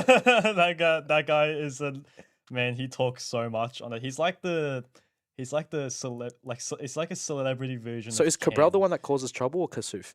I'd say Kasuf is the one that causes trouble. Cabral just talks a lot. Okay. Like, he kind of just gets into people's heads. Yeah. But I mean, he's an absolute he's so fun. I can imagine he'd be so fun to play with on the table. Like he kind of like I like to say Cam is like a better like Aussie version of Cabral. Play live. That's the way I'd look at it. But sorry, Looks like come back. Amin just picked up a decent pot. A nice little pot here Yep. with the Jack 5 of Hearts. BVB. Yep. And But yeah, there's a lot of personalities in the US with Yeah. poker.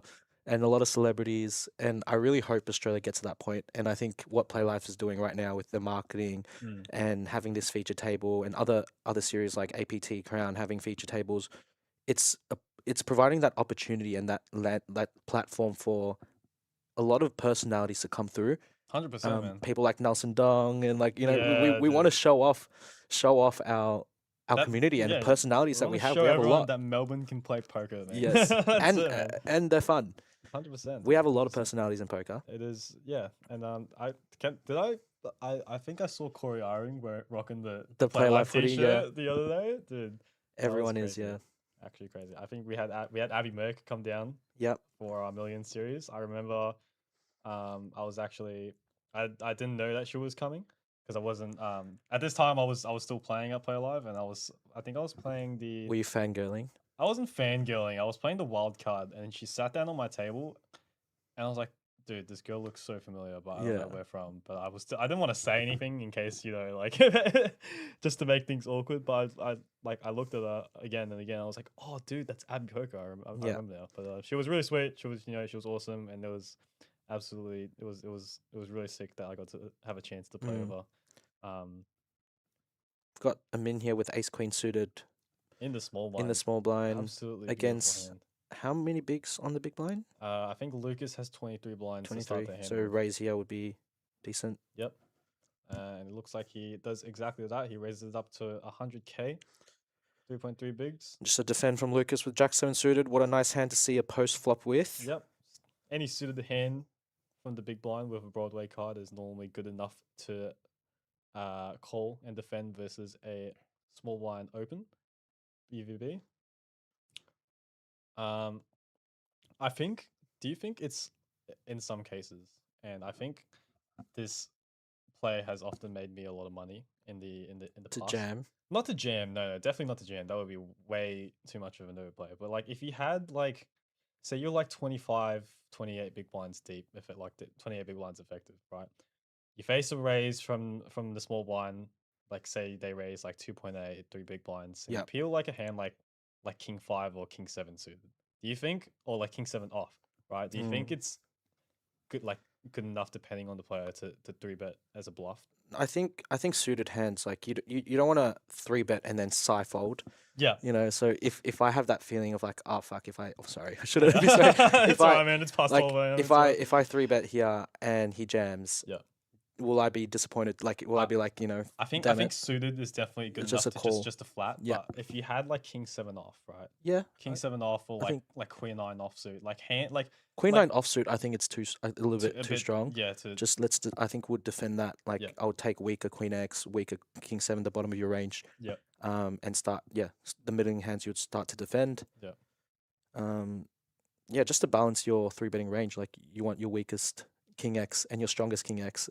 100%, man. Yeah. Yeah, like because you don't want to always be like 3-betting like Ace King and stuff there when you're facing a raise from the big blind, from small blind. Sorry. So like I think definitely sometimes having like King Deuce off or like King 5 off, like Yep, those junky exactly. kings that have like some good blockers. Such an easy 3-bet fold, right? Exactly, Like you're right. not disappointed to fold once they back jam on Yeah, you. exactly. And I think this I actually learnt this from when Paris and Jackson were in the booth in here during the Million series. I was tuning in from them, and then there was a raise, an open from the button, and then a player in the big blind decides to 3-bet a hand like King 9 suited, and then they really went into detail about that. They were like, I'd rather Just 3-bet. Like just flat your best Yeah. suited King X or like even like King Deuce suited is like it's good enough to flat and see a flop. Mm. Whereas if you had like King 5 off or like King 3 off, Yeah, like such you an can just easy 3-bet fold. 3-bet fold, exactly, yeah.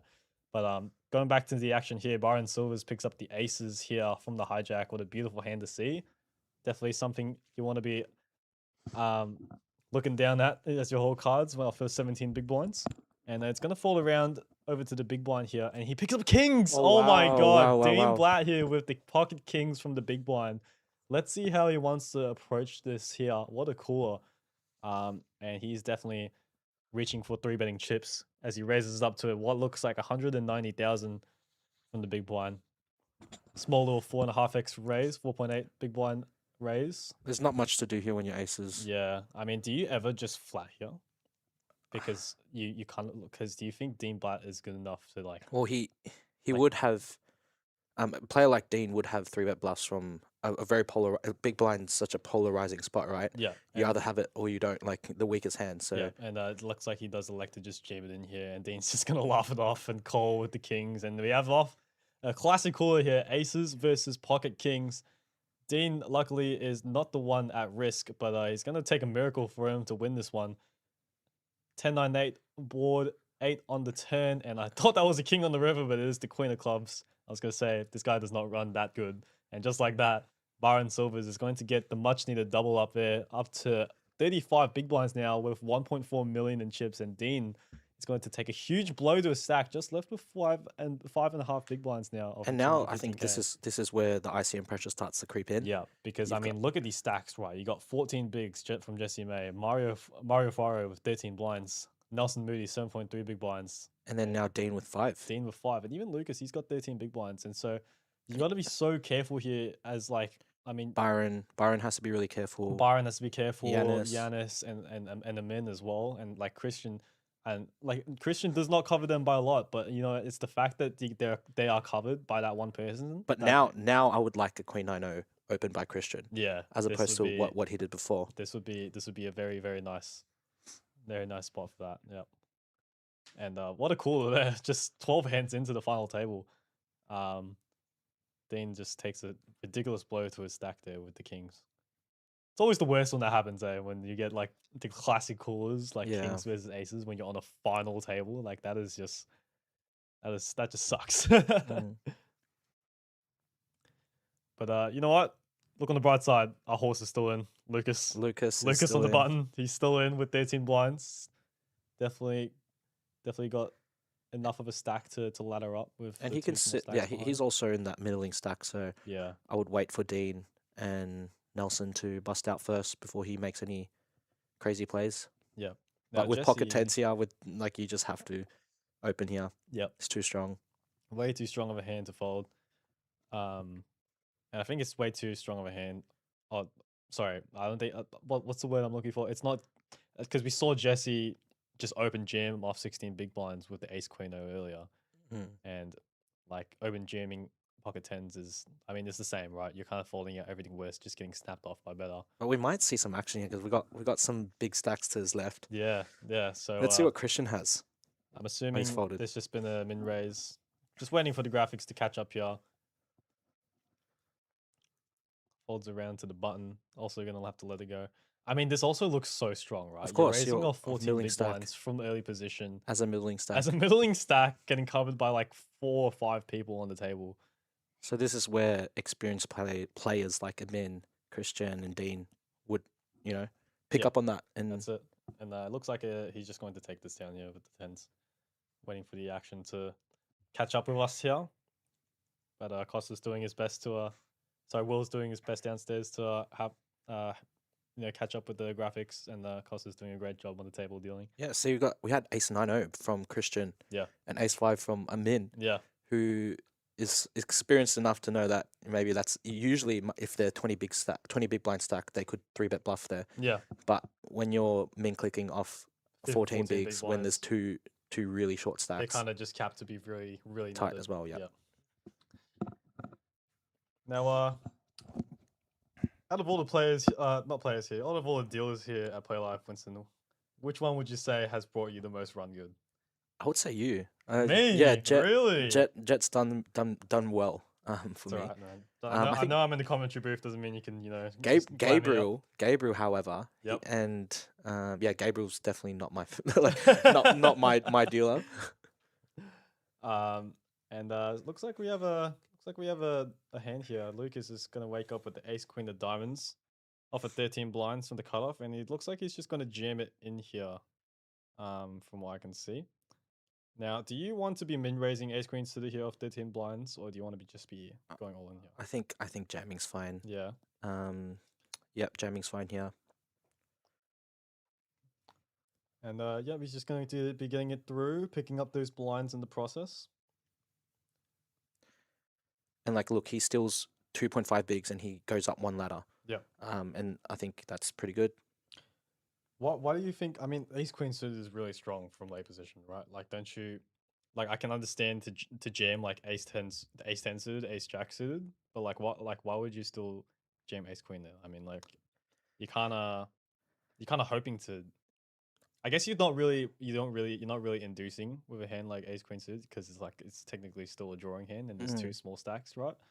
But I mean, you're kind of still in a spot where you only have 13 big blinds, um, and So you you know to are you chips. saying you would min raise to call off? I think min raise and calling off is really good because I mean, like Giannis, um, was in the big blind the hand before, and I think he can definitely jam like ace five off, like hands you dominate, and like I understand that there's a lot of ICM at play, um, but I mean you're just so nutted with ace queen suited there, right? Well, Like you kind I of think 13 big blinds is that sweet spot where you can go either way. yeah, If you're 20 big blinds, then open jamming would be not good. not So good at you would all. just Yeah, min click there. yeah, So I think both is fine, yeah. to be honest. Okay. And speaking of ace queen, Christian wakes up with it in the plus two here with the same hand, ace queen offsuit version. And he's still going to take it down. And that's that ICM pressure we were talking about earlier, right? I mean, like Giannis, he has 26 big blinds, one of the middling stacks here, and he had a suited king in the big blind, and he decided to just let it go over just because he doesn't want to bleed out chips, despite him still, you know, being up there as one of the top stacks. Like he doesn't want to risk getting into a hand with, you know, a defendable hand like king four of hearts with Dean and Nelson being in the 5 big blind range. Just could just bust out at any moment. I would actually want to run that ace queen suit on Octopi. Yeah. And like, is that like with that stack yeah, depth? like I mean, ace queen off, I can understand a fold as well, but ace queen suited, like it's just it's really nutted. Like I mean, you're jamming into only 3 ranges, right? It's not like you're jamming into like a full table from. Well, I think if you're in earlier positions, then jamming wouldn't be as good. But because he was on the cutoff later position, he only has to get past 3 people. You know, if you're under the gun, you min click ace queen suited, you can actually fold if it goes all in, all in, all in. Yeah, 100%. And look at these hands here. It's just look at all the nutted hands are just coming up in late position here. Giannis picks up pocket aces on the button. He's just thinking about it. Yeah, and have a look at the stack depth here. The small blind has 11 big blinds. Jesse's got 17. It's not gonna it's just one of those like you just it's not gonna take much for you to get aces in here, on future streets or even pre-flop if they wake up with it. But it doesn't look like He's not getting any action not today. gonna get any action here with the eight deuce, in the big blind, and just like that, Giannis is going to have to take it down here with the aces. Doesn't get as lucky as old mate versus the kings, but nonetheless, picking up aces and winning chips is always a good feeling. Patrick Russell in the Facebook chat says, "Good morning." Good morning to you, Patty. Hope you're doing well. Where is it? Good morning. I thought he was in Australia. Well, I mean, I think he just says good morning because this is his time he wakes up. Yeah, this is the time he wakes up. Yeah.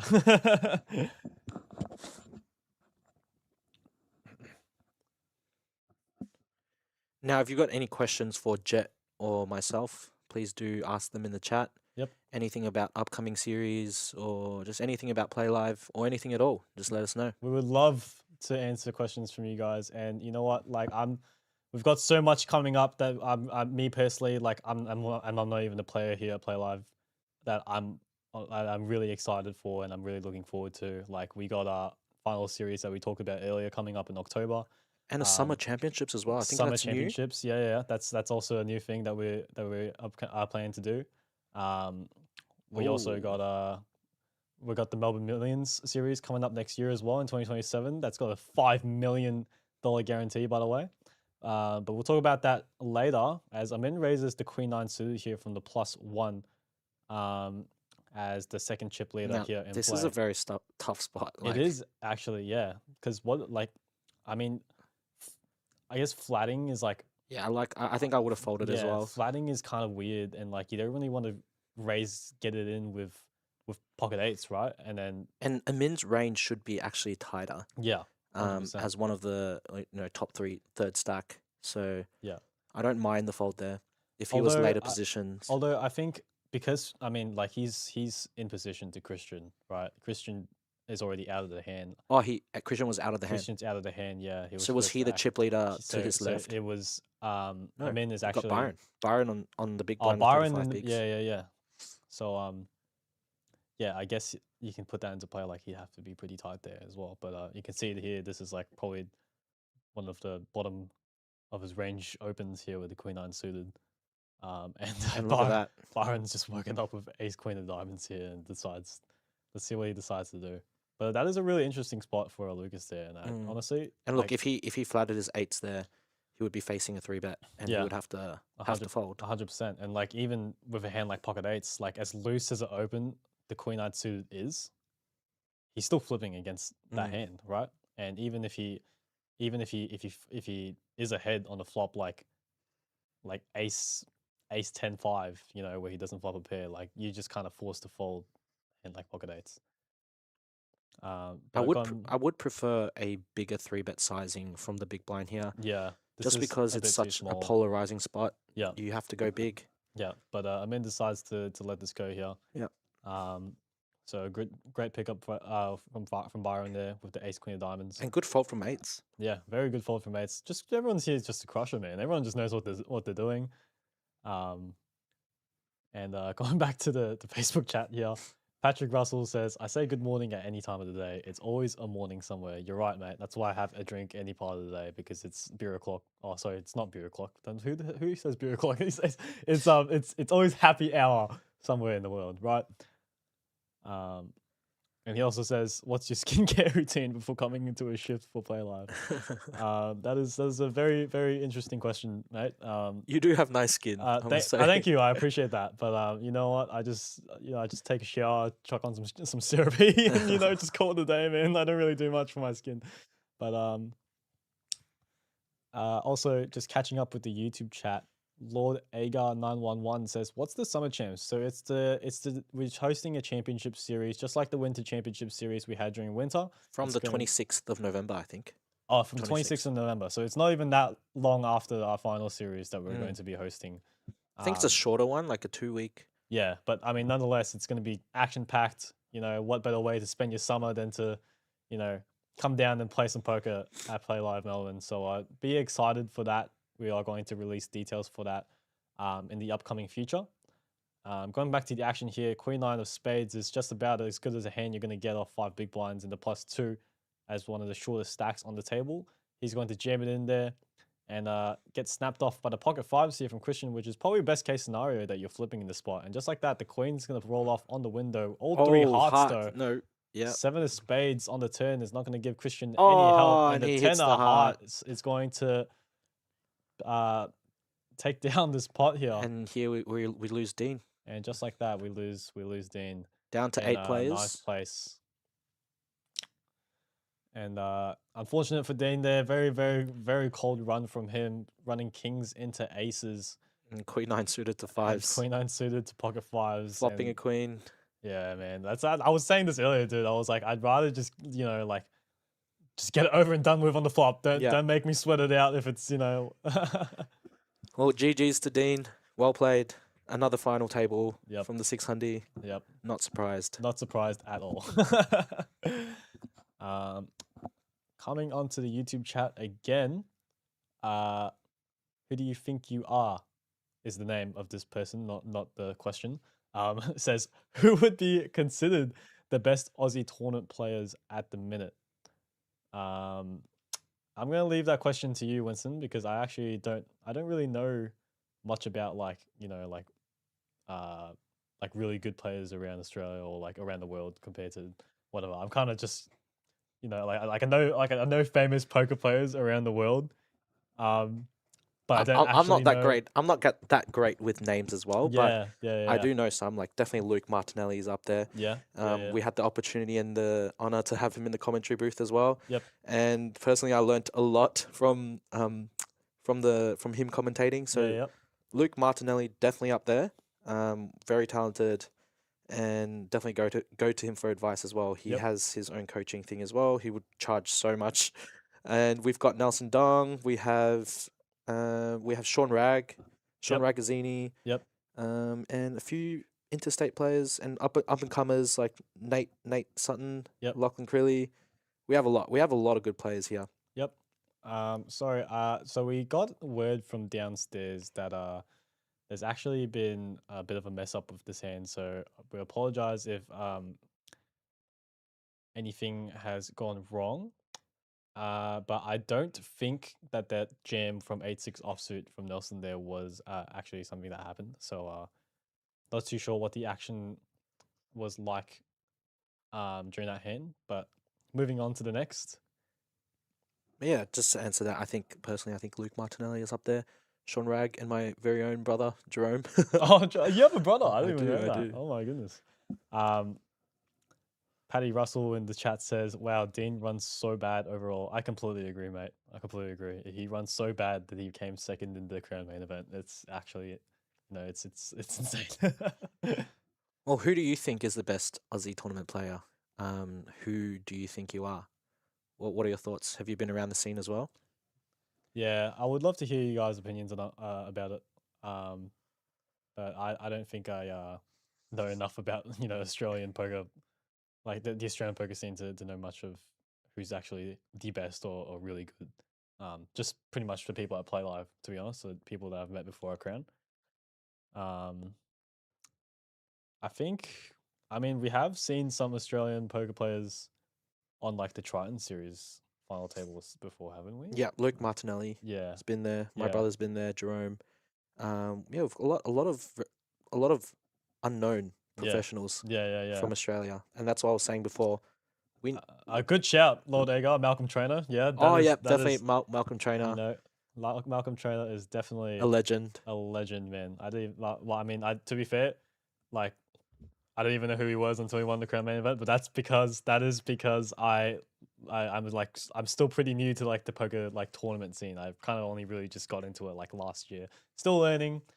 Still finding time to play and get some experience around it. But you know what, like I've learned so much from like you guys like here I play live and like it's because I used to always just play cash games, and like poker tournaments, it's just a whole different game. Yeah. But running back to the action here, Amin, it folds around to Amin on the button. He finds the pocket tens here. What a nice spot on the button to find a premium like pocket tens. He's going to raise it up here. Lucas is going to fold in the small blind. And let's see what Nelson wakes up with here. He's got the queen four of hearts, and looks like he's just going to put it into the muck. And just like that, Amin chips up nicely.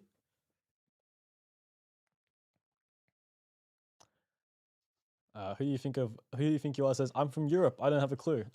That's fair enough, man. Well, thank you for watching from Europe.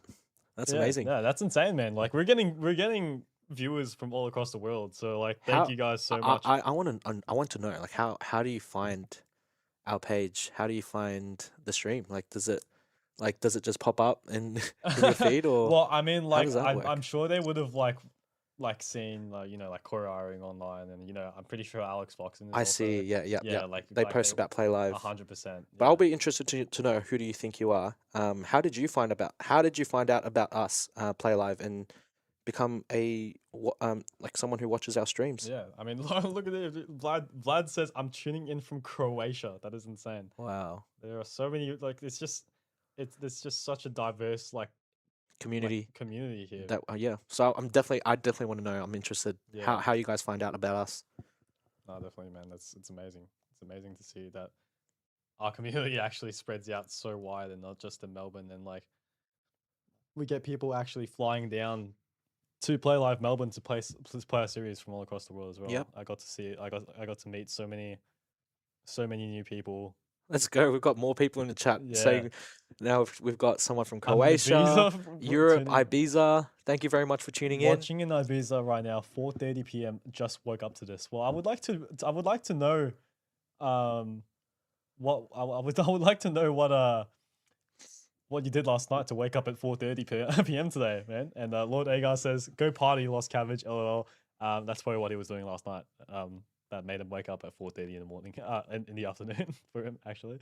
But thanks for tuning in, man. Really appreciate it. We have over 100 viewers.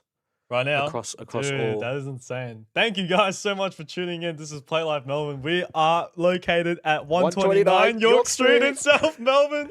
Thank you for tuning in from all over the world. Yep. We have so much coming up in the upcoming future. So if you guys have the money to fly on down from wherever you are across the world and play one of our series, I would promise you will not regret it. It is one of Melbourne's most prestigious poker venues. And you know what? I would love to see you guys down here to play some poker. So we have Vlad. I think that name rings a bell. I think he plays at Playlive a lot. I play at Playlive just on holiday, and I think I've played with him. Oh, Vlad, I know him. Yeah, he's the guy with the He's my glasses. mate. No. Right? So No? he used to play a lot. Oh no, you're talking about a completely different guy. Yeah, he's a good mate of mine. How are you doing, Vlad? We miss you down here. So looks like we have an open here with the ace-4 off from Christian and Nelson with the king-queen. Just about as good as you're going to get off 5 big blinds. Going to jam it in on the button. Get snapped off with the ace-4. Flop comes queen high, all clubs, no clubs in Christian's hand. And just like that, he's going to find a nice double up here with the king-queen.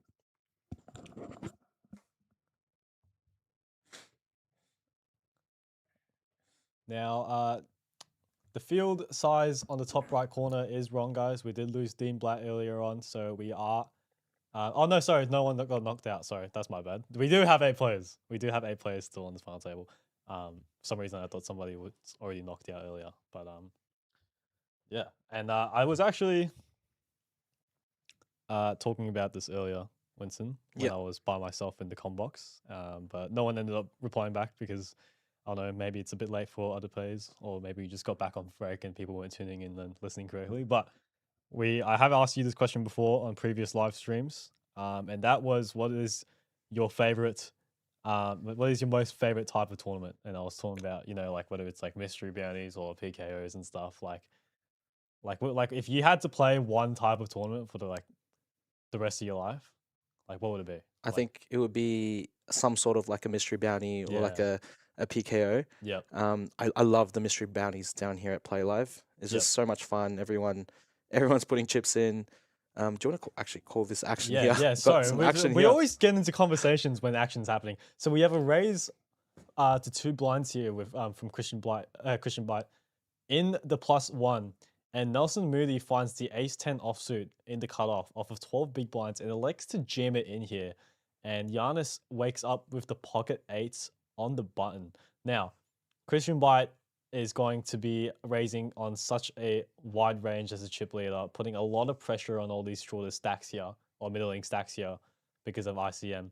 And maybe because of that Nelson finds, and wow, look at this. So Giannis folds the pocket 8s, and the player next to Act had pocket 10s and just snap folds it, puts it straight into the muck. And just like that, he's going to find the spot and get some chips in with the ace-10 off.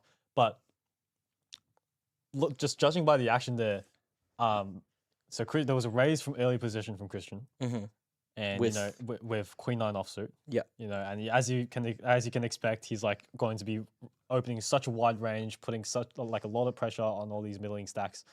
So do you think ace-10 offsuit there should be a jam versus a player where they're going to be really wide? How many big blinds was? It was 12 big blinds. So you still actually had a decent, a somewhat decent stack. Although you're short, I think I would have rated and a bit of a stronger. Where was the jam from? The cutoff. The cutoff. So there was still the button, the small one, and the big blind to act. So he did jam the 12 big blinds there.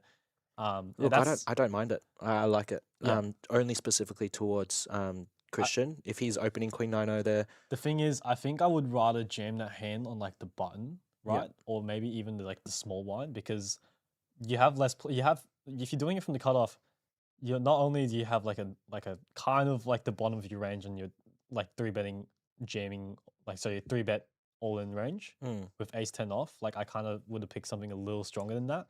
But you're also facing 3 people behind you that could potentially wake up with as well. And just like that, I think he got very lucky because Giannis ended up waking up with pocket 8s on the button. Well, Giannis has to call really tight there. So if 100%. If he's folding 8s, 8 sevens, then I really like the jam. And Mario behind Giannis with 10 big blinds, 400k, woke up with pocket tens and snap fold. Oh, I mean, if you're getting pocket tens and pocket eights to fold, I think that's then I'm definitely jamming my ace it's 10 gonna over be a there. good jam, right? Yeah. But that's the thing. I'm not too sure.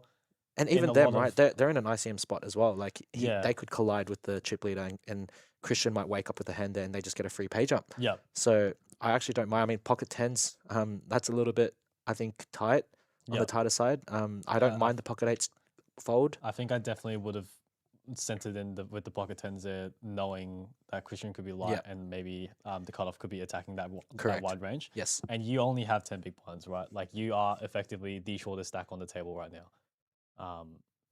So I think definitely sending the pocket tens in. Yes. There should be a very profitable play. This Well done. Was that Nelson? it was Nelson that sent in the ace. Wow. Ace 10, Well yeah. played. Well played, Nelson.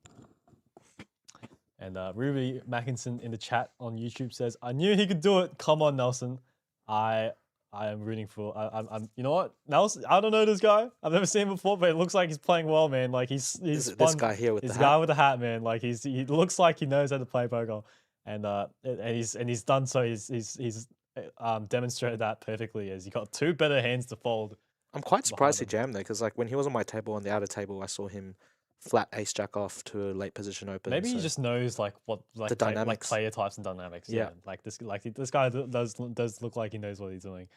And it looks like he takes advantage of like the position he's in, and maybe that's like he has different reasons for why he flatted ace jack when he was on your table. But coming back into the action here, we are trying to fix the graphics a bit downstairs. I know I understand that you guys might have seen on the screen that some of the hands were a bit glitched out and a bit delayed. But Byron Silver's here with the ace-9 offsuit, decides to raise. I would have elected to just limp here just limp in. because Yeah, like his stacks are just so even there. only, right? only because Christian actually covers him. Yeah. So when you've got stacks like 10 big blinds and 12 big blinds, Yep. you don't really want to bloat up the pot against someone that covers you. Yeah, and I think ace-9 offsuit is good enough to limp call here. Yeah. Versus like a big blind raise if he decides to limp in. And although it's just a one big blind difference, it actually matters a lot that the other person covers you. So yeah, I wouldn't want to get into a bloated pot against someone that covers. 100%, man.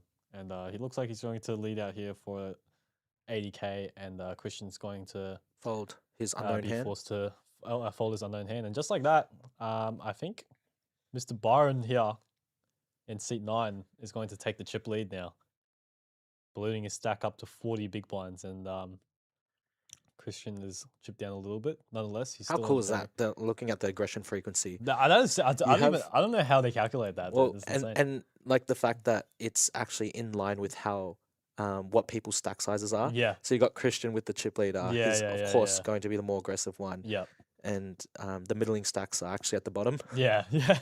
It's pretty cool, man. It is pretty cool. Lucas here with the pocket 5, 17 big blinds under the gun. I imagine he's going to just fold here. this. Yep. I think a lot of people kind of struggle with finding hands like this from early position, deciding whether or not it's good enough to put in a raise. Yep. And And just like that, he makes a our, really and our good fold horse here. does fold. Great Yep. fold there. Great fold there from Lucas. It's spots like these where you kind of it really puts you to the test, right? Like, And this is where people it separates the good players. yeah, no, And- 100%, man. Because like, I mean, it doesn't like yes, you can yes, like sometimes you can mix in the raise and get hands like that in, but into some action. Yep. But like, if you really think about it, like you can open, and if you don't flop a set, you can fold. But like in the long run, think of how many chips you're gonna be losing. And there. look at that what a reward And by yeah, folding like, pocket from fives. pocket fives. Yeah, I mean, regardless, like he's going to be facing a 3-bet and anyway, but like with a hand like pocket fives facing sevens and aces behind or in front of him, sorry, he just saved himself like 2 big blinds. Exactly. You know, which is crucial off of 17 blinds because like you'll be the blinds next, and just like that, next thing you know, in 5 minutes you'll have 13, 12 big Exactly, blinds. and he might just get a free pay jump, like multiple free pay jumps of 2 people colliding. That's it, man. And have a look at this. So we have a raise from Giannis into the +2 to 100k off of 25 big blinds with the pocket sevens. And Jesse May here has been on a run of cards. He picks up the aces now in the cutoff. And it looks like he's going to be all in.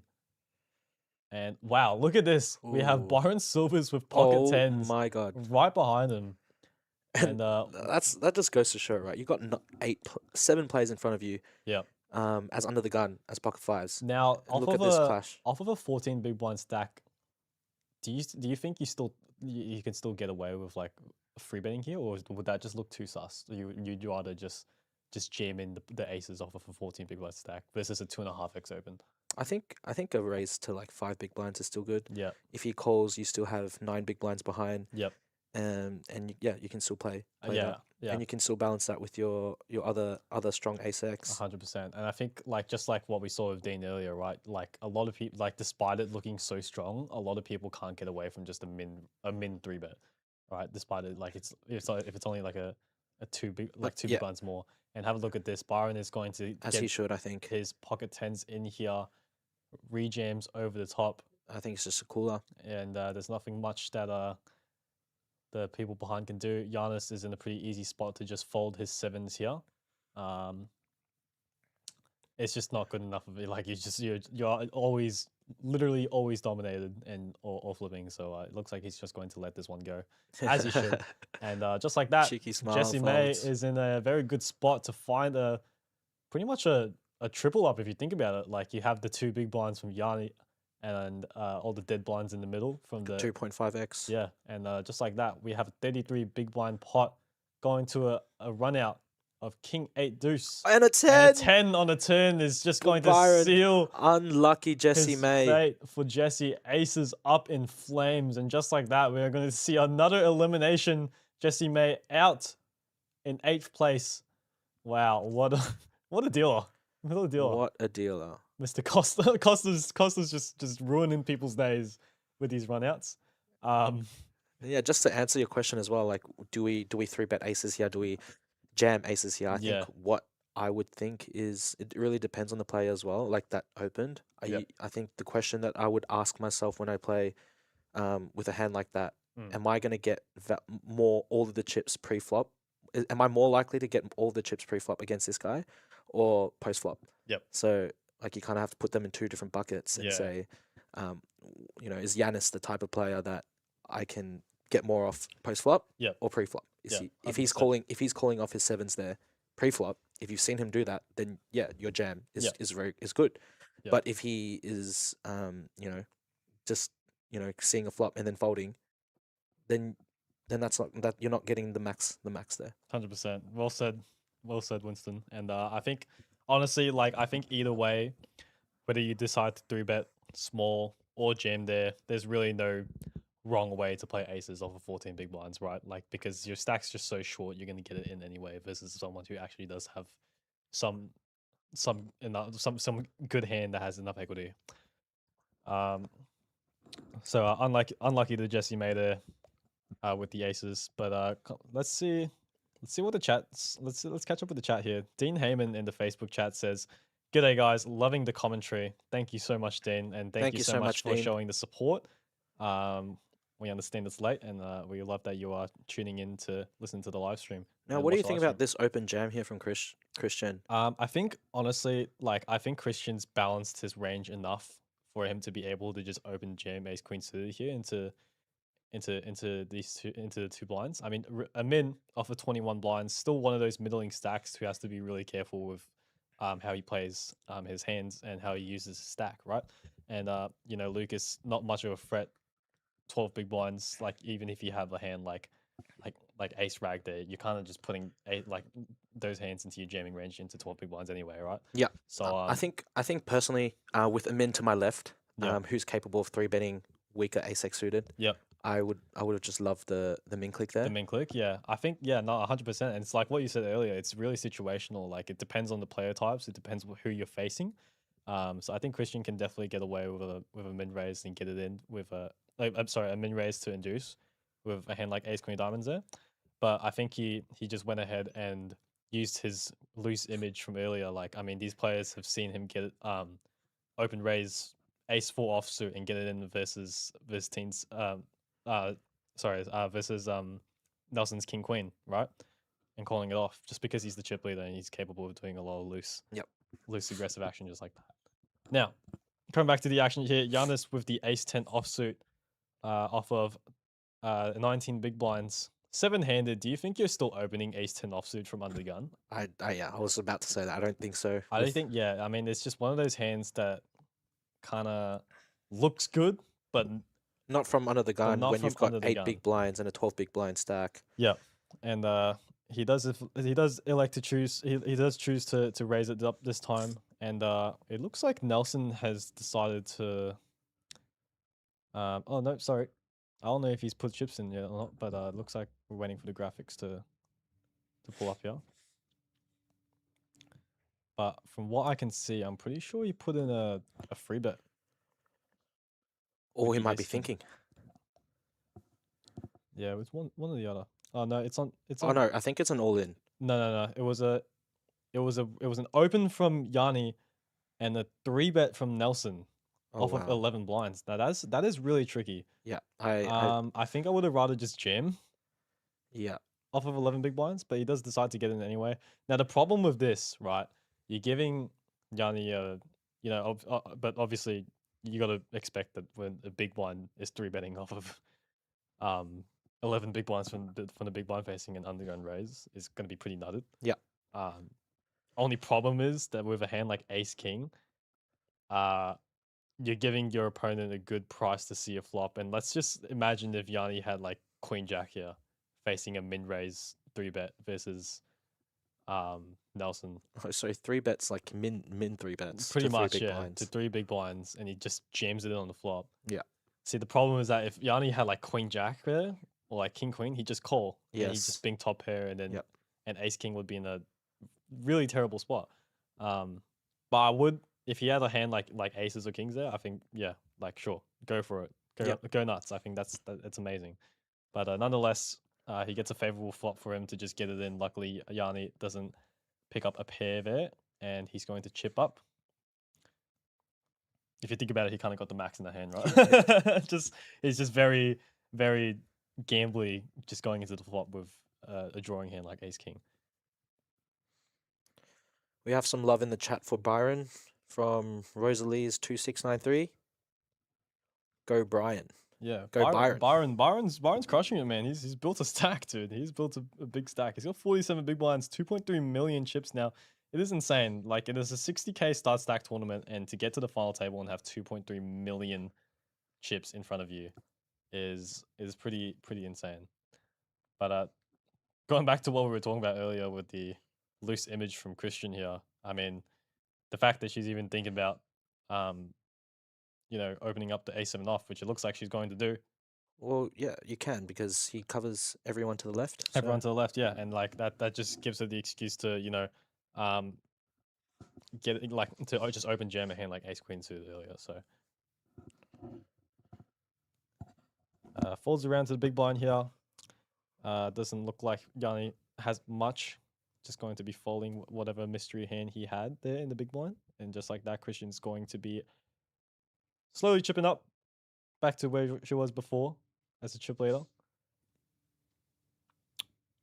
And I mean,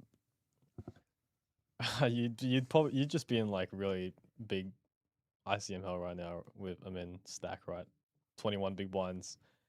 There's 11 big blind stack behind you, 13 big blind stack, 8 big blind stack. You just gotta be so tight, and that's the reason why we've haven't seen much of a VPIP there. Byron, as the chip leader now, has an unknown hand, opening off 47 bigs under the gun.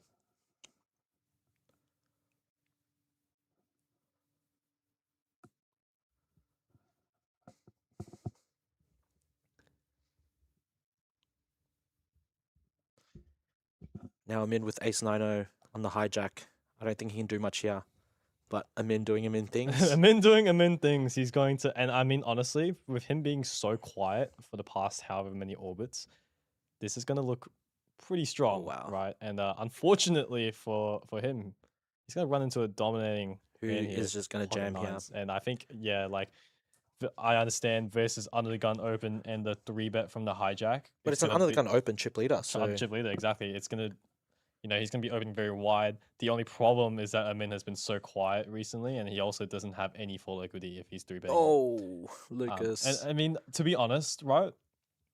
I don't hate the fold because you have no fold equity against I think Amin, right? I think that's just where you just have to get it in, because Amin would be 3-betting a little bit wider against a chip leader open who has a wider opening range. So you could definitely put it that way, but also you gotta think of the fact that Amin hasn't played a hand for the past however many orbits, and although yeah, he is capable of 3-bet bluffing, and versus the like a weak under the gun open, even if you do get in nines there, like what's his 3-bet like 3-bet fold range gonna look like, right? There's gonna be a lot of king queen, correct. king 10 suited, like all those hands you're still flipping against, and you have no fold equity. But I would say, you've got 11 big blinds. You're second last in chips. Yeah. There's not really that much. It's your 3 big blinds difference with the person last in chips. I think with pocket nines, it's way too strong. Yeah. You're missing out a lot of future game. Yeah, 100%. If you want to give yourself a chance to win, I think I would have just taken that pocket nines there. Yeah, and gone for it. Specifically in that configuration. Yeah, no, 100%, man. I think no, honestly, like that is there's two sides to the coin, and you know what? I think the best way to solve that dispute is to go onto Octopi Poker and study that spot yourself. You can sign up. Well, let us know link. what you think in the chat. Like, yeah, you can. No, definitely. You guys play a lot more poker than I do, obviously, because I'm I'm always here at Play Live dealing and doing the commentary in the stream. Yeah. So what would you do with pocket nines there? Yeah, I think there's also there's a lot of ways to look at it, but it's honestly going to be a spot where I'm going to go home and definitely search up and have a look, because I'm very curious as to what the best play is. Yeah, as you say that, I'm noting it down as well to ask. Yeah, no, people. yeah, 100%. Ask your poker coach, ask Octopi Poker, But going back to the action here, I believe that Byron Silvers once again just running like absolute god, just gets a walk from the entire table. Lucas Jordan in the chat says nines is death's a call. Death's a call. I do agree. All right, well, that's one there's one for you, Winston. Yeah, it's honestly it's a weird spot. Yeah, jam. Yeah, that's we understand what you're saying, but like it is a bit of a weird spot. Would you get an eights there? I think eights is bottom. Nines is bottom. Nines is the bottom. I think nines is bottom. Nine seems like the bottom of your jamming range, or get in range in that spot. And wow, we just saw an open fold with the Queen Jack of Diamonds there in the hijack off of 17 blinds. Oh wow, that is I think that is a little bit too tight. But nonetheless, Nelson didn't get to where he is now, without playing the way he is. So now have a look here. We have seven deuce suited in the small blind. From Byron Silvers, and I think this is one of those hands you can definitely put into your open fold range. You as a chip leader have the freedom to do so much. 7 deuce suited, I understand it is suited, and you want to see so many flops, blind versus blind with suited hands. I would rather just Byron open here. Yeah, you can get away with and look at this Christian here with the 9 deuce of clubs. He's going to just check back, and whereas if Byron were to just open with the 7 deuce suited, he can just get a lot of these hands that dominate him, and Christian is quite ICM boxed with Lucas having 11 bigs and Mario having 5.5 bigs. Yeah, and he can actually open any two. Exactly. Yeah. Like, and like Byron could open like 3 deuce off there. Yeah, and Christian would have to fold like a lot of hands. So Well played to Christian because he did find the spot to just bet small on the flop. Pretty much exactly what we said, just reverse engineered it to on the flop. You know, like there's so many hands that he can get folds from. So betting there on the nine deuce, betting on the flop there with the nine deuce suited, can definitely be a very probable play. But coming back to the action here, Nelson Moody wakes up with the ace king of clubs in the +1, elects to put the chips in, raises up to 2 big blinds, I'm assuming, just waiting for the graphics to catch up once again. We actually have a lot of viewers today, I think. How many do you have now? We had 100 before. We had 100. And we're still at around 100. Around 100? That's quite a lot for a Sunday. That is a lot. That is quite a lot. Thank you for everybody who's tuning into the stream right now. Hopefully, we're doing a good job commentating. Yeah, hopefully. I think we've done a pretty good job. Our OGs, Josh and Monkey. Berkey. Sorry, Yeah, Josh and Monkey, Berkey, yeah.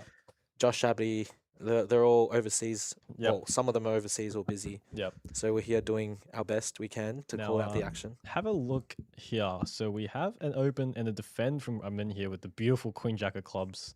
Very, very nice defendable hand, and he flops. He doesn't flop the best of it, but he does flop a very Open ender. Yeah, he flops the open ender, so he can definitely just bet here and get the hand. And look, like ace king to I fold. really love the check from Nelson here, just because he is covered by a min. Yep. Imagine if he bet that flop, he would get check raise there on such a a favorable flop for a min. Yeah. So I really like the check there from ace king. Yeah, and looks like he's going to peel one more street here. Brick City for a min. He's got queen high and a dream. Let's see what he elects to do. I think he's gonna bluff it here. Yeah, no, I mean they're definitely not betting turn to check back queen high on the river, right? I think you don't even have to go too big here. And he set up a really nice jam. Yeah, no, 100%. Just slightly over pot. Yeah. So. But I don't think Amin's trying to get a hand like ace 9 to fold or something like that. I think those hands are still going to be calling if they're calling you on the turn. But I really like this bet here, like a half pot size bet to try to get ace high to fold. Maybe get a hand like king queen the diamonds to fold. I think I would have liked a bigger bet on the turn to set up a jam on the river. Yeah. But Amin's way more well studied. He's way more well studied than any of us in this booth. I think if you and I combined our brains together and decided to play poker with all the knowledge that we have, we'd probably still not be able to beat Ramin. Exactly. We need literally the poker gods. We still have a lot of work to do. Yeah. But we're doing our best to bring the action to you guys. Yep. Thank you for watching. Yep. So well played to him in there. He got the better hand to fold. And I think that's a prime example spot of why a lot of people kind of would just open jam ace king. Yeah. Because if the board doesn't come ace or king high, like it's like I'd rather just get it in and just be flipping or dominating a weaker ace x. Like the only problem, right, is just like you're not only putting your tournament life on the line, you're just falling out everything worse and it's not good. It's not good. It's not good. It's not good. It's not good. So please, if any of you guys in the chat are one of those players, I think this is definitely a good educational moment for you guys. Don't jam ace king unless you have like 6 big blinds. It's a different story. Yes. Min raising and inducing is definitely the play. But don't take that hand as an example. That was probably a bad example. If you tuned in earlier on the stream, it was definitely a lot better of a example. But pretty standard open here action. From Christian, but I think Lucas 6-9 offsuit definitely has to fold. Yeah. You don't really want to be defending that weak of a hand off 9 blinds. I'll take 8-9. 8-9, yeah, 8-9. That's the bottom there. 100%, yeah. Like even versus a buttons wide range, like that's like you still don't want to be defending that trash of a hand. But looks like things are going swimmingly for Christian and Byron here. Even Amin, despite him having not played a lot of hands, he has maintained his he's maintained his stack. Like he's still got 30 big blinds, and he's being very patient. I really like that ace 9 offsuit 3-bet by Amin. Yeah, it's really good. Very, very good. Just understanding that chip leader is opening quite wide there, Yeah. and people behind are overfolding, as Yep. we saw. Yeah. And you know, off of 20 big blinds, it's definitely good. Like it's definitely you definitely have enough of a stack to do bet fold. And like Yeah, picking that's up like 4.5 bigs just by 3-bet and someone just folds That's it, man. is a huge It is. chip up to your stack. It is. Yeah. Byron here is going to wake up with the king queen and open it up And to Lucas two gets blinds. rewarded with his discipline and wakes up with ace queen. Wakes up at ace queen in the small blind. He is going to jam this one in. And Byron just has to call off. Yep. He's too priced. He is way too priced in. As a chip leader, you can definitely, you know, like you could be facing a lot of hands you're flipping against. Yep. Pocket Weaker tens, ace jacks, X. nines. Oh, sorry, he's got ace queen. Yeah, but he's going to flick this one in. Byron was the one who cracked aces with the pocket 10, so let's see if he's able to do it with against the ace queen. He needs a king and a king only. Flop comes out ace 4-4. Club on the turn gives it a little bit of a sweat, and the 6 of diamonds on the river is going to seal the victory for our boy Lucas. Let's go, Lucas. Let's go, Lucas. His discipline has been rewarded. He is a very, very patient player. He knows what he's doing, and you know what? He's been caught in so many spots that he actually should have gone Broke. could have gone broke. Yeah. Yeah. In many Like- other players would have gone broke. 100%, man. 100%. The pocket 8's hand, Fives fold on the under the gun. 5's fold under the gun, and you know what? Maybe that pocket 9's fold probably also saved him. Yeah. You know, to be able to find his double up here as well. So well played to Lucas there. Pretty easy spot to jam in the ace queen from the small blind off of 9 big blinds, but nonetheless, you wouldn't have gotten to this spot if you haven't made those So now amazing hero folds this earlier. creates a really interesting dynamic, I must say. Like you got Christian, Amin, and Byron all around the same stack. Yep. So it's kind of that moment where you really want to fight for that chip lead Yep. because then you can start bullying. Yeah, 100%, man. So we would start to see Amin, you know, slowly becoming more looser, and Christian as well, and who else? We got and Byron as well. Hopefully. And talk about Luso. Amin wakes up with the ace 8 offsuit in the cutoff, and it does look like he's going to go for this open here, electing to raise it up to two big blinds, 100k. And see, like if he opens here, someone defends, and he bets a flop. Yep. And they call, and he wins. Yep. He goes to chip lead. That's it, man. So- And Nelson Moody here wakes up with the ace 10, elects to This just is- call. This is oh no. This is Nelson. you know what? I think I would have rather to jam this. Yes. 100%. You know, like judging by legit what you just told me earlier, you know, Amin's going to be a lot looser. Yep. And he's going to be fighting for a lot more pots. Ace 10 off there is going to be well and truly good enough to 3-bet jam with Correct. 10 big blinds. And that's the beauty of poker. You have to be on the ball That's every it, man. time. Like That's the it. dynamics change so quick. So Yeah. you have to pick the best players will pick up on that. And it looks like this is one of those flops where he is going to just bet and take it down. Yep. I imagine he's just going to go check and flow to a min. He's going to c-bet on the king queen high board. And Nelson is going to be in a weird spot. You can't call because you're just too short, just drawing to the gut shot. And you're kind of just forced to fold, right? You can't even check jam. You can't even check jam. And have a look here. I think Amin decided to check this one back here. With the wow. ace 8 off. Yep. Deciding not to c-bet on this board, which I find really interesting. I think I would be range betting here. I think I definitely would be range betting here. And have a look at this turn card here for Yanni. He's going to find the 6 of hearts on the turn, giving him the gut shot and the flush draw. And see, he would have got Yanni to fold on the flop. 100%. And wow, look at this. The nuts What? for Nelson Moody. Maybe slow playing the ace 10 off here has paid him off. I can't imagine he's going to get paid by anything here though. Yanni's got 4 high and Amin's just got ace high. Well, do you think Amin would have called? That's the bucket theory that I talked about before. Like, is a player like Amin going to be calling off a 10 big blind jam with ace 8 off? You know, if yes, Yeah. then didn't just do that, right? Like he Yeah. would have gotten more chips if he just jammed pre. Yep. And now, yeah, he's going to lead out for 150k as he should. About half pot. Really like the sizing. Just from the way the action has been, you don't really want to. Doesn't really make sense to go full pot here. Yep. Want to try to get called by like maybe a hand like ace jack that rivered a pair, or maybe even like queen 10, queen jack. So very, very well played there from Nelson. But yeah, I'm really interested. It's really interesting to see why Min decides to check back on that flop there. Mm. 'Cause I'll definitely ask him about it later. more often than not, I think he's going to. Even like C bet like 1.5 bigs. Yeah, 2 like I bigs. mean, you don't even have to risk that much to be able Yep. to,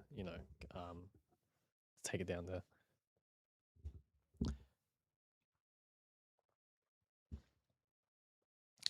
Have a look at this here. Christian is rewarded with the 2 ladies from the +1. Going to be opening it up here to 100K.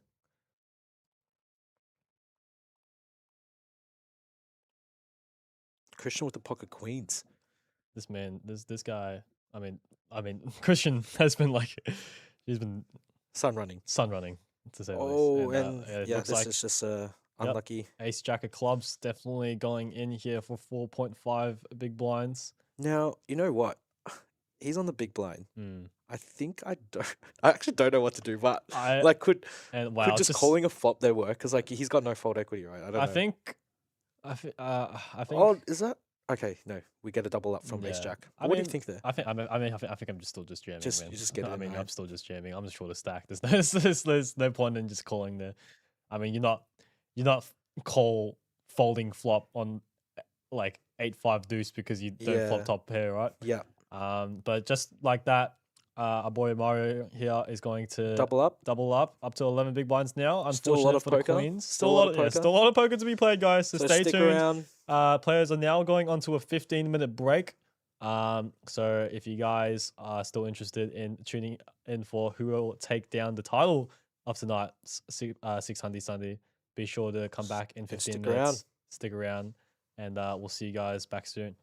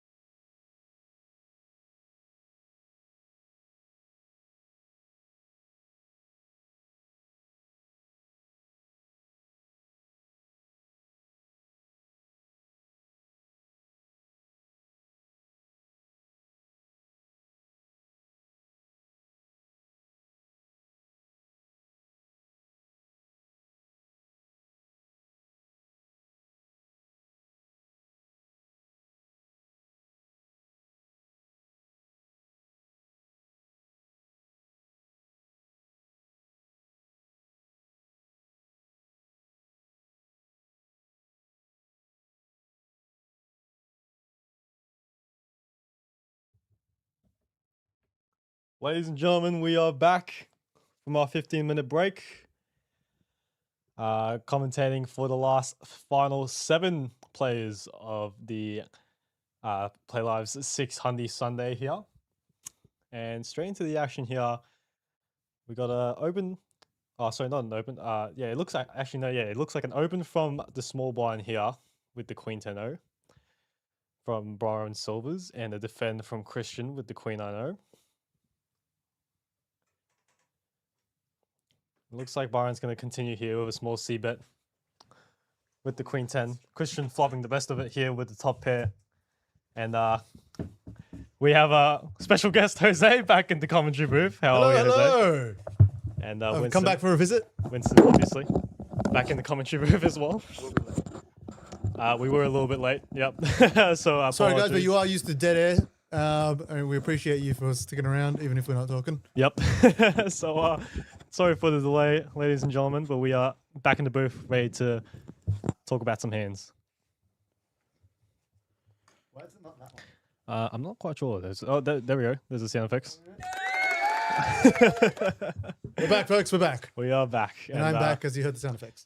Byron is going to continue betting here on the turn after getting called here on the flop as the Ace of Diamonds peels off. Christian, I can't imagine, can be going anywhere just yet. She decides to make the call here for 175k. King of Hearts on the river is going to put Christian in a pretty tough spot here with his pair of 9s as 2 overcards comes across on the turn and river.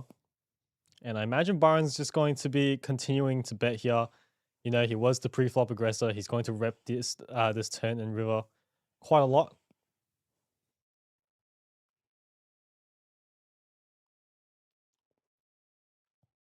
Now, what do you think? What do you guys think here? Like, is this a spot? What do you do? What do you go about in terms of sizing? There's 15 big blinds in the middle. But Byron actually decides to go to check his option here, and Christian's going to take down this pot.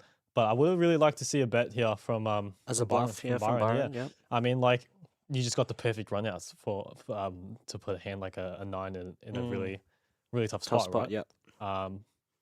But let's say he did decide to bet that river. What do you think? What do you go about? What do you go about here in terms of sizing? I didn't really quite follow the hand because I came in late, but I would say there was a raise pre-flop from the Queen 10 and the call from Christian. blind versus blind. Blind versus blind. Flop comes 9-8-5 rainbow. 9-8-5 with a flush draw, I'm pretty sure. And then there was a bet from the aggressor. Yep. Defend with the pair of 9s. Bet on the turn again. Defend with the pair of 9s, and then king on the river. And then did Christian check? It went check on the river. Oh wow. Yeah. I think So- yeah, just like any 2/3 pot, depending on what he has left behind. Yeah, I think Christian had just over a pot-sized bet left behind. Yeah. Then I don't mind the 2/3 there, yeah. leaving yourself with some chips behind. And it looks like Giannis is tending to take a spot here with the 6 big blinds. He's all in for 380k with the ace-queen offsuit from the hijack. It's going to fold all the way around to Christian here with the 9 deuce off. Obviously, they're going to let this one go. And I'm in here with the 6-5 suited. Can't imagine he'd be doing much here. And probably going to have to be forced to fold here, unfortunately, as beautiful and playable of a hand 6-5 suited is. Oh, mate, that would get me in trouble for sure. You know, I like my suited connectors and spades. They have like a little bit of extra too, don't they? Yeah. Like they are my favorite suit. Everyone's got their favorite suit. Mine are spades. Spades are beautiful. They just look good. They The look ace of so spades. nice. I think we've all been like trained to think the ace of spades is really good. But yeah, look, this is one that I would get in trouble with. I think it means definitely a better play than me. And So- it looks like he's just going to let this one go. So Yanni takes a nice one here with the ace queen. Nothing else much to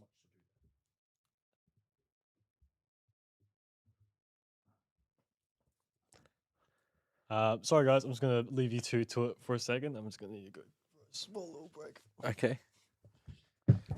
It's just you and me, Jose. No, it's just us, mate. We'll try and manage to survive. We made Jet do it on his own. It's probably fair we take our own part and actually put in the work. So we are still here, guys, and we appreciate you staying with us. I know it's the wee hours of the morning. We are getting to almost 2 o'clock, and over there at New Zealand, I believe it's even later. We do Kiwi- appreciate the Kiwi Bird people Special, if you're still with watching. us. Thank you. And as for one of the comments I made earlier, here we go. I'm not sure if everyone is aware, but Nelson also used to be a dealer, Oh, wow. which means he's now due for a win. Due for a It's win. only fair, guys, that he did the work. He dealt for a year. He's a very good poker dealer. The deal of luck. It's the dealer luck. And I think there's your guy, mate. So Yanni. Nelson's the one with the hat, Yes. Yep. and Right. he dealt for us at Playlive. He did? He did. I don't know if he ever came down to play live after his time over At at Crown, Crown when he was I done. see. I think he went over to do his own thing. I believe he's doing something else. But no, it's just one of those things, guys. You get a lot of experience watching the game. Mm. Like if you're not me and you actually watch the game and try and pay attention to what's going on, then Now- you actually pick up some good tips and good like strategies from watching other people. I saw deuces fold by Mario on the hijack with 8.3 bigs, and I really like that. A lot of players would have just jammed that with sub 10 bigs, and look at that, it gets rewarded. Christian wakes up with eights, and his tournament life would have been done and eliminated at that point. So, yeah, during these ICM spots, low pairs don't really perform well. So I do really like the fold there from Mario. Well played. I think, yeah, look, that would be something that I would the trap that I would fall into, not being able to get Ooh, away we've got from a pair. Let's from a just get pocket it pair. in. Yeah, exactly. Like at this point, though, do you know what I mean? With this is how my brain will think of it. Like, what am I hanging on to with 8 bigs? Well, Like- 8 bigs is a lot. You get one double and you're back in the pack. You know, Yeah. so imagine 8.8 bigs. Oh yeah, I mean, if Christian's only got 35 bigs, Correct. yeah, if sure. if 8.8 bigs just doubles up there, he's got like 21 big blinds, and it puts him into equal second place. So 8 bigs is actually still a very playable stack and Yeah. very important. Like the worth of that 8 big blinds is so it's worth a lot. So if let's say you double up and you're still last in chips, then that's a different story. Yeah, Then maybe yeah. maybe jamming deuces there is better. So yeah. Maybe that's why you're not on the poker table. Exactly, not maybe. There's a guaranteed fact as to why I'm not on there. As I said, guys, I don't know the full strategy. I haven't done all the reading for it, but that is quite sound advice here from Winnie. Now that Jack 10 suited though, under the gun, from 8 big blinds, I think that's too strong for you to fold there, being the shortest stack. I think Jack 10 suited performs way better than pocket deuces. I think that should have been a jam. But let's see if he gets rewarded if someone wakes up with aces on the big blind or small blind. And see if he jammed that Jack 10 suited there. Amin would have to fold this Queen Jack offsuit.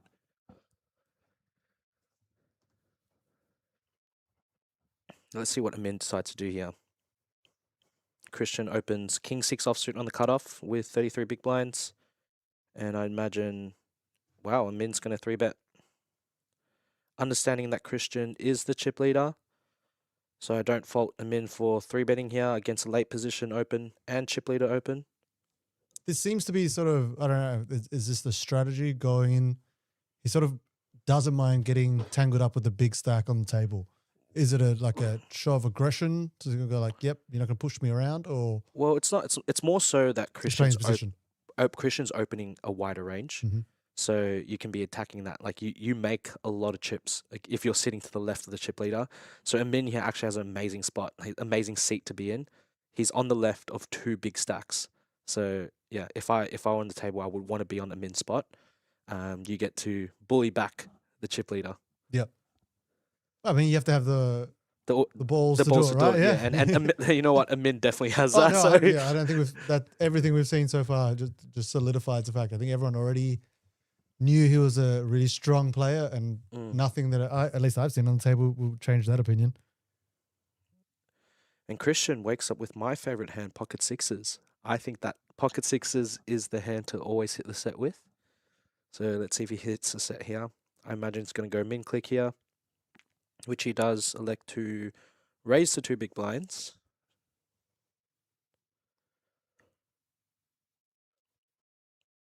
And let's see what Yanis peels. His slow peel 1 card at a time. With 6.8 big blinds, I think you'd be defending quite a lot here. If you hit the board, you're just getting it in.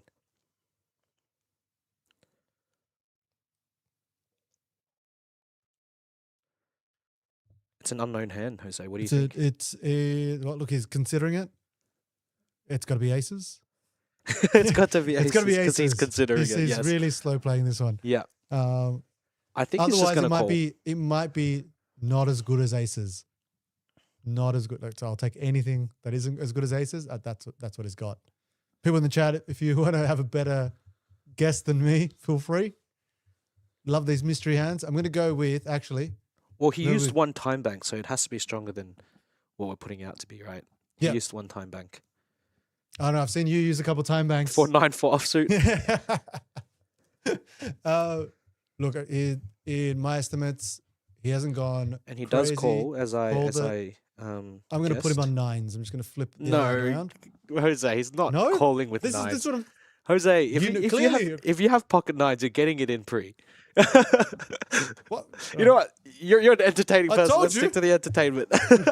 This is why you don't ask me for my opinion, and You know what? I'll I've go. been clear. I don't know. I'll go for bets with you.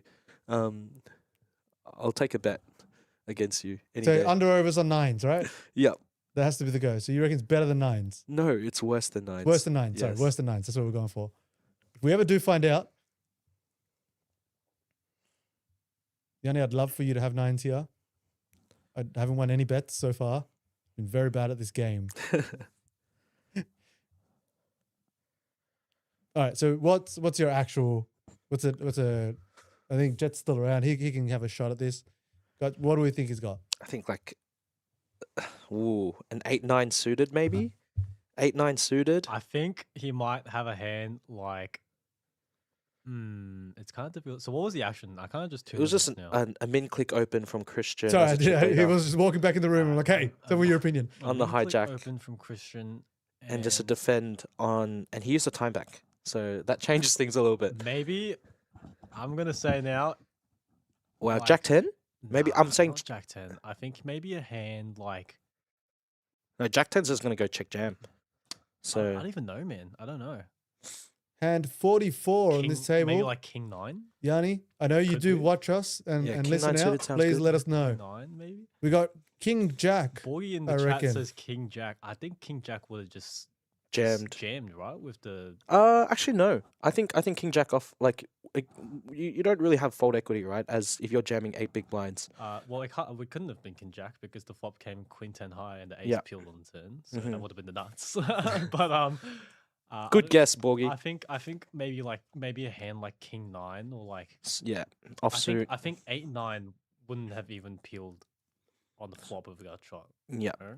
Yeah. You kind of just want to be hoping to flop a pair and getting it in. Not really, you don't really want to, call off another bet on the flop with Yep. just a gut shot being that short. So And Amin here wakes up with King Jack offsuit. I presume he's just going to open jam this. He only has to get through Lucas, who has 15 big blinds. Small blind has 4.8 bigs, and big blind has 8.3. I hope he goes for. Oh, he just min clicks here. it just goes to show how little we know about poker cards. But maybe even like 4-5. Oh, he's on the offsuit, right? hijack. Yeah. Earlier. Maybe like a hand like 4-5 offsuit. Yeah. Just peeled bottom pair and just couldn't call when the ace peeled on the turn. Yep. Oh, Borgie clarified. He said he guessed King Jack offsuit before the fold. Yep. And I don't mind that guess. I will defer all of my guesses to Boggy. I think it's the only way I might win this if we keep going with the blind hand. Look at seat 9, is it? Seat 7 with the sunnies on. Yeah, Yeah, man. It's pretty sunny down This here. is this is just In poker Play players, Live. man. You're gonna get people wearing sunnies at 2 in the morning. And a hat. And From Lucas. Well, the hat, that one's fine. The sunnies, it almost takes like you have to put them back on. Do you, Well, do you I At no point was he wearing them outside. But do you think wearing a hat indoors is okay? It's just style, man. Is it Yeah, style? it's just style Like it for has to you. be style, right? Yeah. Look, do you know what the funny thing is? Right. So, I'll just behind the curtain. We had some extra merch for the winter series. We decided it's winter. We're going to have beanies. We thought this is a great idea. And I'm a particular fan of beanies, so I supported the idea. And I think we've sold 3 of them Yeah. because people just don't want to wear beanies. And and I was like, well, everyone wears a hat. I don't understand. Good job, Bridges. And the Shout out answer to there Bridges. was people like caps. You can wear them everywhere. Yep. Beanies you can't. But how good were the quarter zips though? The mate, Quarter zips I love. they were popular. Those went off. Quarter zips. I People love. absolutely love those quarter zips. All the staff love it. I love it. And if I were you, I would try to grab it as quick as possible, because they are running out, and I believe we're changing our supplier very soon. So yes, look forward to new designs or something different Correct. because they will be different. And you don't want to be the guy caught in last year's Playlive fashion. That is going to get you laughed at on the poker table. well, yeah, You want to because be up to date with your Playlive fashion. we're giving you guys a reward here for sticking around. I'm just an insider news. Definitely get the quarter zips now, because they will be going. They'll be gone. They won't be back, and they're just an OG. It's sick. That's it, man. Now we have a raise here from Amin under the gun with the ace-9 offsuit. And Lucas here off of 15 blinds with the king-queen. Let's see what he elects to do here. He does decide to just let it go. Which I don't and, mind. I don't mind this Yep. at all. There is 2 stacks that are less than 6 big blinds here. And Yanni here is going to wake up with the pair of 10s. And I'd for imagine this is just 4.3 going to go big in. blinds. It's going to be going in for sure. It's just going to go all in, and Amin is going to cycle. Yep, and there's going to be a little bit of Hollywooding here, you know. There's no need to Hollywood when you're full, Yeah, when full you're bigs, big Yanni. blinds, I mean, he's just Maybe he's contemplating it. maybe he's just This- you yeah. know just having a look at his chips before, Ooh, there before goes a 10. sending him in. Speaking of beanies, Yanni's rocking a beanie. Exactly. Where's the Playlive? I'm gonna get him into a It's not- Playlive it's not the beanie. I think. Playlive beanie. I reckon he deserves a beanie. Yes, Let's just give him one. he's your pick. Like he's already about to net a good payday. I think he can afford buy a it. beanie. He can He afford can it. support. He can support us and buy a beanie. He already likes And, them. after the flop we go. Clubs are covered. King Jack 3, all clubs on the board. And ace Yanni spades in gets his a full hand, double up. and Yanni just like that is going to be able to stay in this tournament. And he is in a very cool spot, just being in the middle of the Yeah, pack. just around 10 to 11 big blinds. I'm pretty sure. Yep, into the bottom left corner you can see 670k, 11 big blinds. And that's what I was saying before, Jose. Like, we've got 8 bigs with pocket deuces. Like, yes, it might seem small, Mhm. but if you double up, you're back in the pack in the top 3. So, definitely not the right Yep, attitude I to would be. have been out 7th, is what you're saying, and I would have been lucky to get that Borgie based Malta on. in the Facebook chat says, I don't mind a blind hand every now and then. Get some guesses going. You know what? Yes. Honestly, at this late of the night, I don't mind it either because to be honest, I'm starting to run out of things to talk about because my brain's starting to go a bit slow. So And that's why we have Jose in the chat, that's it, man. That's why we have Jose here. challenging us with the guesses. Yep. Tilting us, thinking that he's flooding there with pocket 9s. Yeah. In a spot. And Borgie says in the chat as well, I hope Yanni holds, and holds he does. He did. Holds he does. Finds the double up.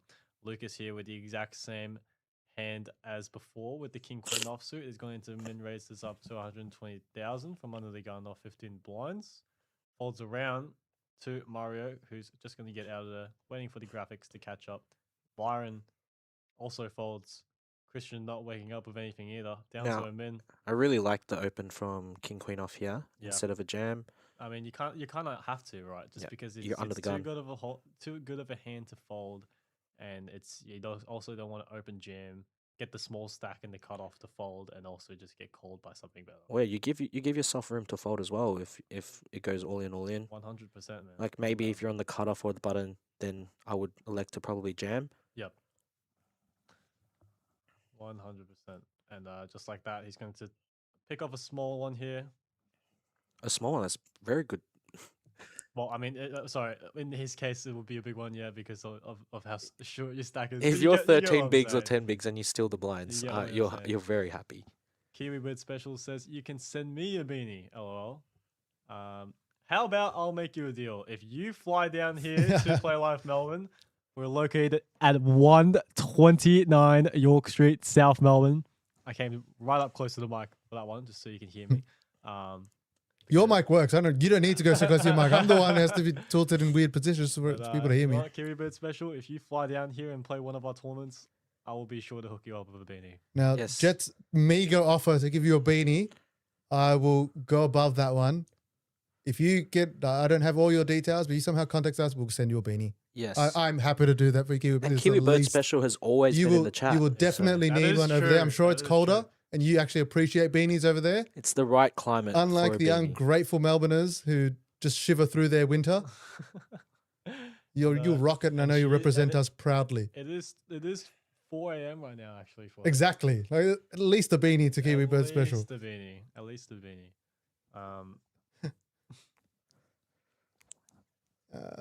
Where are we? Now, our horse, Lucas Morat, still holding up strong, as you can see. Mine is technically Christian. I think I got her from Tim, right? Yeah, no, That's how it works. She's doing very well. I like this format because it doesn't matter who you pick, because eventually the winner would have knocked out everyone by default.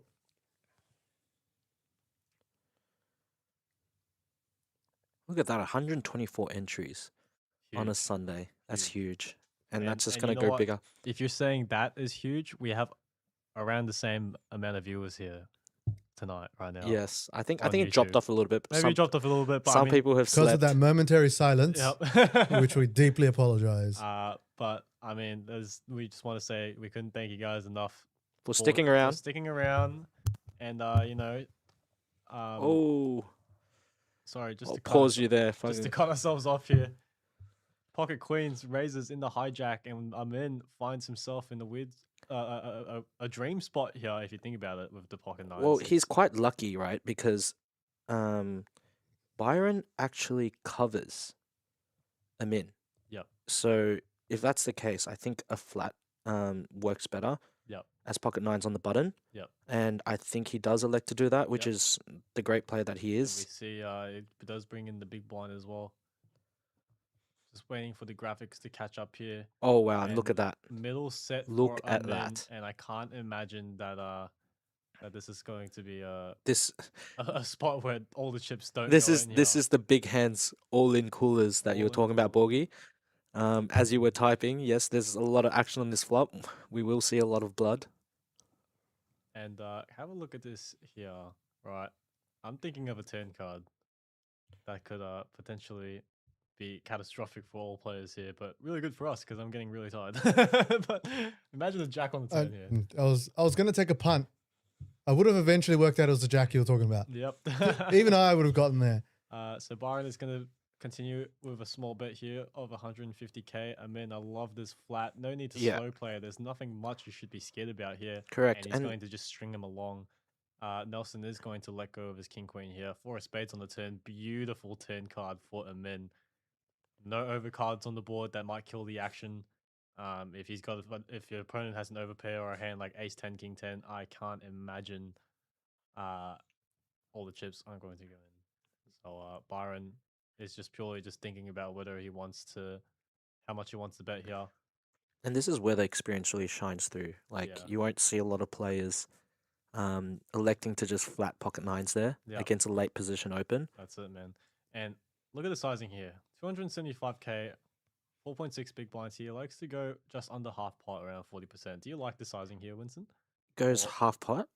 He goes just under half pot. I mean, there was 12 big blinds before in the middle. Yeah, I mean, it really depends, right? Like, But just based off the stack sizes, do you think this is just a beautiful run out, right? Mm. Like, but as I was saying, do you think like 40% there was the right way to go? Or would you have gone smaller or bigger? Like, what would you say was the perfect sizing to go to with queens?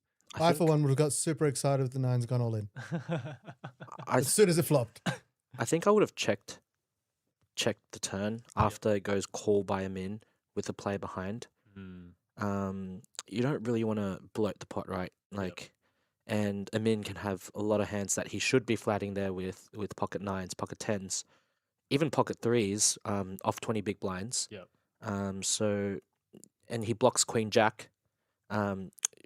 Byron has queens there, so he blocks queen jack. So a min can't have that now. Yep. Well, they supposedly can't have Less that. likely to have that. And So- yeah, he just does jam it in and he's going to receive the bad news.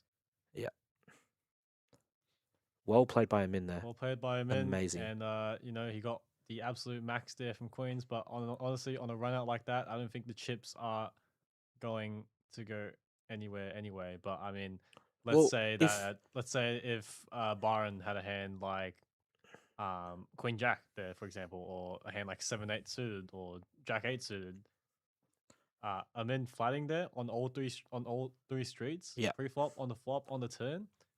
I mean, I can't see a world in which Byron won't send the river as a bluff, right? Well, also, if Amin 3-bet there to like 5 big blinds and he faces a 4-bet jam. He's just going to be blown off his hand, and Yeah, none of this would have happened. Correct. So, And it's a tough spot to call pocket nines when you get 4-bet jammed when there's a 5 big blind stack, Yep. an 11 big blind stack, and a 13 big blind stack, and you've got 20 bigs. Yep. So, like that really just shows how experienced Amin is to understand that he is covered to just flat nines there.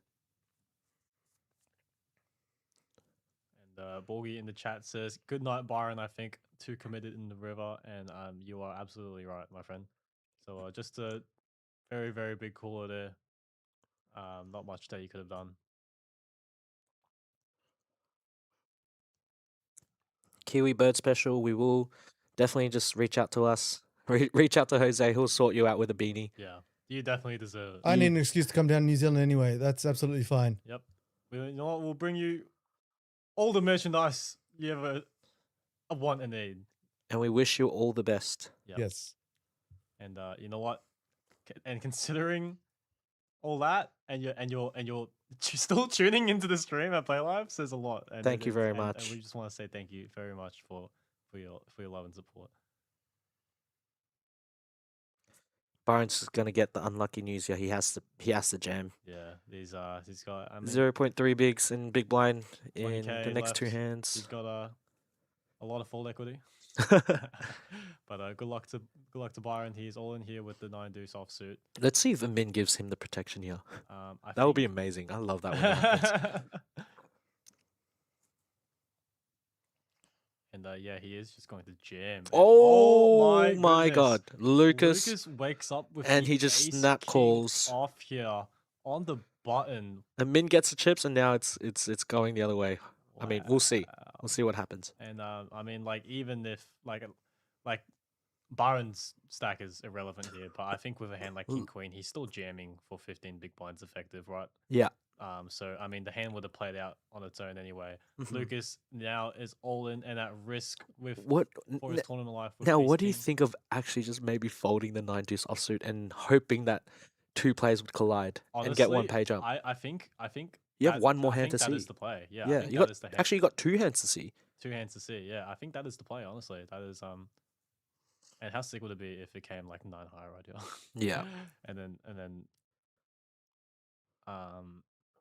oh sorry, Oh, wow. I was trying to see what if there was any equity for any of the players. But I'm pretty sure Amin was just drawing to the gut shot on the flop. Yep. Club on the turn is just And our reduced that boy, our significantly. pick, Lucas, He- just doubles up. He doubles up, and His just like patience. that, he's tied for the chip lead now with Christian and Amin, right around the 30 big blind, 30 to 35 big blind ballpark. We had a lot of supporters for Byron, so GG's in the chat for Byron. Well played. Borgie in the chat says, "Watch Byron go on a 10 now, double, double, double." I would have actually loved to see that. That would have been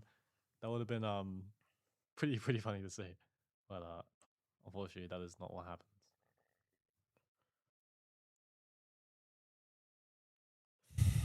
Now, who's watching the Wimbledon? Or Wimbledon? There's tennis? Wimbledon on.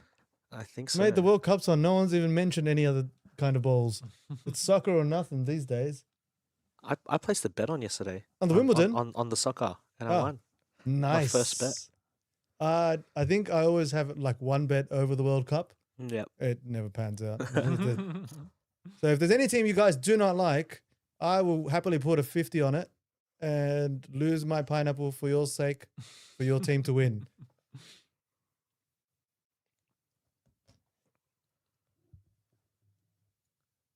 And just like that, completely forgot. We are now 6-handed.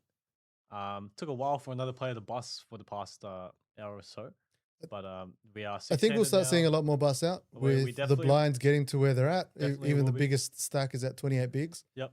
Um, Especially being so short-handed now, the blinds will cycle out a lot faster. So the small stacks will have to eventually find a spot, sooner or later. But we got a 7 big blind stack from Nelson, a 7 big blind stack from Yanni, and a 4 big Yeah. blind stack from Mario. So we will be seeing some blood here.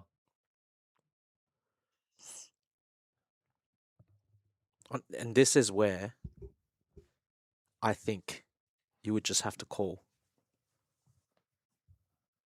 as Mario. But And this is why we're winning. But he because does gets it right. he does decide to send it in.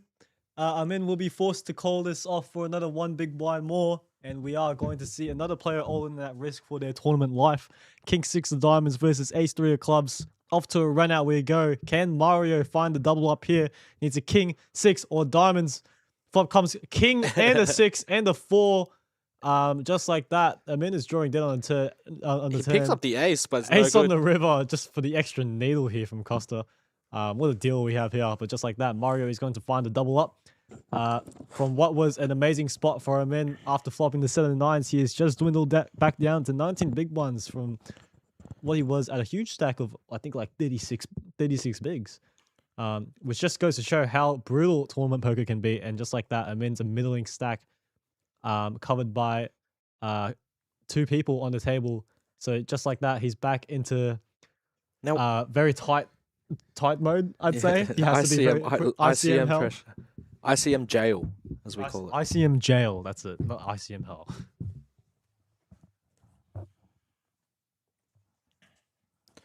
Now, Jet, I'm actually interested to know your thoughts there. Like, when Amin just min clicks like that, do you just defend? Like, he's got no fold equity, right? I mean, I think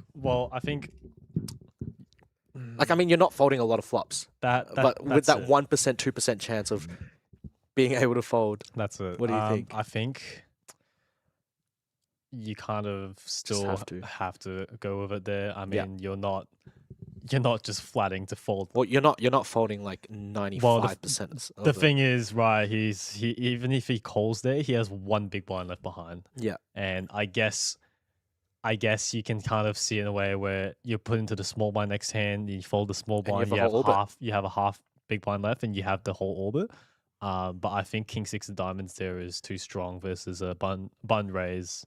You have a lot of equity against a lot of hands, like even the hand against a hand like ace deuce, you're But kind of now, like 60-40 against. Let me so put that question again. What if another stack has like 2 big blinds? I think in that case, Then the defend, right? I think it's just a defend, Yeah. and if you can get away from it, you definitely can.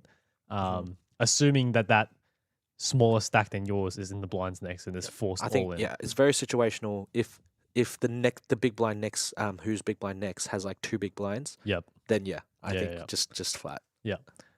So going back to the action here, we have a raise from Armin. Let's An go. open, from Armin under the gun with the ace-8 offsuit. Lucas on the hijack manages to find the 3-bet with the ace-9 suited. Best hand in poker, by the way. It's my favorite hand in poker. I love the ace-9 suited. Finds the 3-bet in the hijack and manages to just take it down there. Mm. So Well played you by know what? Lucas. I'm actually loving this table lineup. Like we're seeing a lot of experienced players here, finding really good 3-betting spots and really just taking advantage of those situations. Understanding the dynamics as well. Exactly, understanding the dynamics of the table and being able to find spots like that, to chip up is amazing. And I'm loving this from all these players here.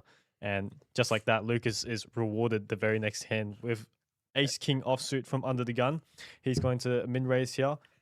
Nelson with the ace-7 offsuit, I imagine, is probably going to just fold. Which is exactly what he does. Yanni folds whatever mystery hand that he had as well. Mario is out of there. Christian now with the pocket 5s in the small blind. Now, what do you like to do here? So Lucas is on the hijack because it's 6-handed, right? Yep. If Christian covers Lucas, I would go for the jam. Yeah, 100%. But because he doesn't cover Lucas, I would just prefer to flat. Yep. As he should. And that is exactly what he does. So off to a flop we go. We have a fake flip here. Ace king versus pocket 5s. And just a king in the window. No 5 to be seen. And I imagine this is going to be a check bet fold here for Christian. Even if Lucas has a hand like ace-5 suited that he's raising from under the gun, or like, queen jack, that pocket fives is ahead of, he's just going to be able to bet on this board and take it down so And just a often. snap fold from Christian. Snap fold from Christian, and just like that, Lucas chips up again. He's got 33 big blinds, taking the chip lead, ladies and gentlemen. Our horse is getting to the finish line here. I called it from the start. He's a very capable player, and I hope he does take this down here tonight. $17,000 up top. Sorry, $18,000 up top, just shy of 18,000. And we have so much more action to go, ladies and gentlemen. So thank you for tuning in, and we hope to see you stay to the very end. We will be here, whether it is a little bit quieter over time or not, as the morning continues to go on. Yep, and But I believe we were about to see a lot of action. Yeah. As we're getting to the sticky end, where everyone's sub 30 bigs, it's like not far to go, and we're gonna have to see some. And have a hands. look at this here. Nelson wakes up with the pocket eights for 7.5 big blinds. But Don't like this, interestingly yeah. enough, he goes for the min raise here. Johnny mucking his nines. And I actually Don't I like really do not like this because I'd rather just jam the pocket eights here. Yep. And this is exactly the reason why you're giving king queen offsuit on the button such a good price to just flat in position. Mm. And if the board comes king or queen heart, you just burnt 2 big blinds. And some players might even fold king queen off there, so you're getting king queen off the fold, which is good. Like players behind still have fold equity with an 8 big blind jam, Yeah. and you don't really want to see the flop with pocket eights. Yeah. There's so many overcards. And now have a look at this here. Christian decides to ISO raise for ISO min raise here with a king queen. Do you think you'd rather just flat here, or would you rather ISO raise a hand like king queen here? Because I mean, the way I see it, even though Nelson's got pocket eights here, it looks super nutted that you're min raising off 2 big blinds, right? You could even you could have aces here. Yep. So is Christian I think if I was in Christian's shoes, I probably would have just flatted here. Yeah. Maybe even give the big blind a chance to see a flop as well, and potentially knock out a player and receive a pay jump. But that's the problem with Well, it really depends, right? If you realize a player might be opening min clicking pocket eights and Yep. potentially folding, then sure, 3 yeah 100%. But it does just end up getting in here. But Christian's not 3 betting to fold Yep, to no, fold that. definitely not. And so we are off to a flip here. 2 overs versus the pair. King queen versus pocket eights. Ace of hearts in the window and an 8 of hearts in the following up right behind it. Just like that, king queen is dead. And then the king on the river just for another extra needle there from Costa. I would have definitely loved the jam Yeah. on pocket eights. I think jam is perfectly fine, and Like yeah, maybe if you have 15 big blinds, and you've got 2 short stacks, 6 big blinds and 7 big blinds, yeah, or and 3 shorties, then yeah, min click makes sense. But when you have 8 big blinds, you don't really have much options. yeah, and the thing with raising there as well with the king queen, I think if he flatted there, seen that flop, he could have just paid a cheap price to see a flop and just folded the king high there. Yep. Because more often than not, he's going to be running into big pairs, or even or like hands like ace king there when he min raises off like And 7 not blinds. not many people min click pocket eights there, so no, it's supposed to definitely be a very very nutted range. Very, very nutted range, exactly right. And then instead of losing 7.5, 8 big blinds there, Christian probably could have gone away really cheaply just from just flatting and seeing a flop. Or maybe when you flats and it comes ace high, and you've got a player that like Nelson that might check the flop, and then you can start betting pot Yeah, exactly. and getting them to fold the best hand. Exactly, because I mean, like, imagine if he didn't flop a set there. Maybe say that the board ran out like ace 7 deuce with a Or flush draw, ace king. like something like that, Yeah. right? And then whenever they check there, Christian can probably put out like 1 big blind, and he's like just forced to fold Yeah, like a small pair, exactly. right? So I mean, that's there's 2 sides to the coin. There's a problem with just min raising pocket eights there. And there's also a problem with ISO raising a hand like king queen off there because you're so often dominated by like a 7 big blind min click from under the gun. But nonetheless, the hand played out the way it would have anyway. And now this is I think the jam. Like so it's very interesting here. He's raised to 10 big blinds, leaving himself with 5 big blinds. I really like this, just in case small blind and big blind goes all in and all in. Yep. He is left with a similar stack than Giannis and Mario, and still gives himself the chance to have a page up. Yeah. Now, so say Amin so he raised it to 10 big blinds, leaving himself 5 big blinds behind, right? Yep. And we still have 2 smaller stacks. We have Giannis with 6 big blinds and Mario with 7.6 big blinds. Say Nelson woke up with a hand like Ace King and just decides to jam it back in his face. Are you ever folding?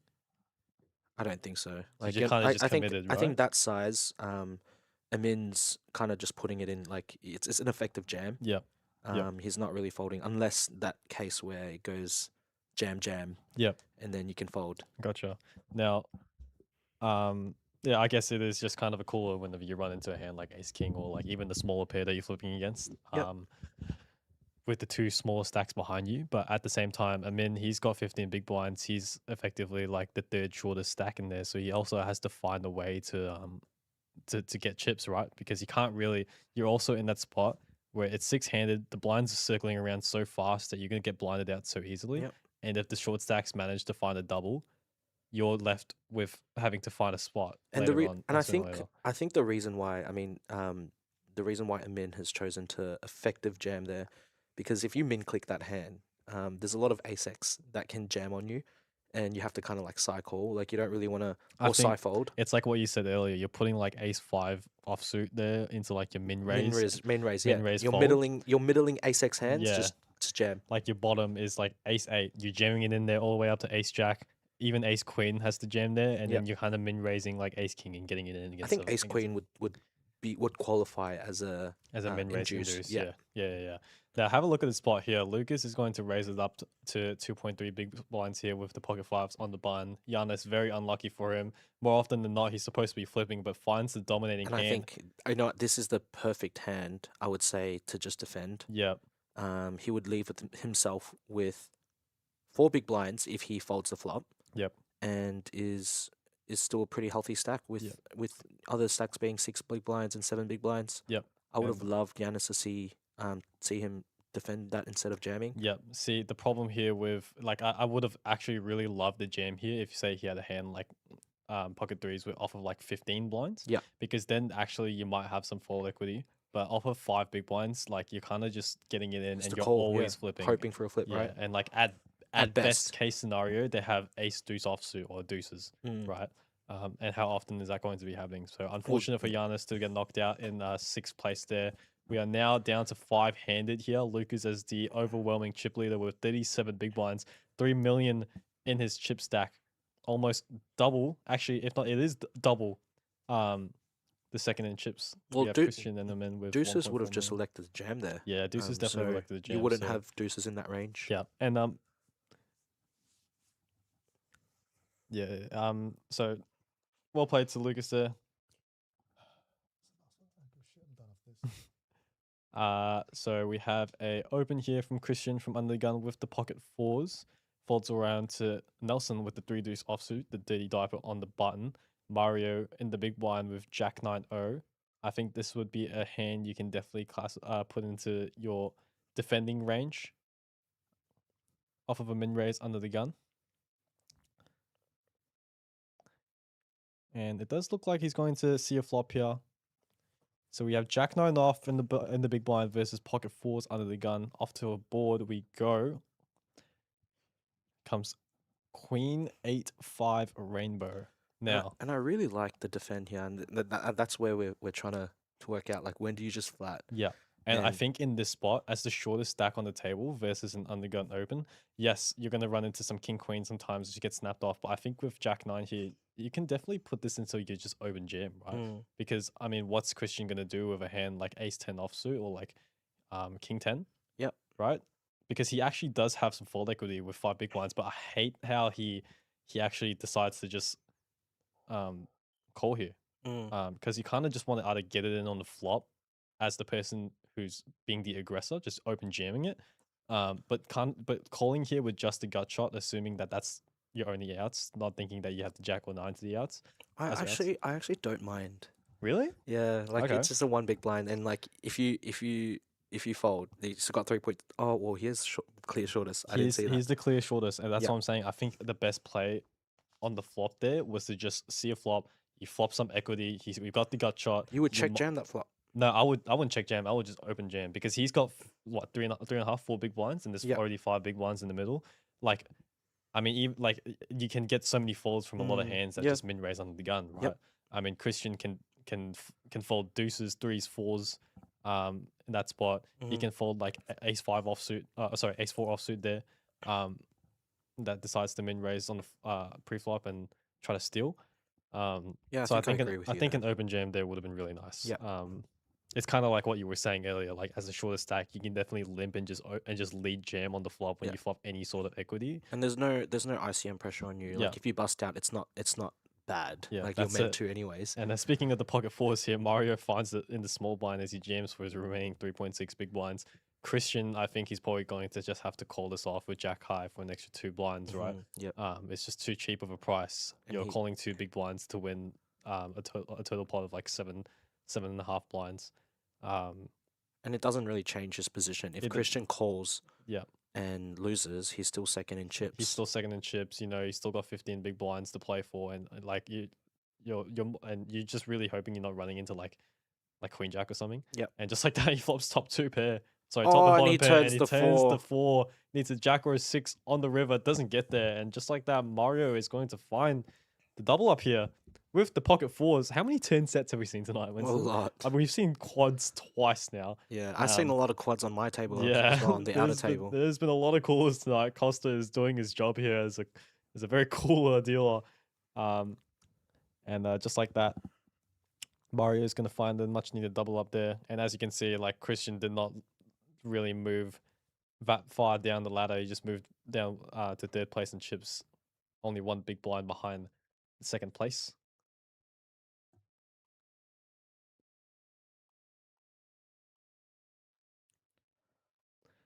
Kiwi Bird Special in the YouTube chat says, "Okay, gentlemen, I've sent a message, and I really hope that I spelled Jose right. I can confirm that Jose is with a J, and I can Oh, sorry. guarantee you that he will be getting back to you. I am here. It's I didn't have anything to impart. It was with a J. I sent the message. Sorry. I appreciate that you know that Jose potentially has a J in it. The amount of times I've been called Jose or Josie in my life, and Josie. someone's just read my name. Really weirdly, like I was working at Crown, like I'd have my whole name there. People would come up and like start and be like, Josh, yeah, good enough. How can I help you? So now going back to the action here, it looks like we're going to have another blind on blind spot. Christian is going to limp in with the 10-6 of clubs. I really like this. You've got a suited hand. You want to see a flop with it. And Amin's just going to check back the 6-2 suited here. I really like this as well. You're just checking back all your suited hands in position to try to see a flop and try to flop something. Flop comes ace, queen, jack, rainbow. And if I was Christian, I would be betting one. I big would be blind. betting 1 big blind here, and it looks like he's going to do just that. He's going to fold out all of Amin's random junky hands. And he's also got some equity here with the gut shot and the backdoor flush draw. And Amin's kind of just handcuffed here. I mean, there's not much you can really do.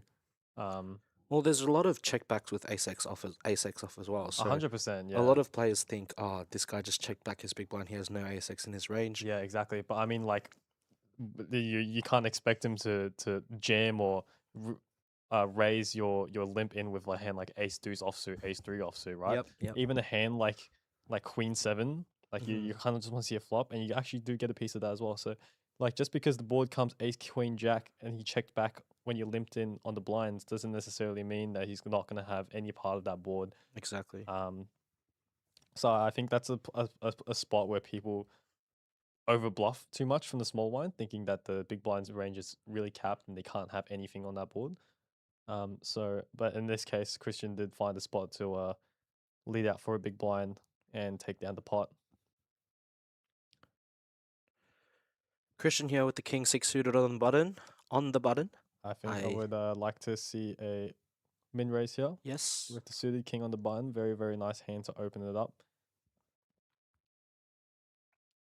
And he does just that. He raises up to 160k. And Minri Yazadi here with the jack 4 offsuit, just chucking it into the bin.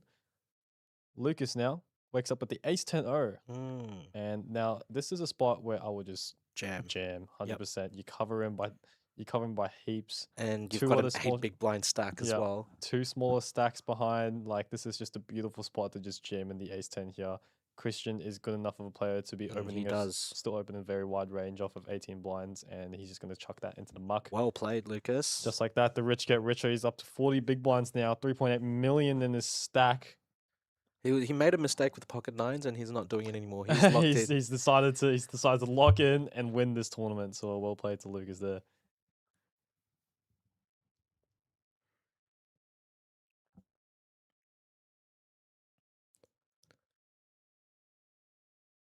Now I've just realized we've approached hand 61 of this final table.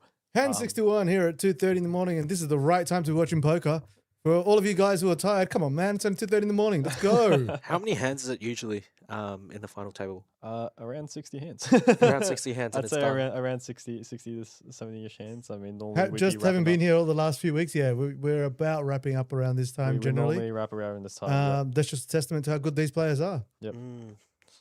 So what happens if we get like 200 entries next week? Oh, what happens then? Aren't tournament structures supposed to designed to like aim for a certain amount of the field left? So regardless of how big the field is, yeah, but I think there's a number that if it's that big, it doesn't matter. It doesn't matter. Yeah. That it breaks the plan, because I think the math then goes, well, yeah.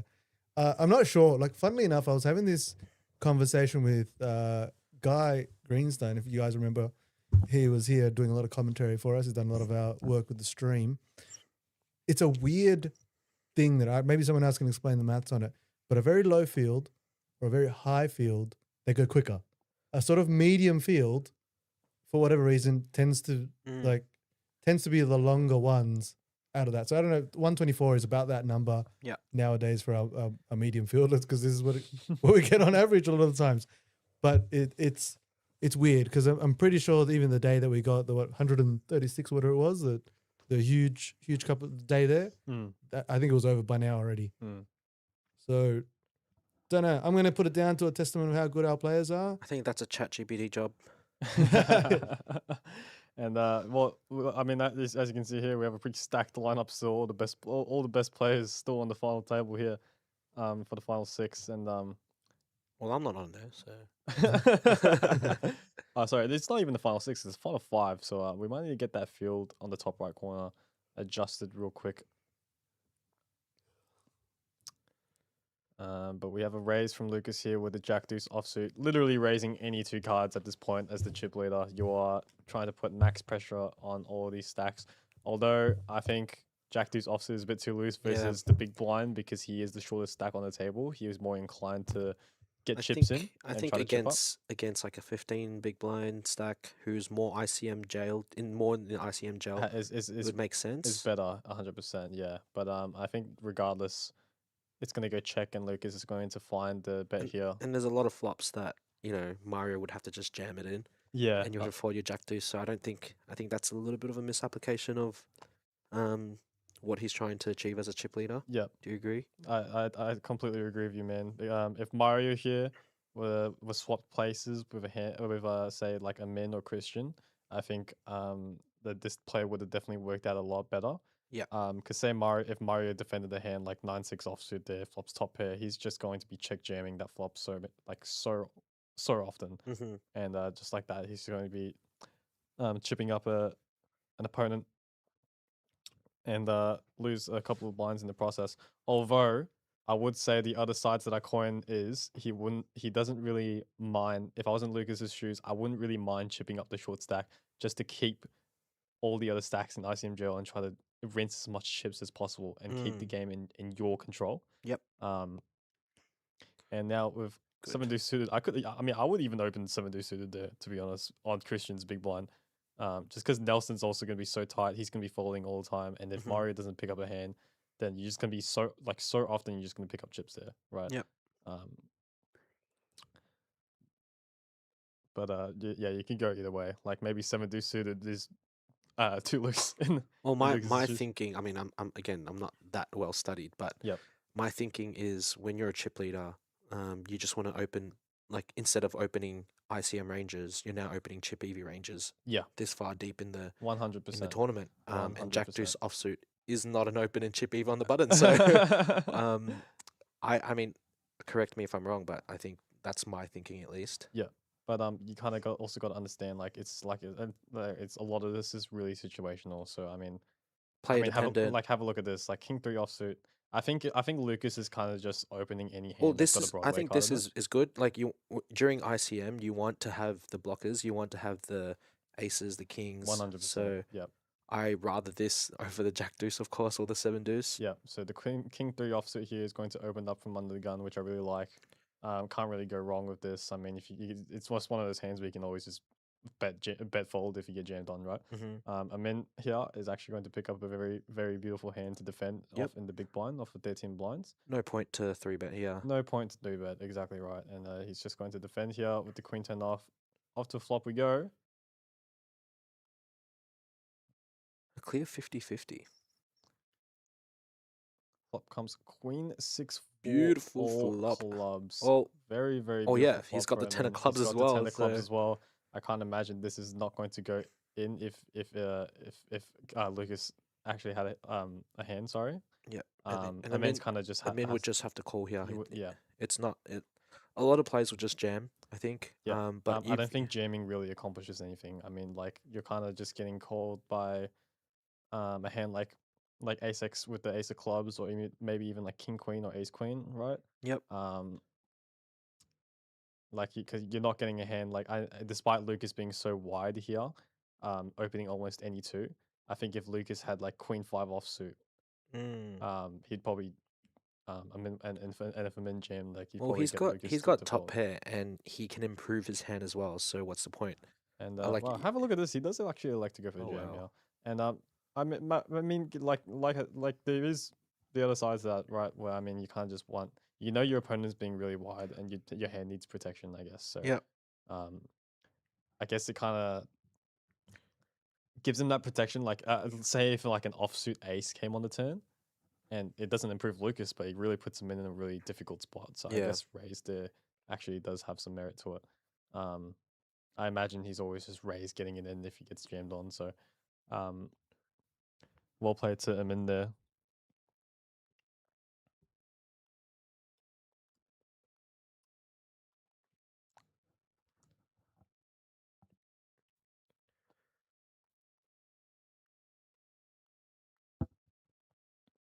How many people do we still have in the chat? Still quite a bit.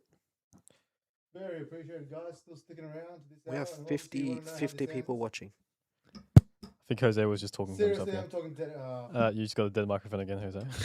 The mic is trying to stop me. It's trying as hard as it can. But I'll tell you what, just to spite it, I'll stay here. If for anybody who's still watching the stream and tuning in, I think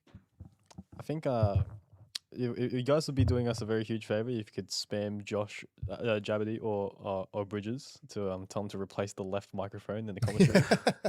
These guys. No, I'll just sit in this weird position. If these guys and hurt myself every time I try and talk. yeah, that's it, man. If these guys are making enough money from Playlive to play the WSOP. Sorry, remember how you were talking to yourself at the start of the other stream? We thought we were doing really good. No one could hear me. I played it back later, guys, because I'm a little bit vain that way. And I was like, yeah, I don't know. Couldn't hear anything I was saying. There we go. Lord Agar says, yeah, I was just laughing at myself. I just sound like a crazy person. I don't know if you know, there's this one meme on Instagram going around now where everyone's putting that it's like a crazy Squidward, and it's just him like talking to himself and laughing at himself. That's exactly how I felt. But Lord Agar in the YouTube chat says, replace the left mic, please. Yes, just say that to our bosses. It'd be much appreciated. It will really fix Jose's scoliosis here in the commentary booth because he's kind of just hunched back right now. I'll Mario do it all for the here love of the commentary, guys. is I'll going hurt myself to- and everything. Mario here is going to find the ace queen offsuit under the gun. What a beautiful hand to see here under the gun. He's going to jam it in.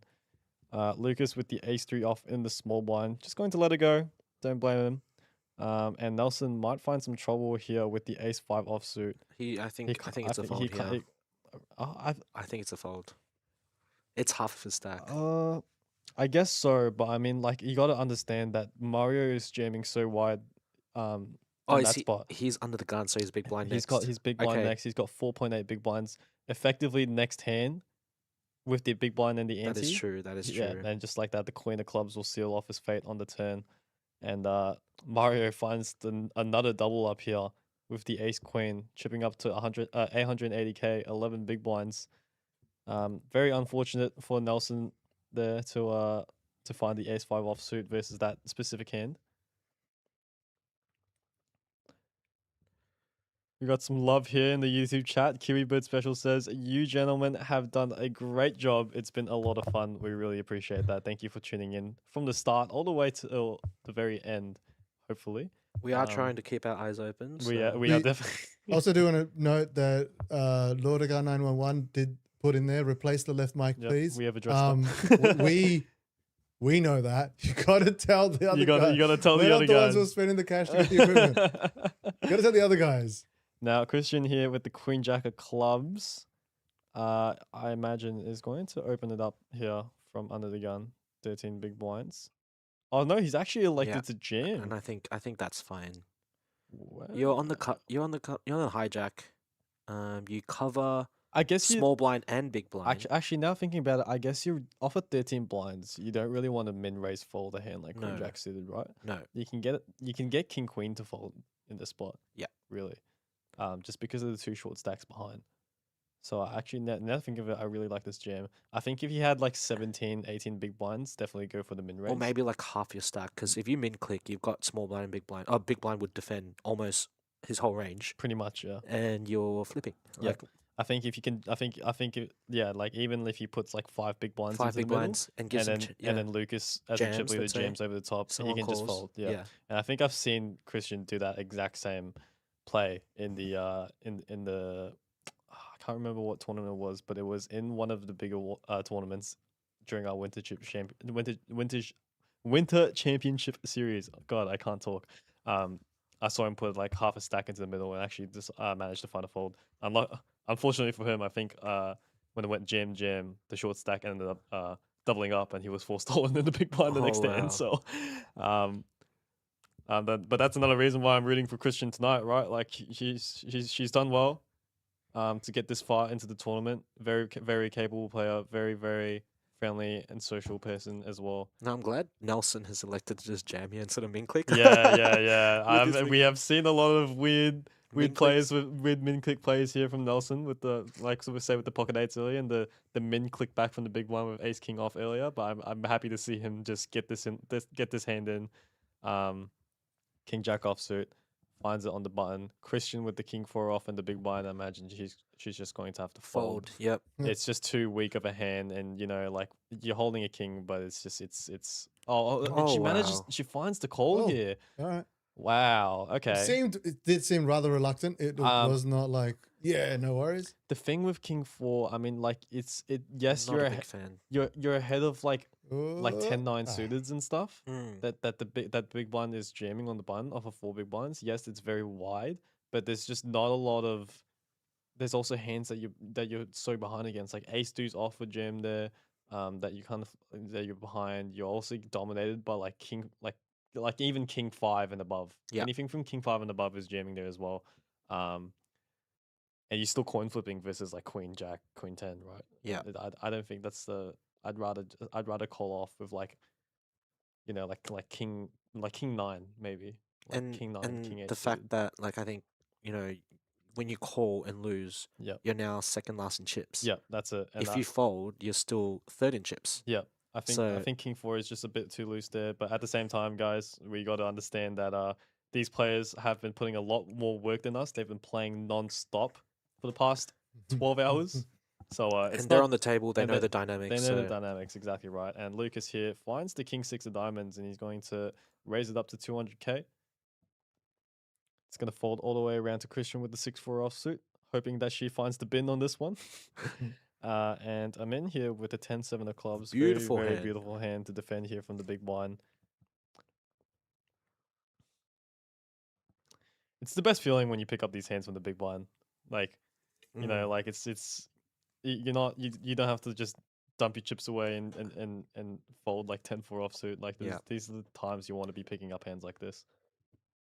So What what you're else? telling me, guys, is if the hands that I like to play, suited connectors, as long as I'm on the big blind in a specific situation, Yep. I can pretty much play anyone I want.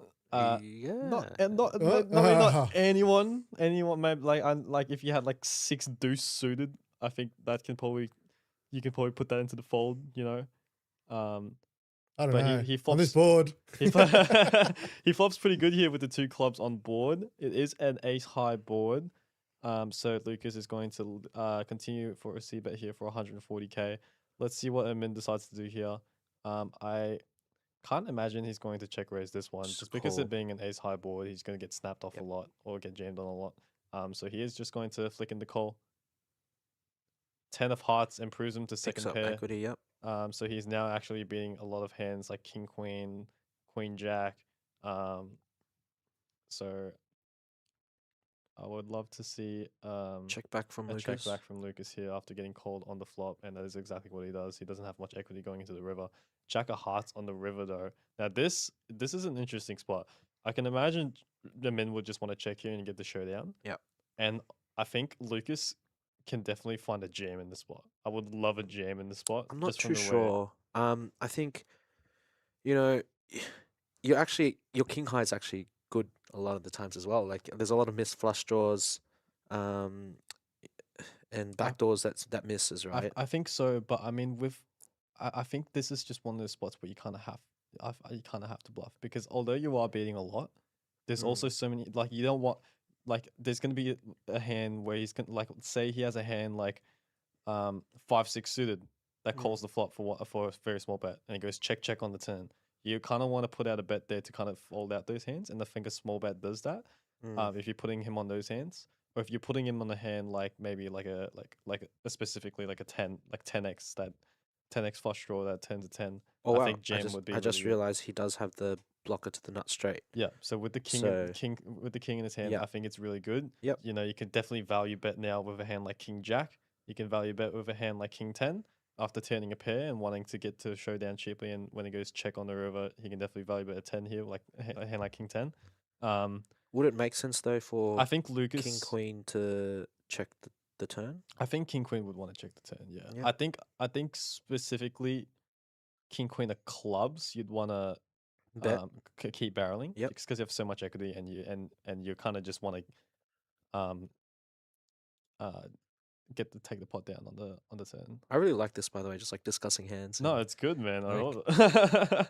It's This is good. why we brought you because up, mate. I'm learning as well. Like Yeah. we're learning. But I from- think Lucas has just found like the sweet spot here, like 4.3 big blinds. It doesn't seem 2/3. bluffy. Yeah. It's And then interesting- have a look at that. It folds out. Interesting enough, I would expect the same, like if it was reversed, the same play from a min, being that sort of you've missed everything, but 100%. looking at what's on the board, really chucking it out there. Yeah. It's That's and like it's. I mean, Sun. This is actually like Lucas is really just sun running here, right? Like He's playing really well. He doesn't like sun running is not just getting hands and hitting boards. It's finding opportunities like that, like a run out like that. He's able to just bluff a man off the best hand there, and it's really good. But I really like that bet on the river there from Lucas. He's not trying to aim to get an ace or a jack to fold on the river.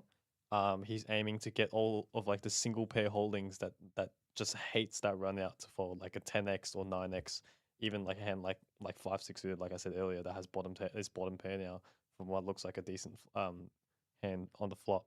Now I'm in here with the king 7 of clubs from the small blind. I think this is definitely a good enough hand to jam. Blind versus blind. A suited king is just way too strong here. And you don't really want to Limp and then get jammed on limp and by the get chip jammed on, leader. Yeah, and he is going to go all in here. Waiting for the graphics to catch up, and queen 9 suited. And see if I think if Amin limped Limped, in he would here, jam. he would definitely jam the Yeah. queen 9 suited, and you don't want to be yes, limp calling off king Fi- 7 suited. and you're right? flipping. Yeah, exactly. So right. really good play by him in here. Good play by Amin there.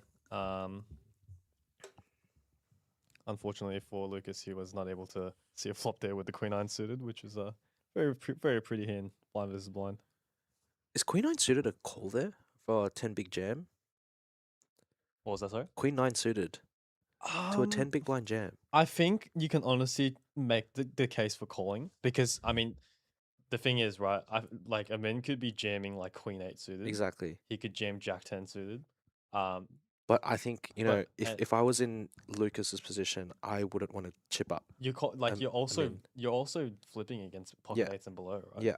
So I think that's you can honestly make a case for Queen 10 calling it. suited, I would definitely get it in, I think. Yeah, I think you can definitely call Queen 10 suited. But I mean, either way, Lucas has the overwhelming chip lead here.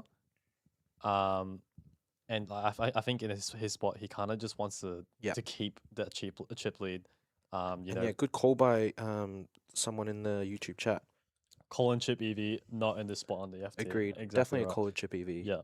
But I mean, him folding there, it just gives him more opportunity to steal chips, right? Like he doesn't have to take that spot to. And especially a strong player against a strong player like Yeah. Min, you don't really want to be chipping him up to 20 exactly big right. blinds. Exactly right. You can always find the opportunity to just steal and chip him down. when Because you- look at that, like Lucas can essentially open jam like a lot of his middling hands here. Yep.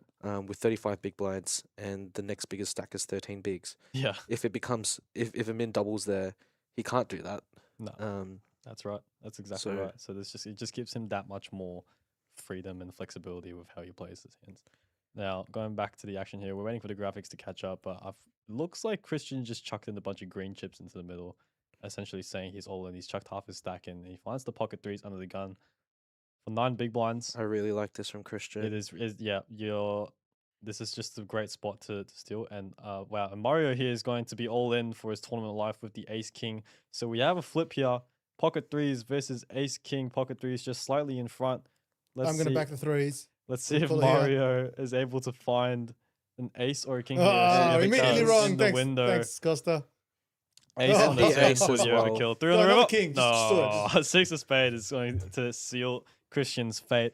Christian running a little bit bad here against this specific guy. Like Mario has doubled up so many times through Christian here, and just like that, Christian's actually going to be left with 3 or 4 big blinds now that he's coming 5.7 into. big blinds, yeah. Yeah, he's got 5.7 big blinds now. He's gonna have to pay the big blind and the ante, leaving him with 3 or 4 big blinds left behind. Yep. So we're going to we're gonna see we can definitely see some action here now.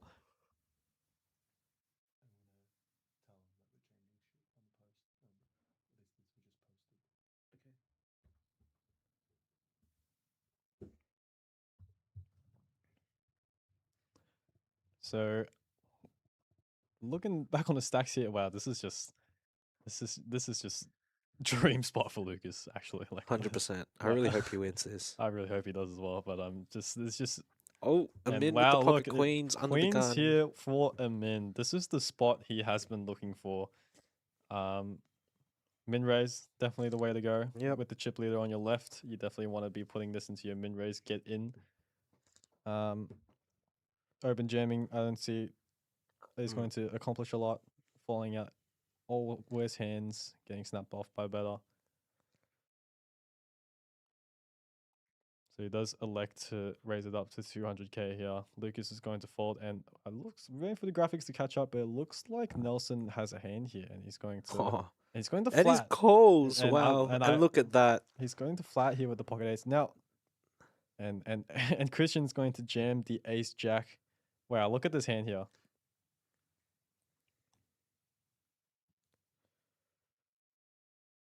So we have a note from our stream personnel says this hand Christian went all in for 235k. So only 35,000 more. So the graphics is wrong. He does not have 470,000 in the stack. He has which 2 big blinds, explains- yeah. Yeah, which explains why that it went flat. No ISO rejam from Amin here. So we are going to see a board here 3 ways as Oh, wow. Christian spikes the ace on the flop here. I imagine it's just going to go check all the way. Ace of clubs on the turn for the overkill. If it finally goes away, it's about time. I think pocket eights went And- out of the hand, right? And Yeah. the king of clubs is on the river. Nah, the pocket eights is still in just because it was just it was a jam for 35k more. Now, both what, players what just- would you actually have done with pocket eights there against, with an 8 big blind stack against a min's open? I think pocket eights is way too good of a hand to. Oh, Nelson is still in. yeah, he's still in the hand. So it was. So oh, okay. pre-flop, it was a raise to 2 big blinds and a call from Yeah, pocket that eights. makes sense. And Christian only Jams had and they 2 point something bigs. Yep. So Christian's gonna get a really big triple up here actually. Yeah. So very nice spot for Christian here. Very unlucky for Amin to be losing that one. But yeah, I think I would have really liked to see a jam from pocket eights. because Amin offered 13 big blinds, second Still in has chips. still has he- a normal opening Yeah, range. yeah, Yep. exactly. He's not open folding a hand like king queen offsuit or like a hand like ace fives or sorry not ace five ace 10 suited, right? So he's gonna be min raising those hands. You're gonna be flipping a lot of the time, but also you're gonna be ahead so often. Yep. So I think jamming the pocket eights is the way to go. But he somehow manages to get away from the minimum there as he decides to just flat. Which brings in Christian as well, and he does get the triple up. So well played to all players. Unfortunate for Amin to not get any value there from the pocket eights. And, And, Lucas picks wow. up aces. Lucas here with the aces from under the gun. He decides to just min click it. Fair enough. Want to get action from worse hands. Christian 5-3 suited in the bin. Amin with the 8-7 offsuit. Now this kind of sucks because He has to defend this. I this think. is just one of those hands where you kind of just have to chuck in one extra big blind, see a flop, and just send, right? Mm. With 5 bigs left behind. Yeah, this just sucks for him in here. Yep. It's weighing out his options. I think he's just gonna elect a He's, call. he's going to have to just make the Oh call. wow! Oh, What a whoa, he what a just made player! he finds the fold. Wow. What a player! This is why. This You is, go, pick one. Yeah, pick one. Oh my The old god. pick one. Wow, he finds the fold here with the 7-8 offsuit. I mean, that's fair enough, right? I guess you don't really have to. Mm. You paid a small blind next, and then after that, you got 7.5 big blinds. Also, like six big blinds. Still enough of a stack to double up with and be back in the 870 game. according to very foldable according to Gus Macker here. Kirsten Macker, you Good. should be my poker Good. coach, man, because clearly you know a lot more poker and what to do in these situations. I'm very surprised the min folded there though. Hmm. Um, I think maybe with like 7 big blinds, 7 or 8 big Do you reckon it blinds, has anything to still. do with the fact that there's 3 other players sitting around the same amount of stack? yeah, possibly. Ghosty Macker says 1 big blind less changes your fold equity a lot at the stage. I completely agree with you, mate. And then now that you Aha! See, I got it right. Guys, I'm learning. now that you I'm learning. It's Mac. oh Macker, sorry guys, sorry So Mac. let's go, Mac. There's an A Mac- at the end of there. That's we're just trying to read it. Mac, I'm surprised we have- Mackenzie would fold there. I'm we have very a- surprised. we have a very, very, very small screen on the top left to read the chat off, and you know what? Everything's like really blurry right now because my eyes are like dozing in and out at this point. Is this Mac? Is it Mackenzie? Or am I talking? Is like someone? Hold on, completely verify that for us, Mac.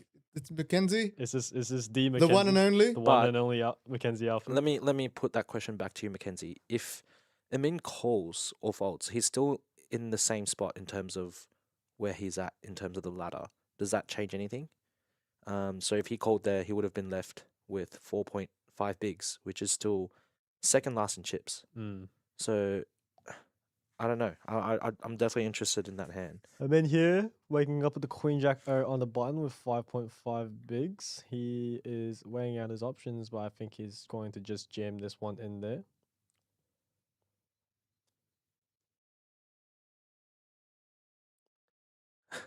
And Lucas here with the Ace-4 offsuit has a decision to make.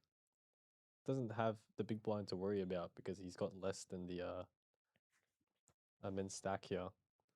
So Mac said, He's going to Good jam this boy. one in for the rest of his stack. Ace-4 offsuit. Nelson's going to get out the way. Amin's going to have to call this off for his tournament life. Ace-4 versus Queen Jack off to a race.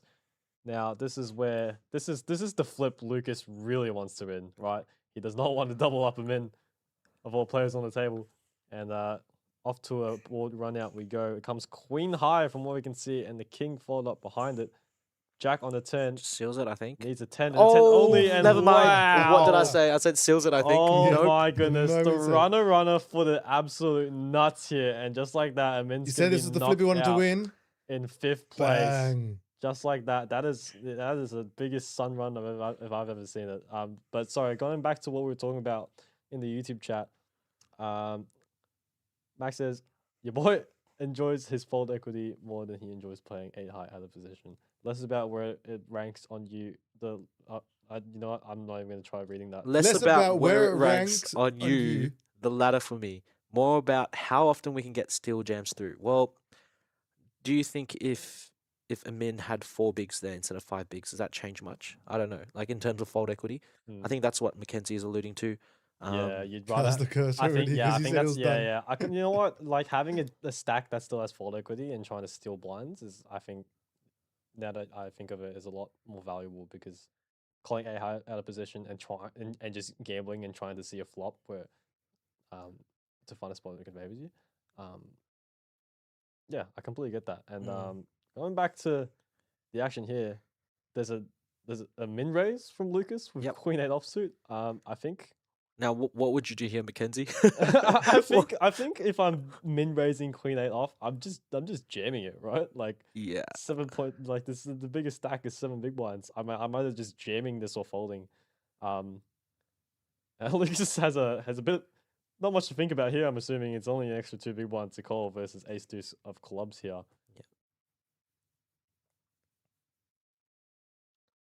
I imagine Lucas. I know is we're just gonna going have to see Lucas eliminate everyone from here Lucas now. is just gonna have Like- to call us off. I mean, there's no way he's been raising and folding this right. There's unless the graphics are completely wrong and Nelson actually has a little bit more than what he says on the screen, which could honestly be. And wait, it folds, and Wow. no, it looks like he has a bit more. I can see a Okay. stack of oranges and stack of blues. So I'm assuming that's around 640k ish. Just a little So around mistake on the chip stacks. yeah, 6.5 big blinds. So he didn't jam for as a min click. He jammed for an extra 4.5 bigs more, which is fair enough. I think he should be falling there. But then again, I think if I'm I think I'd just either be jamming there for 7 big blinds effective or just folding the Queen 8 off. Lucas here with the ace 4 offsuit. You can honestly jam this hand, right? Because Christian's going to be so tight. Like he's going to have to fold so much. Is Christian to his left or Christian's his on the right? big blind. Okay. I don't think so. I don't think if Christian wakes up with a hand and you lose 18 big blinds, 16 big blinds, you're no longer the chip leader. So I don't think it's that worth it to jam. Okay. Well, we did get him into the chat after his thing. The graphic was wrong. I had 9 BBs on that 780. I see. Thank you, Amin. Thank you, Amin. Appreciate it. So if you let me ask you that then, if you had what the stream said it was, which was what, 7 big blinds, 6 big blinds, 6 big blinds. Or 6 big blinds, would you have called 7-8 offsuit? Now, while we wait for the response, I in the- think in the yes. chat, I think yes. for But everyone yeah, who- if he had 9 big blinds, I don't mind the fold because he covers still multiple people, right? All in the call here. Oh my goodness, we just completely missed out on what happened on the action. Sorry guys for dozing out. We have Queen 9 here for the second nut flush draw for Christian at risk versus Ace 4. He's going to need a club and a club only. Now picking up some outs with the jack as well. But he's going to brick out, and just like that, We'll Lucas lose is another going player. to chip up I huge. said is Lucas is the one who's going to be just taking out everyone. What is this? What is this? And look chip at lead, what bro? he's up against. What Look is at this chip the lead? look at 7.9. 7.9 If these are correct, 5.6 big blinds. either way, if they're close to correct, everyone's got under 8 big blinds versus his absolutely dominating stack. Yep.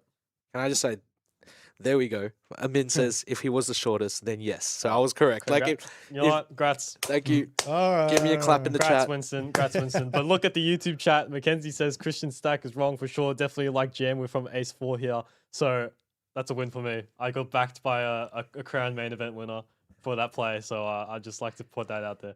Mackenzie, have a look at Amin's. If he was the shortest, he would have defended 7-8. So so just like that, we are three-handed with Nelson and Mario with not much left to play for here now.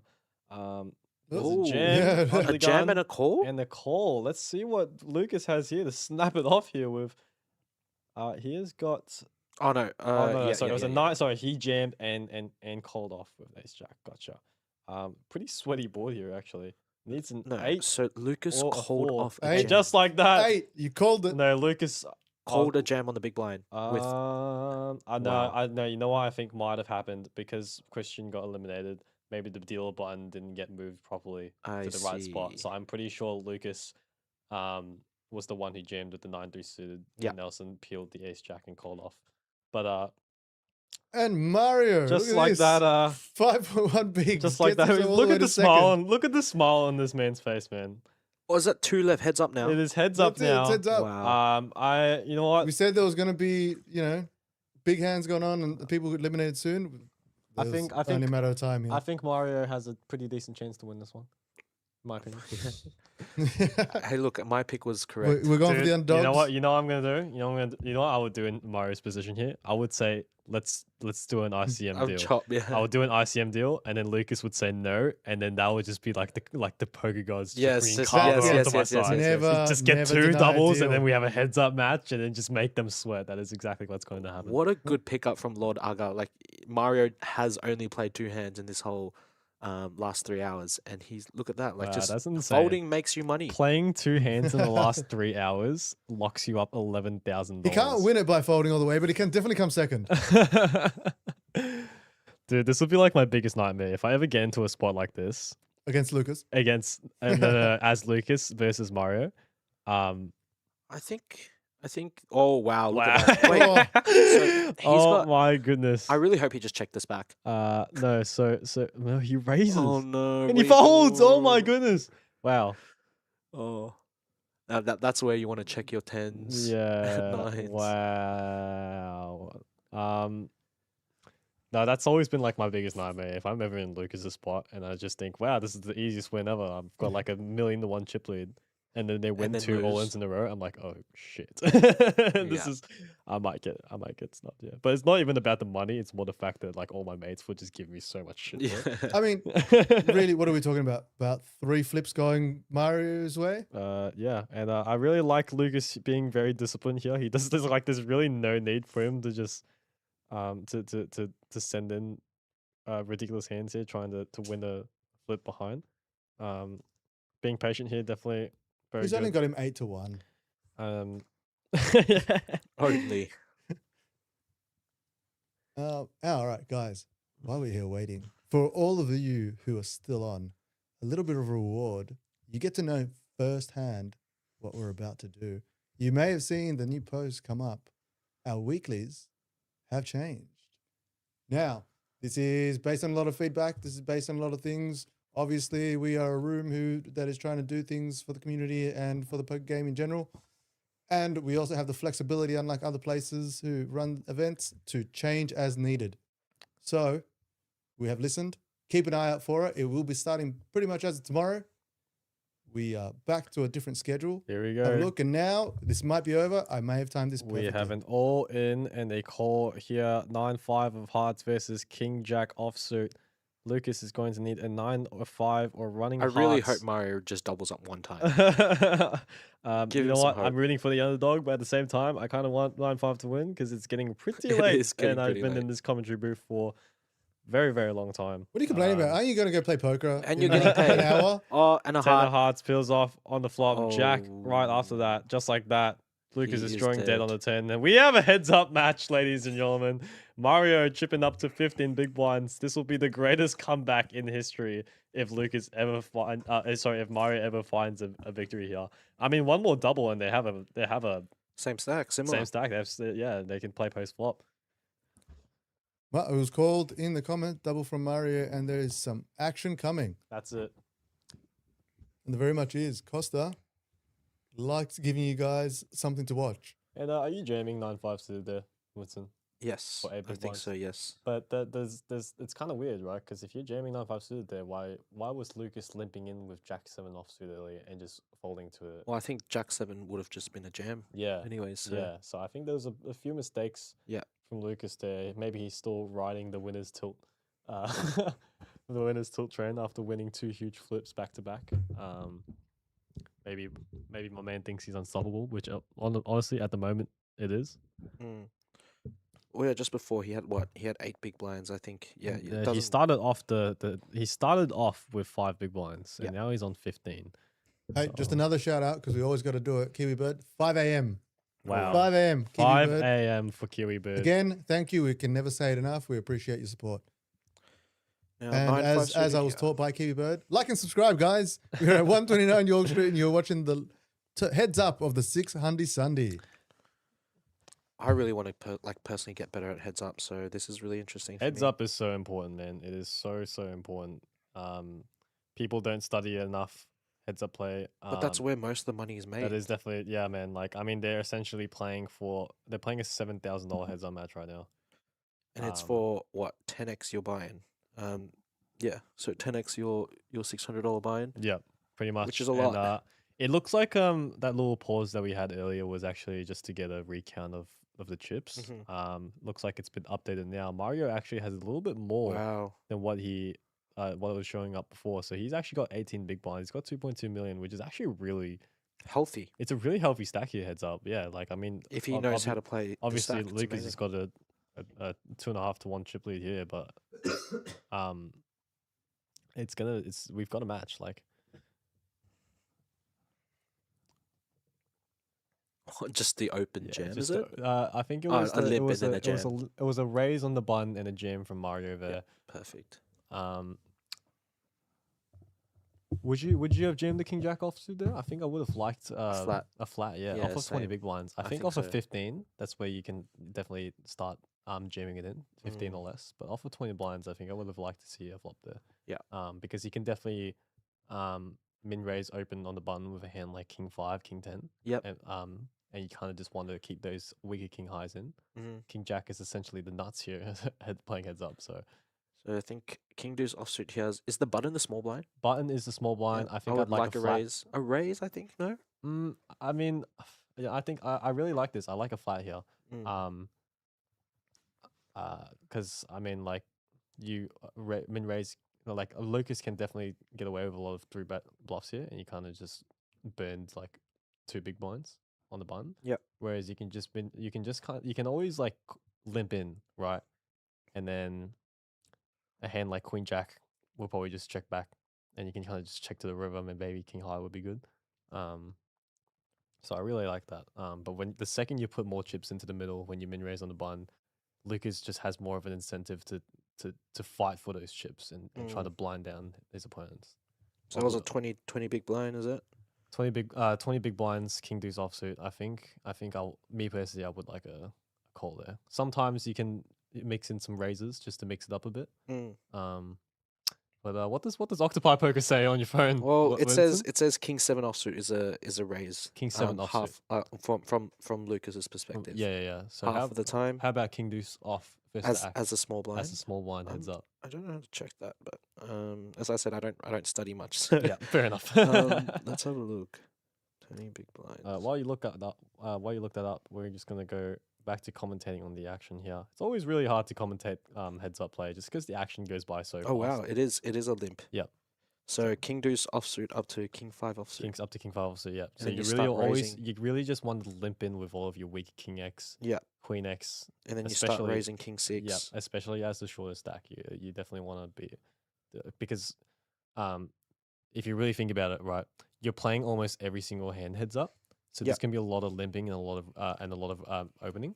And you obviously want to widen up your opening range, but I think King Deuce all the way up to King 5, like what Usolver says on Octopi Poker there, is like you still want to be playing those hands, but it's not good enough to be opening and inflating the pot. Because the second you raise it up to 2 big blinds and your opponent calls, there's already 5 blinds in the middle. You got 18 blinds left back. Yep.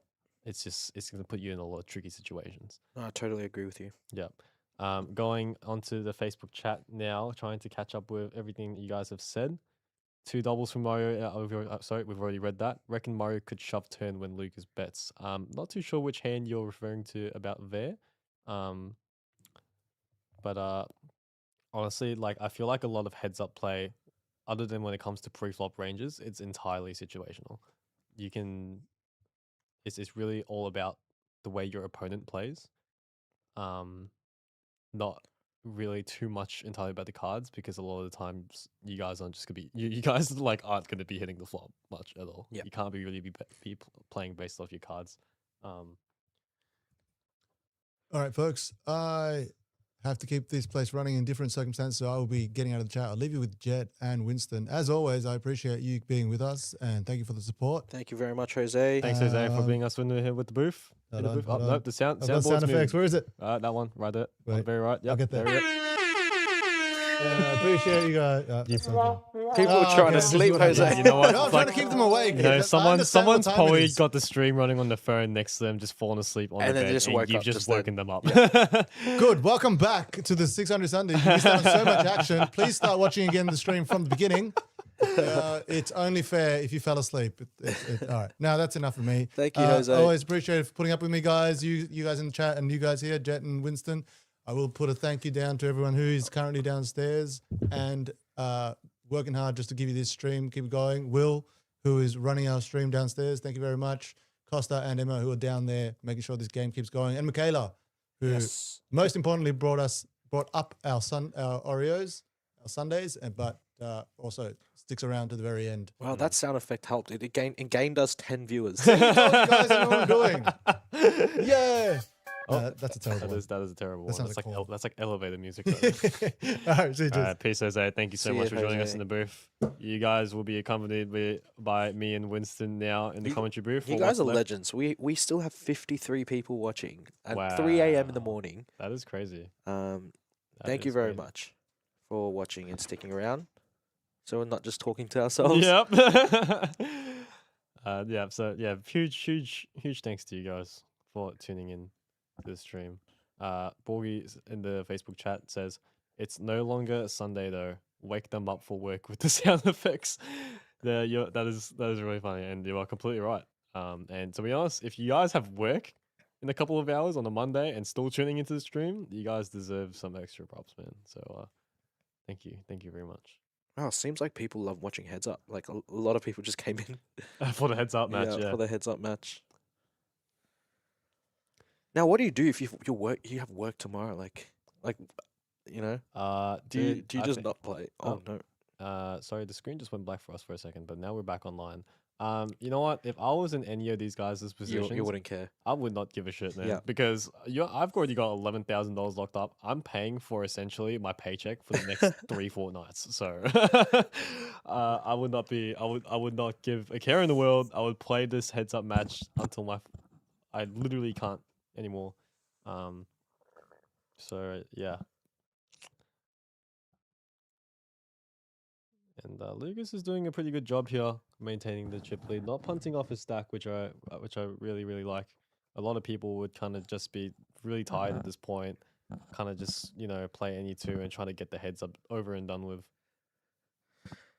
Borgie in the chat, free beanies for anyone still watching. Claim at desk what you reckon. You know what? I reckon, Borgie, I you would should, love that to happen. I think you should hit up Bridges Row on Facebook or Instagram. Or Josh. No, I think Josh Abney is a bit Josh nicer. Abney. He's a You know, little bit nicer. Yeah, he is a little bit nicer. I think you can definitely send them a message. Say Jose, Winston, and Jet has backed you up on that. I think you guys definitely do deserve to Yes. to get some free merchandise for staying up in the stream so long.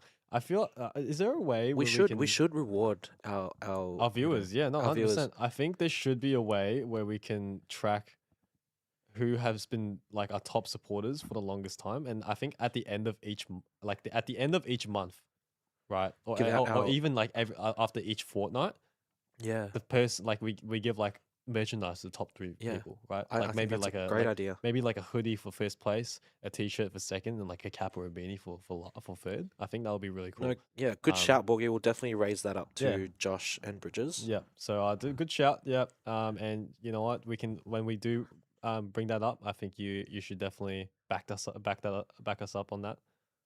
I think that will get a lot of good feedback from other people. Person with most watch hours, exactly right. And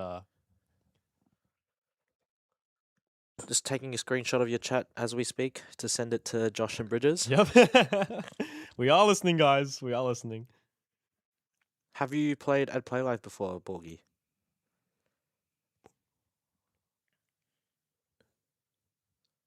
Looks like there's something that's going on here, but All there's a in jam from King here 3 with the King suited. 3 suited.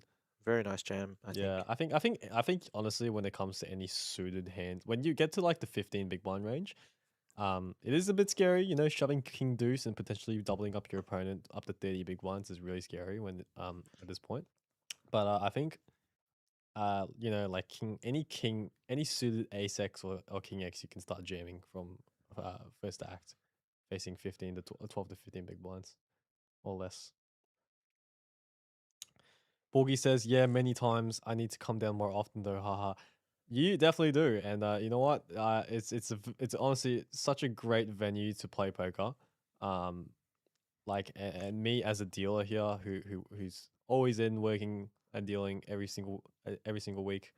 You have no idea how much I've always wanted to just jump in on the action, like as a person who works here, and that's that's saying a lot. Like it's a really nice place to meet new people. Um, it's a beautiful spot to play poker. You got live stream tables here. You got great dealers. Um, here at Play Live. Now I think I overheard that. I mean, we did place in a rule where staff can't play, Yes. but I think we're changing it to only if during the weekly series, the daily tournaments, you guys staff are now allowed to play. I think. Oh, really? Yeah, just except for the series. But what do you guys think in the chat? Like, what are your thoughts on dealers on their breaks during the daily tournaments? Do you think they should be allowed to play? Like, we're interested to know what you think. Yeah, no, definitely, man. I But think that's I mean, I can't really have an opinion on it because I'm a dealer here at Yeah. Play Live. I obviously have a biased opinion. I know a lot of other dealers here would love to be able to play here, and I think the whole reason Play Live exists in the first place for as a poker venue is to be a lot more different than other poker players around. Well, in Melbourne. I think I like the idea of like not being able to play during a series because During the series, I think it's definitely you're playing with a lot of money, big exactly money. You right. don't want. I feel like you just don't want to have that. Even if there's a slight chance of people thinking that we don't want any of that. Yeah. So, but I think the daily tournaments perfect. I think it's fine. Me personally, I think it's okay for staff and dealers to play. Mm. Um, And we've got some support in the chat from Lord Agar for you, Jet. No Oh, issues with dealers no playing. issues to do. Oh, thanks, guys. I appreciate them that. so much. play. Let them play. Exactly right. You know what? If you guys manage to convince our bosses here to let the dealers play down at Play Live Melbourne, I think I will spend my paycheck on buying free merchandise for you guys. Borgie in the chat on Facebook says, I think staff should be allowed to play 100%. They don't have an edge at all. I think it's even stupid, like at Crown, how there's poker, blah, blah, blah. And it says ... see more. So I think we're probably going to have to get Will to expand on that message if we're going to be able to see it. But I appreciate the support, guys. And you know what? Nonetheless, even if we do get to play or not, I mean, we've gone long enough without it and we survived long enough without it. But just seeing you guys come down and play and being able to be in front of you and being in this environment as a dealer is good enough for me. And yeah, I did actually bring this conversation up a while ago with one of the managers. I believe it was Scotty. I said that if we're not allowed to play any of the tournaments here, surely we get like a once a month Dealer like a tournament, like a yeah. dealer tournament or a dealer cash game live streamed on the table. I think that's a great idea. I think that would be pretty sick, man. Like, you put in like you guys put in your votes on who you guys want to see play on the tables on the felt, and then we get to live stream it, and then I think that would be pretty sick. I would watch it for sure. Yeah, I think that would be awesome. And just going back to the action here, we got word from downstairs that it gets pretty fast paced around these moments. So we are going to maybe miss a couple of hands here and there. So Will is trying his best downstairs. It is getting pretty late. It's 3:21 a.m. Here in Melbourne. So we apologize for any delays in graphics in the stream. Lord Agar in the chat, need table mics for a streamed cash game. Yeah, I completely agree with that. And honestly, I think we can put like I think we should definitely invest in like mic'd up cash games and like you know how in like the big high roller Triton events on the final tables they have different camera angles and people actually filming like what's going on, like, and you get different POVs of the table. I mean, Like- we've been trying to implement that during the series. We definitely did. And for those who didn't tune into our main event for the Winter Championship series, On day 3 or 4, I believe there was a lot of that happening where our man, I think his name was Jamie, the guy in the cap with the camera. He was all around doing production for us, taking different POVs of the around different tables that wasn't on the live stream table. It was amazing and it turned out great, and it was just big shout out to Jamie. Now, speaking of cash games, Lord, I think, Playlive has just introduced this new cash game called Beat the Clock, and it's honestly one of the best, most good value cash Dude, games you can play. You're paying $25 in hospitality fees per hour, and it goes for 2 hours, and it's who wouldn't, right? Who wouldn't? Who Like, wouldn't? You know, instead of It's stupid not to. I would instead say. of Like, a- if you're it's- playing cash anywhere yeah, else, like, instead of a rate getting capped at 10%, hospitality package. sorry, hospitality package getting taken out like 10% or capped at a certain amount for every hand. Like you're only paying a certain amount of fee per hour. So definitely come down and try. Have a look. Maybe we might even stream one of these cash games to get the word out there. It's amazing. But yeah, definitely a good one to try. It's Yep. called Beat the Clock. It's happening every Saturday, 4 p.m., 6 p.m., 8 p.m. I believe we also had one on tonight as well. Yeah, and yeah, just based off player request. Yep. And it's Um, actually doing pretty well. It so is 100% it is, and we actually got to the it was actually one of Jose's ideas. So if you guys love Jose in the chat, definitely give him some come support. come down and support. Come play the Beat the Clock. If you're wanting to play some cash games, not tournaments, or if you bust out from a tournament and you want to, grind your way back, grind your binds back, definitely come down. It's definitely a good way to do that. And you know what? Instead of driving or walking 10 to 15 minutes down the road over the crown, you can just walk a couple tables over and And just you're paying like maybe 10% of what you pay there. yeah. But yeah, it's definitely well worth it. And just you can see the players actually getting pretty exhausted, just leaning back on their chairs, and Yeah. the sunglasses have come back on for Mario here. Lord in the chat saw that. I will probably be in on the weekend to play. Honestly, I haven't played yet, and I'm so keen to play. Dude, it would be sick. It's such good value, it really is. and you're getting free drinks. That is correct. Like, you're getting Dude, free drinks. You free have food. no idea how many times I played cash games at Crown, and then like in total, like I probably spent like $200 in like hot chocolates and Yeah, drinks. exactly. At this point Well, from one Red Bull in Crown is like $10. it's like $10, man. $10. It's insane, dude. And a large hot chocolate is like eight to $9. And you know what? Like, if you go there and play a cash game once, sure, pay that fee, right? Spin up like I don't know, like a 1K profit playing like 2.5 or 5.5, and then just spending like $8 on a hot chocolate or $10 on a Red Bull. Like, cool, that's fine. Exactly. But when you start playing there regularly, and it really racks it up, and that's what I really like about our hospitality packages here at Play Live. Like you pay a certain hospitality package fee, you get unlimited drinks, unlimited snacks. We serve dinner, we serve lunch, depending on what time of the day we're open. So it's definitely well worth it. So you guys can definitely come down. Exactly. And the food isn't just some processed bullshit either, man. It's Like amazing. it's amazing. It's like home cooked meals. I love it. Just to quickly answer Pascal's question, so all the information is on Instagram and our Facebook page. But I'll quickly read it off here. So the cash tournament is called Beat the Clock. You're paying $250, so that's $200 plus the $50 hospitality package, and that gets you 2 hours of play, and with the optional third hour for another $20. So you could be playing for 3 hours in a cash like tournament game. Yep. For what? $70. Yeah. And that's stupid good. And I believe that the blind levels are 100, 200. After an hour, it goes Correct. to 100, 300. Yes, and you can cash out anytime. You can So cash out equity- anytime. So at 2 hours or the third hour. Yeah, So yeah. And it's also, I believe it's a 20K start stack. You can top up anytime without having to pay Yes. an extra hospitality fee. Once you pay the hospitality fee, you're set. You don't have to pay anymore. You can top up however much you want. Obviously, capped at 20,000 or 30,000 chips, depending on the blind level. Yep. So, But 100 big blinds, it's essentially. just amazing. Like if you know, if you go all in 3 times, you would be getting, you know, that R word in other places in the R word. and here you're paying $75 to play 3 hours of poker. Like, yeah, no, it's good, man. it's legit like 10% of what you would pay in any other game. Lord Agar says, I'm just curious. Yeah, when playing, can we say $25 or do we have to pay 2,500 LOL when betting? Ah, I see what you mean.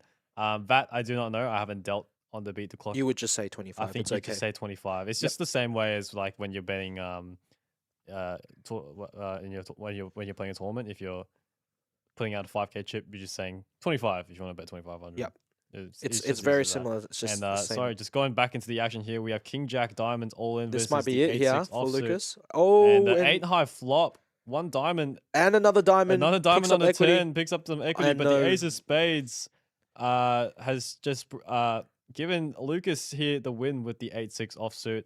Just like that, we have our champion And now for pick as tonight. well. So, And our pick, Lucas, decided. Yeah, that's exactly right. He has well, picked thank the you win. everyone for joining us in the chat. And Um, I'll leave it up to Jet to do the sign off. Okay, well, thank you, Winston, for joining me in the commentary booth. I would just like to say a massive thank you for all of you guys that have tuned in from the stream today. Thank you for every single one of you guys who tuned in from the very start and came all the way to the end, especially you, Kiwi Bear Special. I know you've been here from the very start. We are here live streaming the 600 Sunday every single Sunday at Playlive Melbourne, starting from 7:30 p.m. So I will be forward to looking to commentate for you guys next week. And if you guys haven't been down here at Playlive Melbourne, it's 129 York Street in South Melbourne.